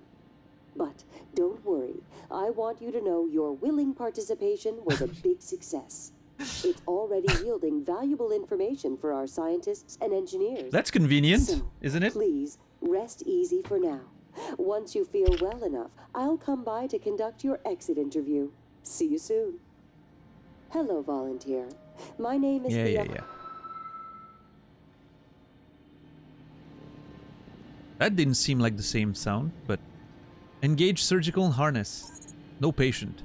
Ah, man, I almost thought this might have been like a way to respec, but no, I don't think this game allows respecs. And frankly, I'm on board with it. I think it's great.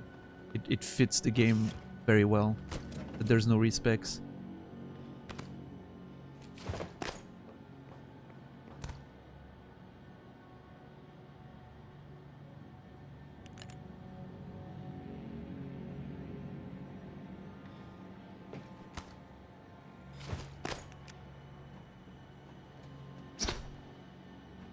Oh shit. Dude, this is insane. This is so Alien, by the way. The architecture here looks so much like stuff in Alien.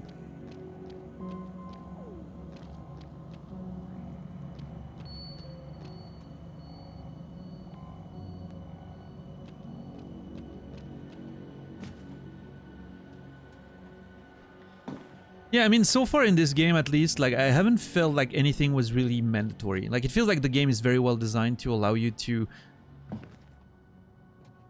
well, you know, like, find your own way, so to speak. And obviously, you're gonna do things in a different order depending on what you pick, right? But it's like it feels like the sort of like necessary progression will be available regardless of what you pick.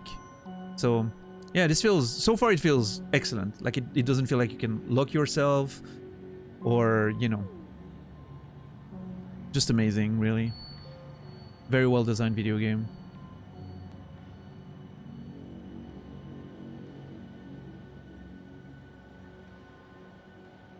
Interesting. I'm not sure what those values represent, but okay, there's that last room that I haven't explored yet. I have a feeling if something was gonna happen, it's gonna be in there, but...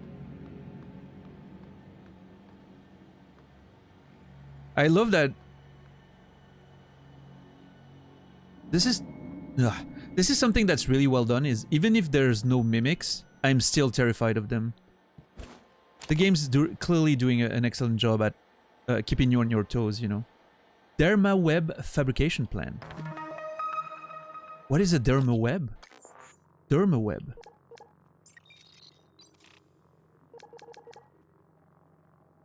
A web of synthetic skin used to heal burn trauma. Oh, that's awesome.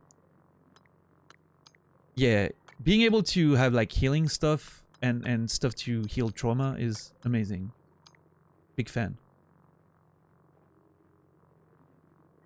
Huntress Boltcaster. Yeah, verily, any who wouldst challenge thee shall be slain in hasty fashion. When the Huntress lets fly her flexi foam bolts with truest aim. So fabricating during work shifts. Love it. They were just using that as a way to entertain themselves. And I love that I can craft it. And I'm hoping that I can find like some actual uses for it. That thing moved. What the fuck? Those glitches are scary as hell, dude. Yeah, that thing fell behind it, which made it like sort of move forward. Very scary. Request operator. Well, I'm not sure if I'm gonna request it because last time I requested one, it sort of like ended up destroying itself. So I'm gonna keep that in you know.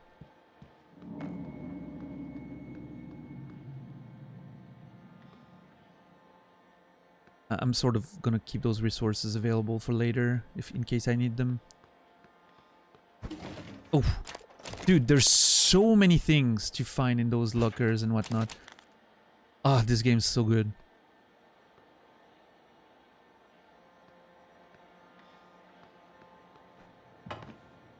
We love video games.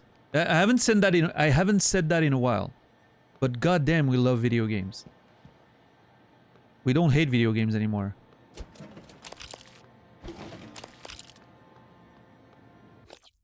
Settle down.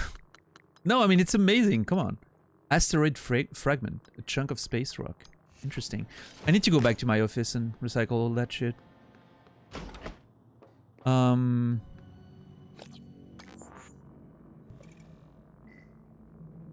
What was the level 3 thing? It was in there somewhere, right? Or... was it a computer? There's a level 3 thing I couldn't... Oh no, it was the... it's the locker! At the very beginning! Oh, I'm so going there, and I'm so getting level 3 hacking.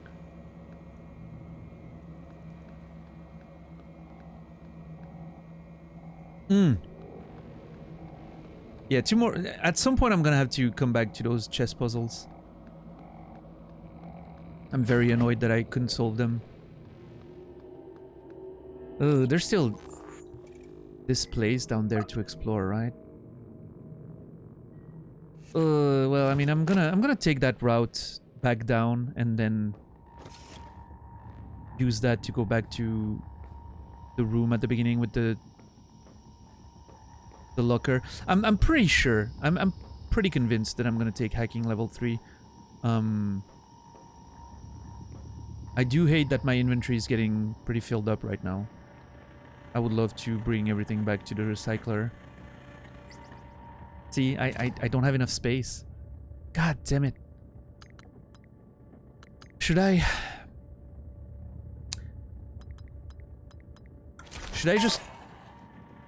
just run back to the recycler and come back here?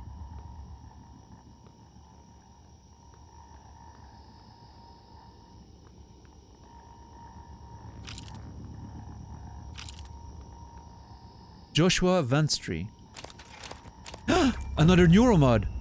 Oh my god, am I gonna be able to upgrade my inventory and hacking? That would be the best. If I find another neuromod, I can actually, like, oh, that would be nuts.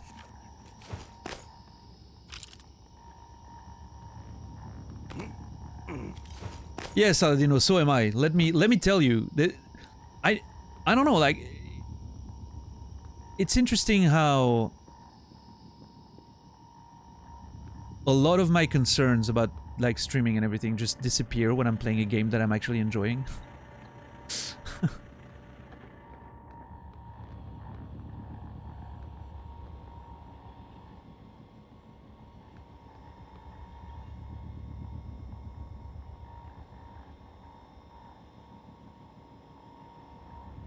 We do love video games, but against our better judgment, yeah, probably.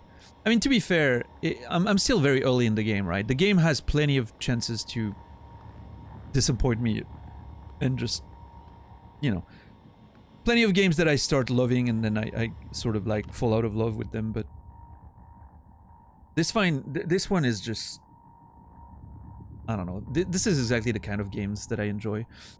Okay, we read about white noise in the past, like that sort of thing that creates a sort of immunity to neuromods or whatever.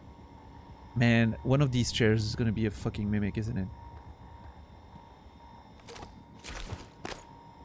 Big Bang Candy. Yeah, I'm gonna have to come back here.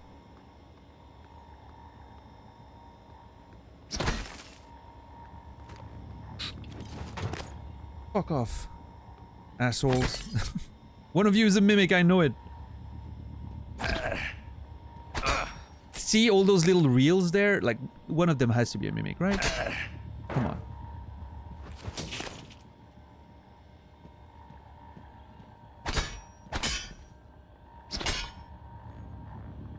Okay. Apparently not. I was wrong. Okay, that's the skill recording room, right? I usually see it from this angle, this side. So there's a phantom in there somewhere. We saw it when we first came in. It probably turned into something, an item. Not very exciting as a prospect, but...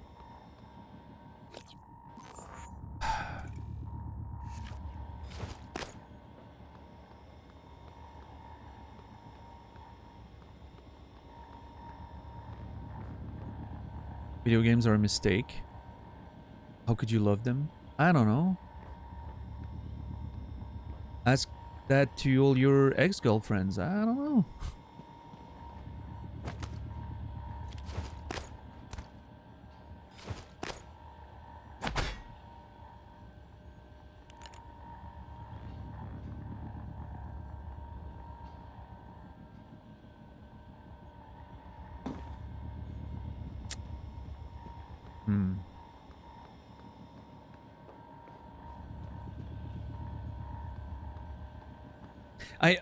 I am very unsettled by the complete lack of mimics in this whole section so far.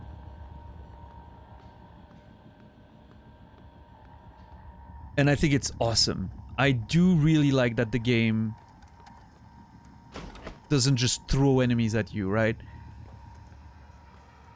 It knows to be conservative enough with enemies so that you're actually scared. If it was just throwing enemies at you all the time, you would just end up, you know, fighting your way through tons of them and never really feeling like, you know... It wouldn't feel as scary if there were a lot more enemies. I think the balance right now is pretty amazing. Alright, let's go back to... I mean, the problem is I might find stuff in there that I can't... Is there... Okay, is there a recycler somewhere in there? I don't think there is. There is in fabrication. But I can't enter fabrication. Can I? Fuck! Hold on. Can I... If fabrication is... I think fabrication is hacking level 4. In which case, well, fuck. If it's level 3... If it's level 3, I can get it. I can get in. But I think it's level 4.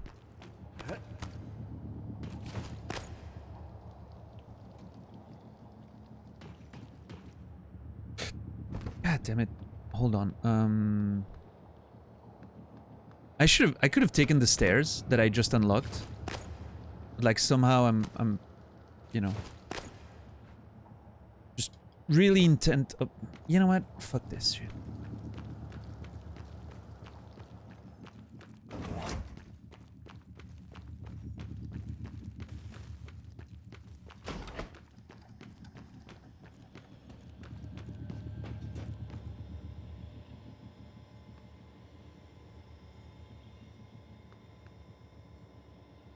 Wait. Hold on. No, we're good. I really need to get access to a recycler, because there's few items here that I would love to pick up. I mean, I know it's just a few items. It doesn't really matter, but...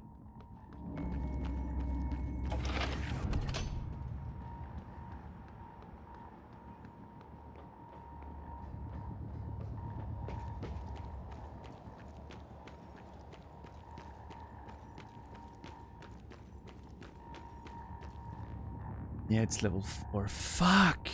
What do I do? Because, I mean, going to the... Here's the problem. Going to...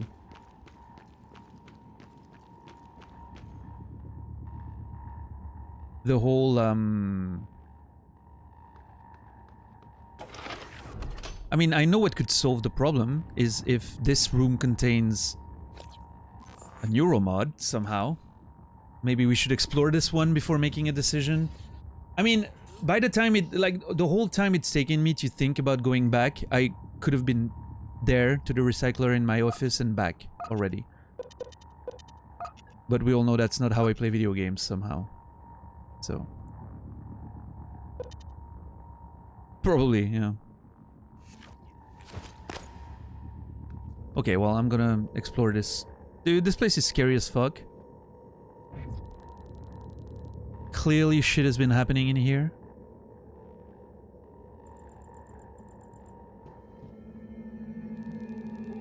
Oh, is this a rec room of some kind?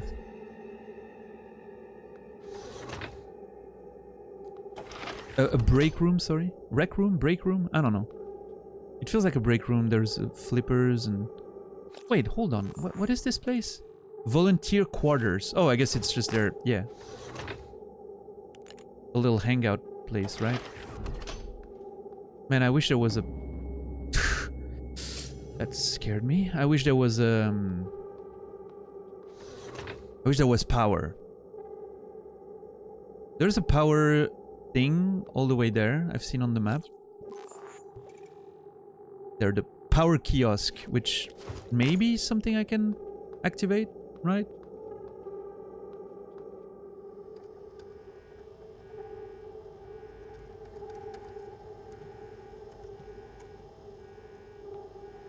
Dude, this is terrifying. Also, my fucking flashlight's running out. Disruptor gun fabrication plan. Oh. Nice, now I can craft more in case I break mine. Okay, let me quickly regen my my lamp, my torchlight. In the dark. Ugh, this is so scary. There's an access maintenance there. Hold on, where does that lead?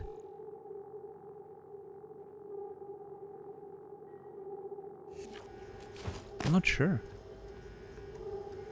Yeah, I love the fact that the light is square. It sort of feels very recycler charge. Oh, those are the... Hold on.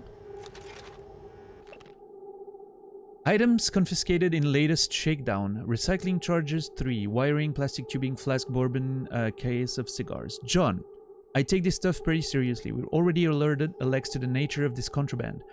We're taking V01065537 out of there. Cigars and booze are one thing, but we can't have volunteers stockpiling stolen recycler charges. What do you think he plans to do? What are those, like, sort of... Are those bombs? Are those... Okay, hold on. I need to drop something and pick one up to see. I'm gonna drop this.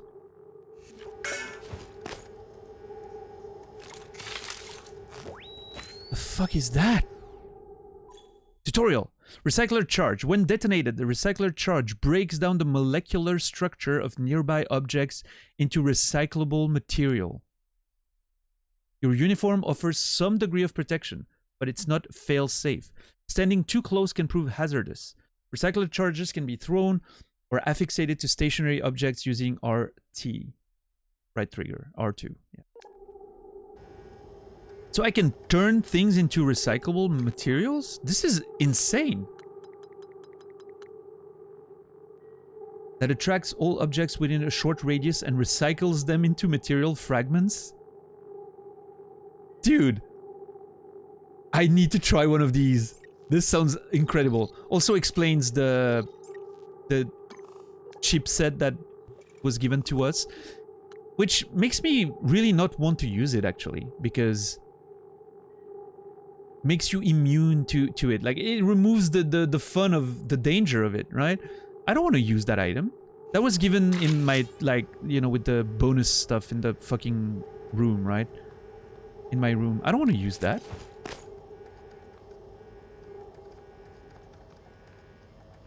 I think I'm just not gonna use them. Yeah, I need... Oh my god, that was scary. Oh no, dude. There's scary sound and my torch is out.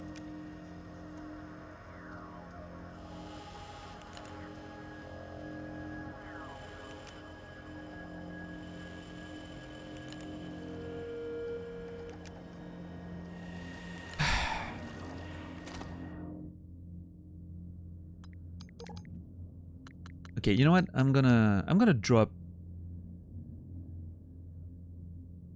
I'm gonna drop 2 duck beers and that pudding, and I'm gonna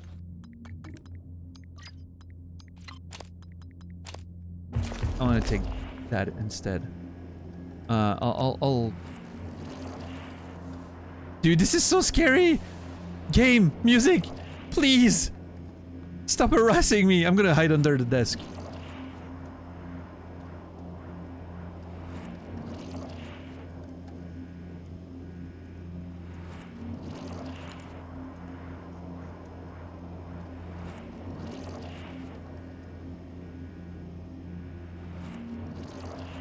Yeah, it is Mick Gordon, Big Boss.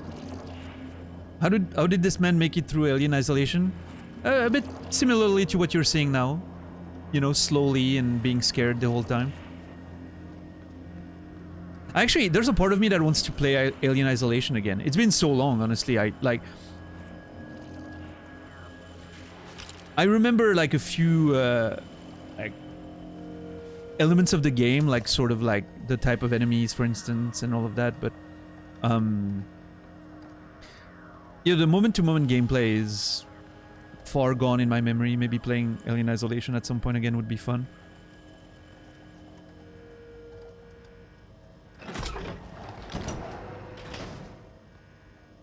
Aw, jeez, this looks miserable. Is this just a little room? This might be just a little room, actually. Hold on. Oh, boy.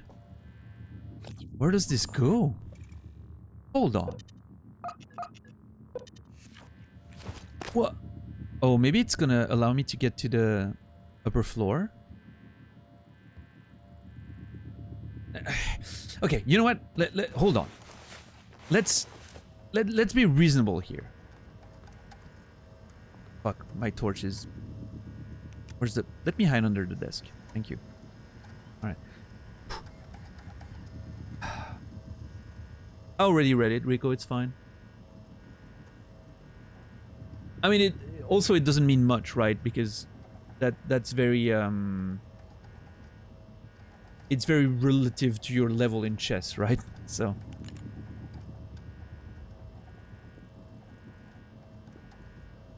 But yeah, those puzzles are solvable. I expected that to be the case, yeah. I'm just not sure I'm good enough at chess puzzles to figure it out myself. Okay, I think I want to go to... I'm full of stuff right now. I really sort of... There seems to be a lot to explore in here and a lot of items and whatnot. I feel like I want to hit the recycler before coming back here and exploring again. And also going to level 3. Safe at the beginning of the game. Right, I need to go back there. I think I'm gonna take hacking level 3. Pretty sure that's something I want to do.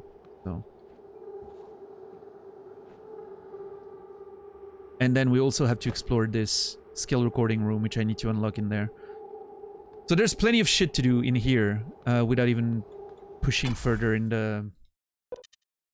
See, I would have loved, but that's a small detail, but I would have loved if instead of this like sort of menu pop up and everything, it would just open a little SAS and you go in and it closes behind you, and then there's like a decontamination process or whatever, you know, like a little thing that sort of hides the loading screen, and then it opens the other door, and then you just to maintain the immersion. I think that would have been neat, but you know, it's not a big deal, but I think it would have added to the general immersion a bit. But maybe there's a technical issue where it's not possible. The fuck are those sounds? What is going on? Is the door below me activating? Is that what's happening? I think it is. Actually, I think the door below me is activating when I move around. Which is crazy.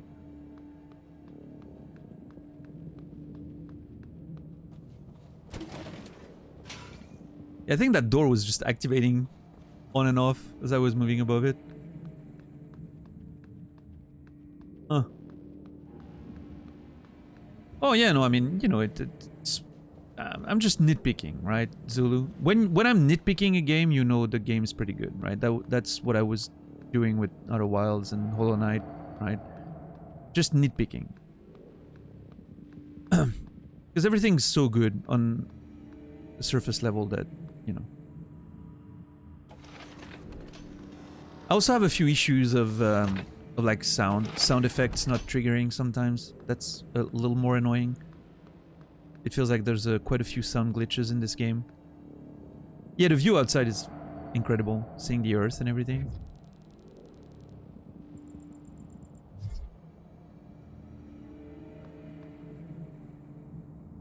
Beautiful skybox. All right, let me go to my office.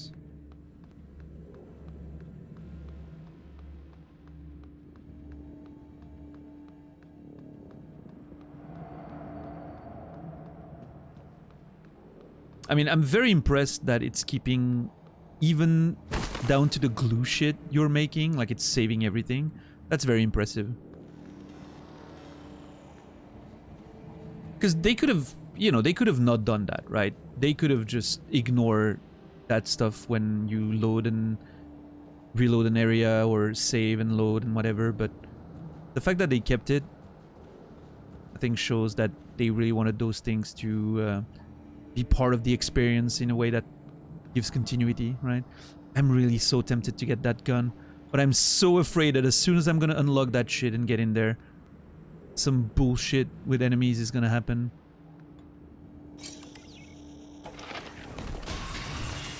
See? Fucking hell, dude! I swear to God! Ugh.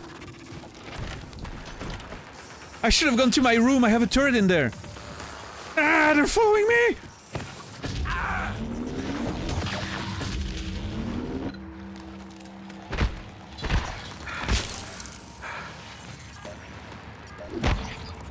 Ah, I don't have any stam left.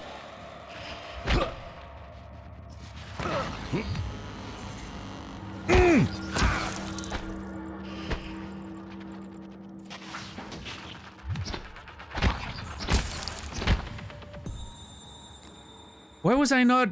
Oh my god. I was not able to switch my weapons because I was in scope mode.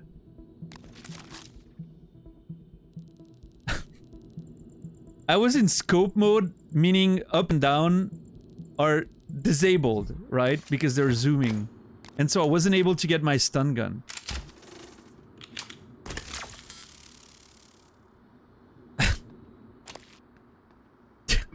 Dude. I swear this game is just it's not, I'm too old to play this. Like it's a legit health risk at this point.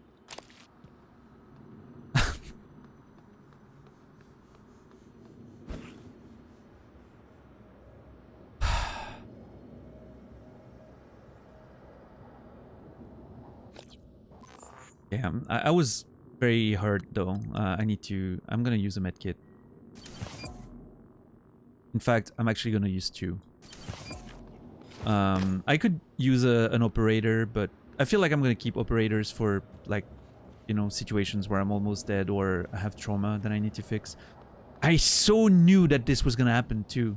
Like, Jesus Christ. I so knew that this was gonna happen. Good evening, Ugh. Talos. Dr. Hadley Dalton will deliver a supplemental seminar on neural connectomes in the lobby training center later this week. Sounds exciting. Space is limited, so reserve your seat by emailing Dr. Dalton. Sure. Also, I'm hearing the chittering of more mimics. Is the gun a mimic? One of the guns a mimic. What's up, Brandon? What do you mean a Sunday special? I always stream on Sundays. Not enough space? Ah! Okay, that one got me, dude. Yeah.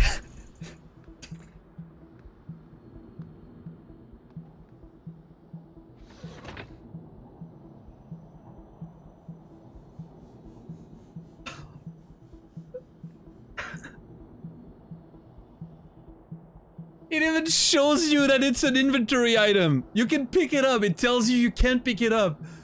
And it gives you like the durability stats and everything.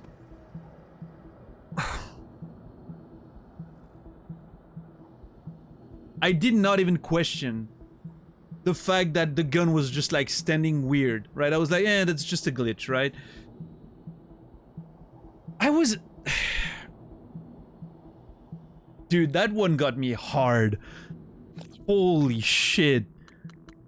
That one really fucking got me.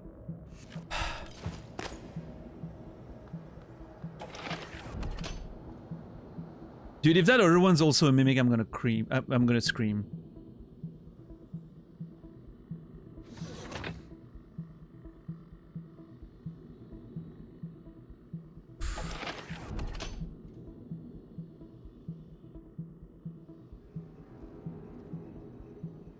Dude, this isn't... They've really done something special with the way the enemies work in this game. It's making you so paranoid. It's insane. I also apparently activated my fucking scope again. Silence pistol, ammo fabrication. Nice. Elias Black, I'm sorry. But that dude didn't get killed by a mimic.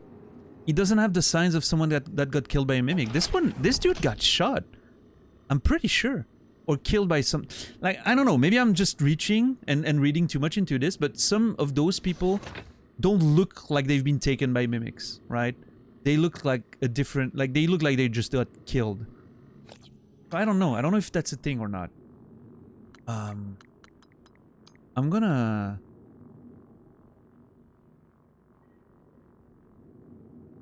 God, I don't know what to do.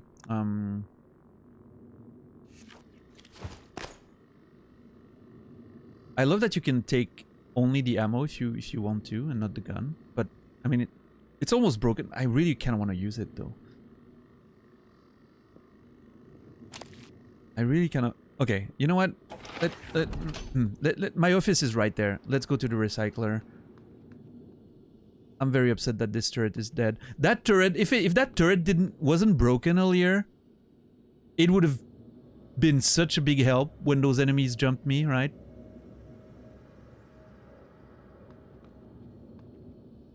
I am so upset that this turret got destroyed. I don't even know by what. Like, by an enemy, sure, but how did the enemy kill the turret before the turret could do anything? See, like the sound not working in a situation like that. Those are little details that break my immersion a bit. And I don't know why it does that. Why does the sound just not work sometimes?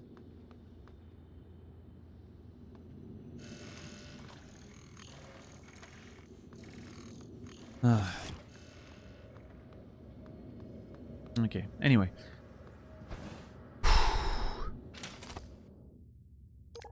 Let me put stuff in there.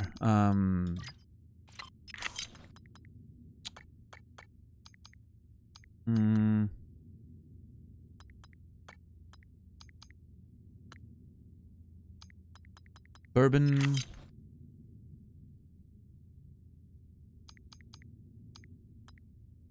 I have extra spare parts, which I don't know where to put them, actually. Oh, well. Okay, this all goes back in there.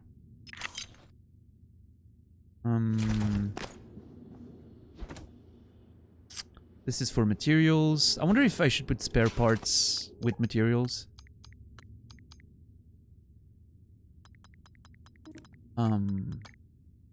Or if I should just put it with weapon upgrades, right? I mean, I also have ammo in there, so it's not just food, right?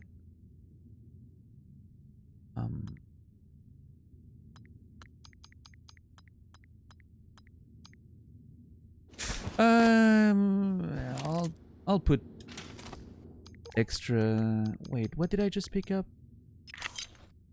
Veggie blend, I think. No, it was ammo. I mean, I'm gonna put ammo back in there. Yeah, I'll put spare parts in there.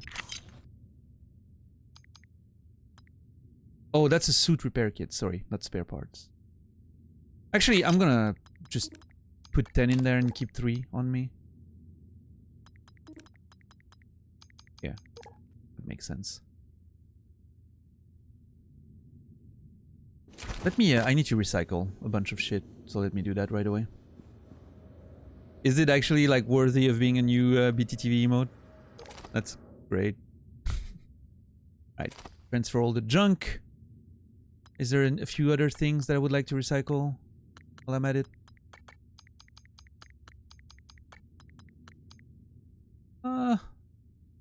Sun-dried tomato jerky, all of that. Sun-dried tomatoes are amazing. No, I think that's fine.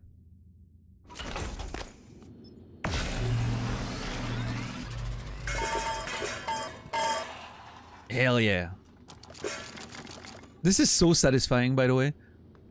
This has no right to be this satisfying. Alright, I really want to craft a Huntress Boltcaster. Infinite licenses. Wait, this to me means that some items you can only craft a certain number of times. It's pretty sick. Nice. Look at this. This is amazing. Okay, I'm just gonna craft it and see what happens.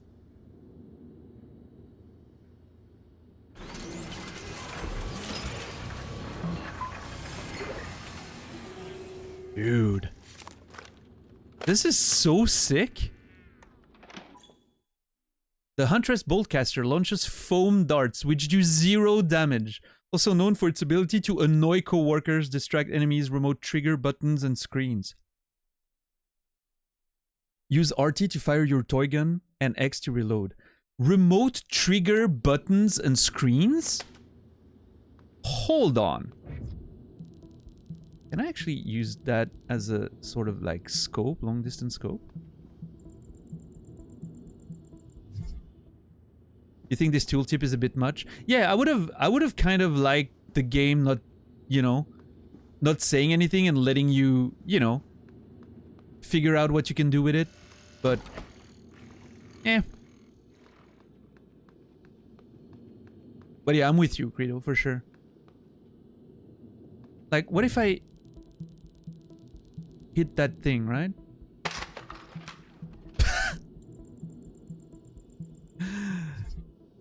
Most gamer bros would pass on it and see no damage. Well, they're lost, right? I mean, that should be part of the thing, though. Here's the thing. You can't design games with lower standards all the time. You can't always design games for the lowest common denominator. You can't design games with the weakest link in mind, right? Otherwise, you just dumb down everything. And you lose on potential, like... To me, this would have been amazing to figure out by myself, right? I feel a bit... It's a bit unfortunate that the game had to tell me that, right? Can you disable them? Yeah. But there might be tutorials that are important, right? So...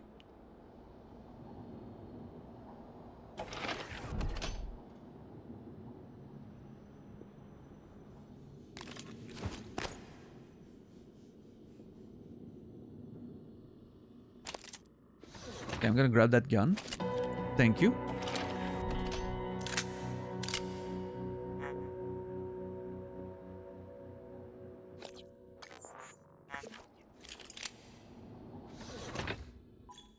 Ah, there it is. The TrendStar PPN-8 pistol is the standard issue weapon for all TrendStar security personnel. Small, fast, and quiet, this pistol provides satisfactory damage while maintaining a degree of stealth. Ooh. I have an actual weapon now. That's my first actual proper weapon. I tried to press L2 to like aim down sight, but that's not a thing. Was the gun worth the earth damage? Time will tell. Nice, love it.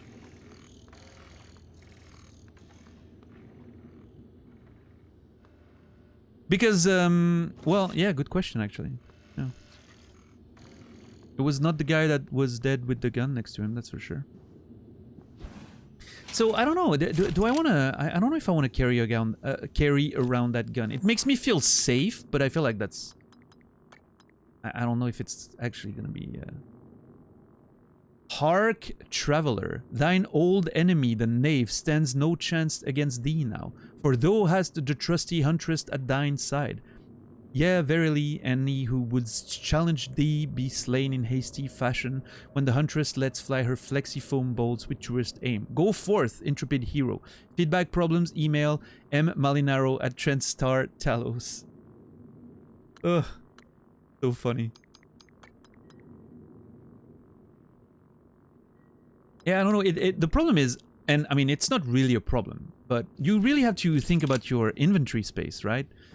You can't just craft everything and keep every weapon on you willy-nilly, right? You have to actually... Man, the Dermaweb skin graft actually sounds pretty fucking cool. Killing burn. I think having one of these on me is probably a good idea.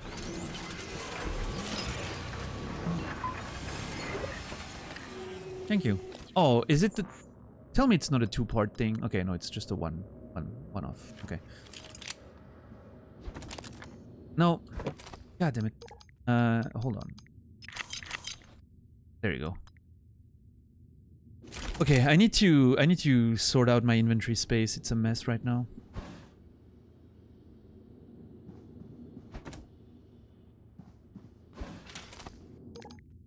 Okay.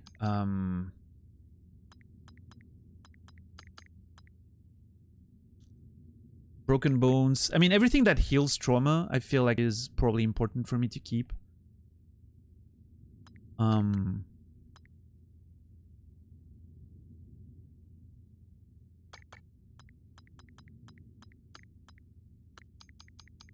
Now, the food, I don't feel like I'm using it that much.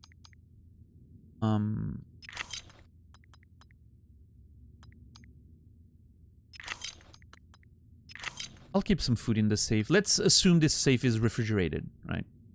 Hell yeah. I can use weapon upgrades. Firepower, magazine capacity, range, accuracy. Accuracy 60%? Oh my lord. And it's in bad shape too. I need to repair it.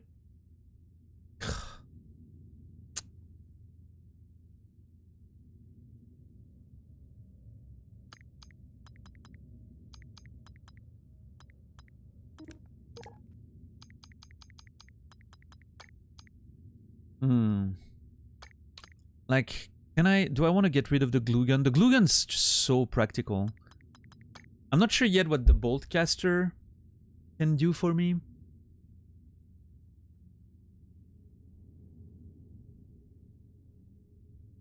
It sounds pretty interesting in theory, but... And know your coworkers. Yeah, they're all dead, so... But yeah, being able to press buttons and shit at a distance is honestly pretty cool. Can the glue gun not do that, though? Let's see.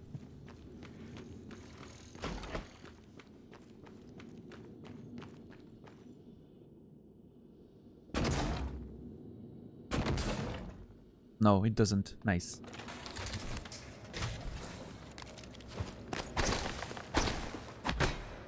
I mean, being able to press buttons in a distance... I mean, I'm I'm trying to think. I don't think I've seen many applications of that yet. I mean, I'm sure there will be, right? Like activating something at a distance that just like, I don't know, like burns or electrocutes an enemy or... But maybe it's something I could get away with not using right now. I mean, yeah, the pistol makes me feel safe. I will say that. For some reason, having an actual weapon makes me feel comfortable. But it's also so not creative, right? Like, there's so many creative ways in this game. Although I mean, most enemies I've killed so far was by hitting them with a wrench. I don't think you can call that very creative, but... At least I'm not wasting ammo when I'm doing that, right? It's just... I mean, the glue cannon takes so much space. I do like the concept of it, but it takes so much space. It is so useful for environmental stuff, though. And being able to climb on top of shit with it, I don't know.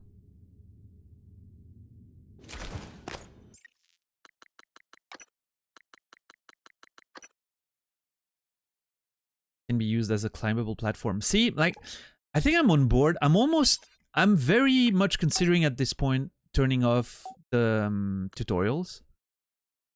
Because I feel like I would like to, you know, I would like to figure those things out myself, right?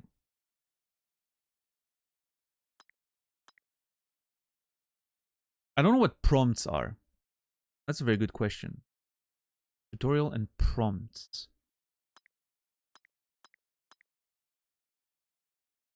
Non-tutorial prompts only.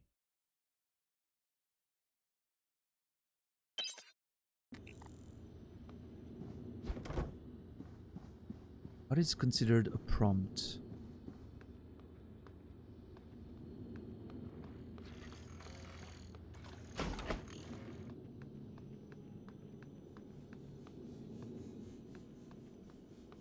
Those thing on the side there, maybe?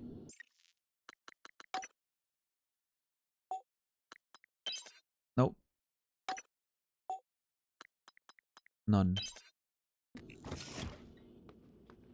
Nope, that still appears. I wish the game was a bit clearer on that, but...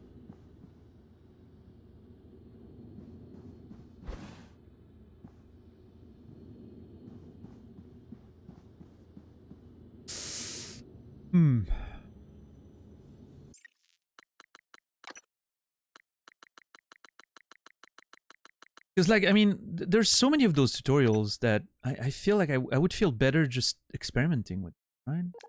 And just... Like, both the glue cannon... The glue cannon and...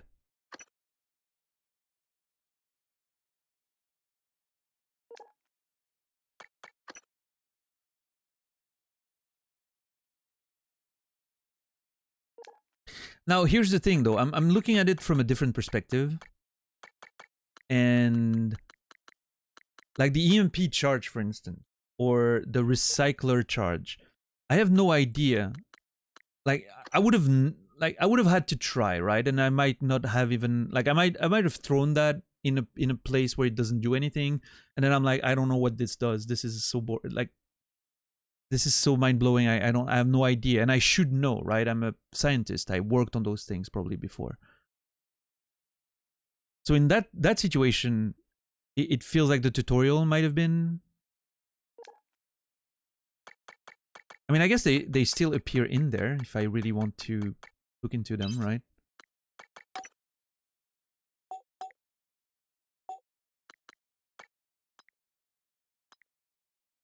I don't know how I feel.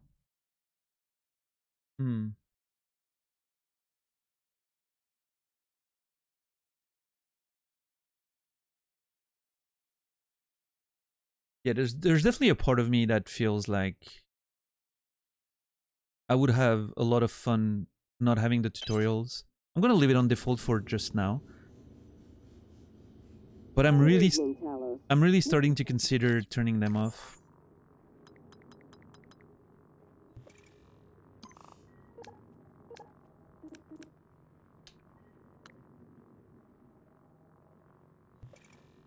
I don't know.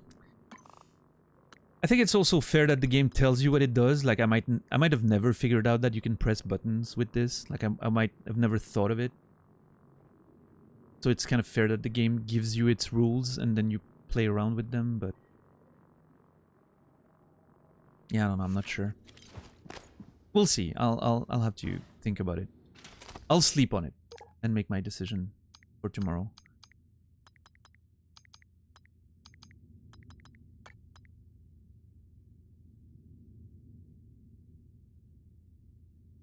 Yeah, I mean, the fact that it can press a button, like, I mean, it might be something I would never thought about, right?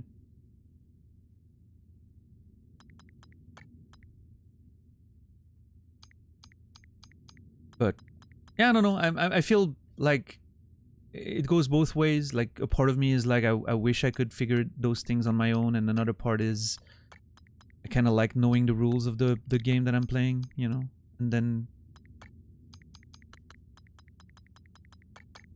I don't know. I need to figure out my... Okay, there's a lot of stuff I need to figure out right now. I need to figure out my inventory. I need to figure out what I'm coming with me and what I'm picking up. And well, I don't know if it's a good example, Brewer, because like that game, mechanically speaking, is a lot more complicated than Outer Wilds. There's a lot more like small systems and rules, right? Which...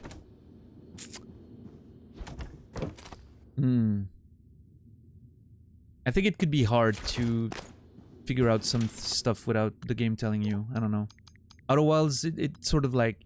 It ends up being very simple altogether. I'm not sure. I'm also starting to realize that my safe space here is starting to run out just on like small items. If I'm gonna start storing weapons, maybe I need to consider putting them like in here.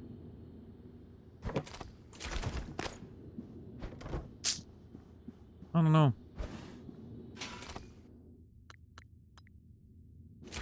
Yeah, I'm gonna have to figure some stuff out. Anyway. Yeah, we're back where we started, and I need to go back to Neuromod Division. There's more stuff that I need to explore there. I need to...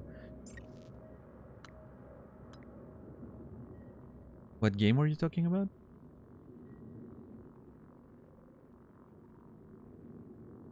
That is very vague. Outer Wilds? That was just mentioned in chat? Or this game that we're playing? I don't know.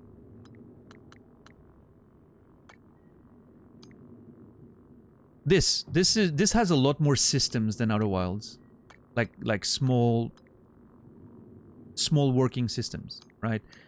Which makes sense that there's a bit more tutorialization telling you the rules of the system, right?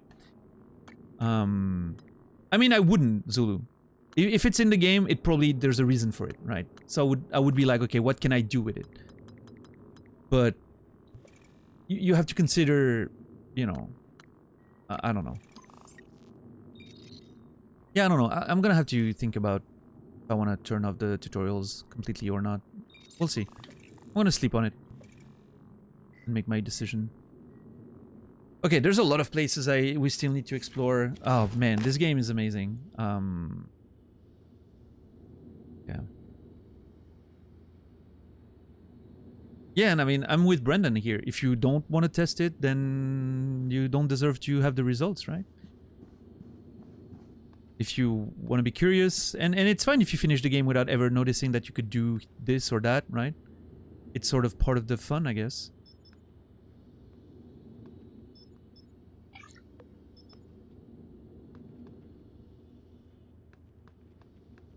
Everyone's different, you know? Everyone's experience is going to be different, and... But yeah, anyway. We're getting to the end of today's stream, so, you know. I'm gonna think about that tutorial stuff and decide if I want to turn it off or not. We'll see. I'll make my decision before tomorrow. Alright. Let's see. Alright, if you don't mind sticking around for the raid, I'm gonna raid out to Nasrallah in a few minutes. Thank you everyone for being here tonight. Thank you everyone for the resubs. Quite a few resubs tonight, I appreciate it. Thank you for the lurks and the conversations. Yeah, we'll get back at it tomorrow. Very excited, very much looking forward to playing more of Prey. Yeah, there are so many places I need to explore, so many things I want to do, so many things to figure out. This is very exciting. Very, very excited to play more of that tomorrow. Yeah.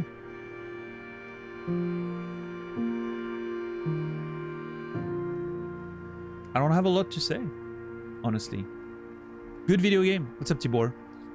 Very good video game. Looking forward to playing more of it. If this keeps on at this pace, first of all, it's going to take me quite a while to finish it, I think. But it might be one of my favorite games of recent memory. Like it's really hitting the right notes for me so far. So yeah, that's exciting. But yeah, in any case, I'm gonna raid Naz. He's playing Red Dead Redemption 2. It's very fun. I recommend you follow along and watch some good Red Dead Redemption 2 with Nasrallah. Let's see how many accidents he can get himself into tonight. But yeah, I'll be back tomorrow in about 19 hours, 7 p.m. Central European Time, 1 p.m. Eastern, 10 a.m. Pacific, for more Prey adventures. Have a wonderful rest of your day, evening, or night. I will see you guys tomorrow, and until then, remember me, and I'll remember you.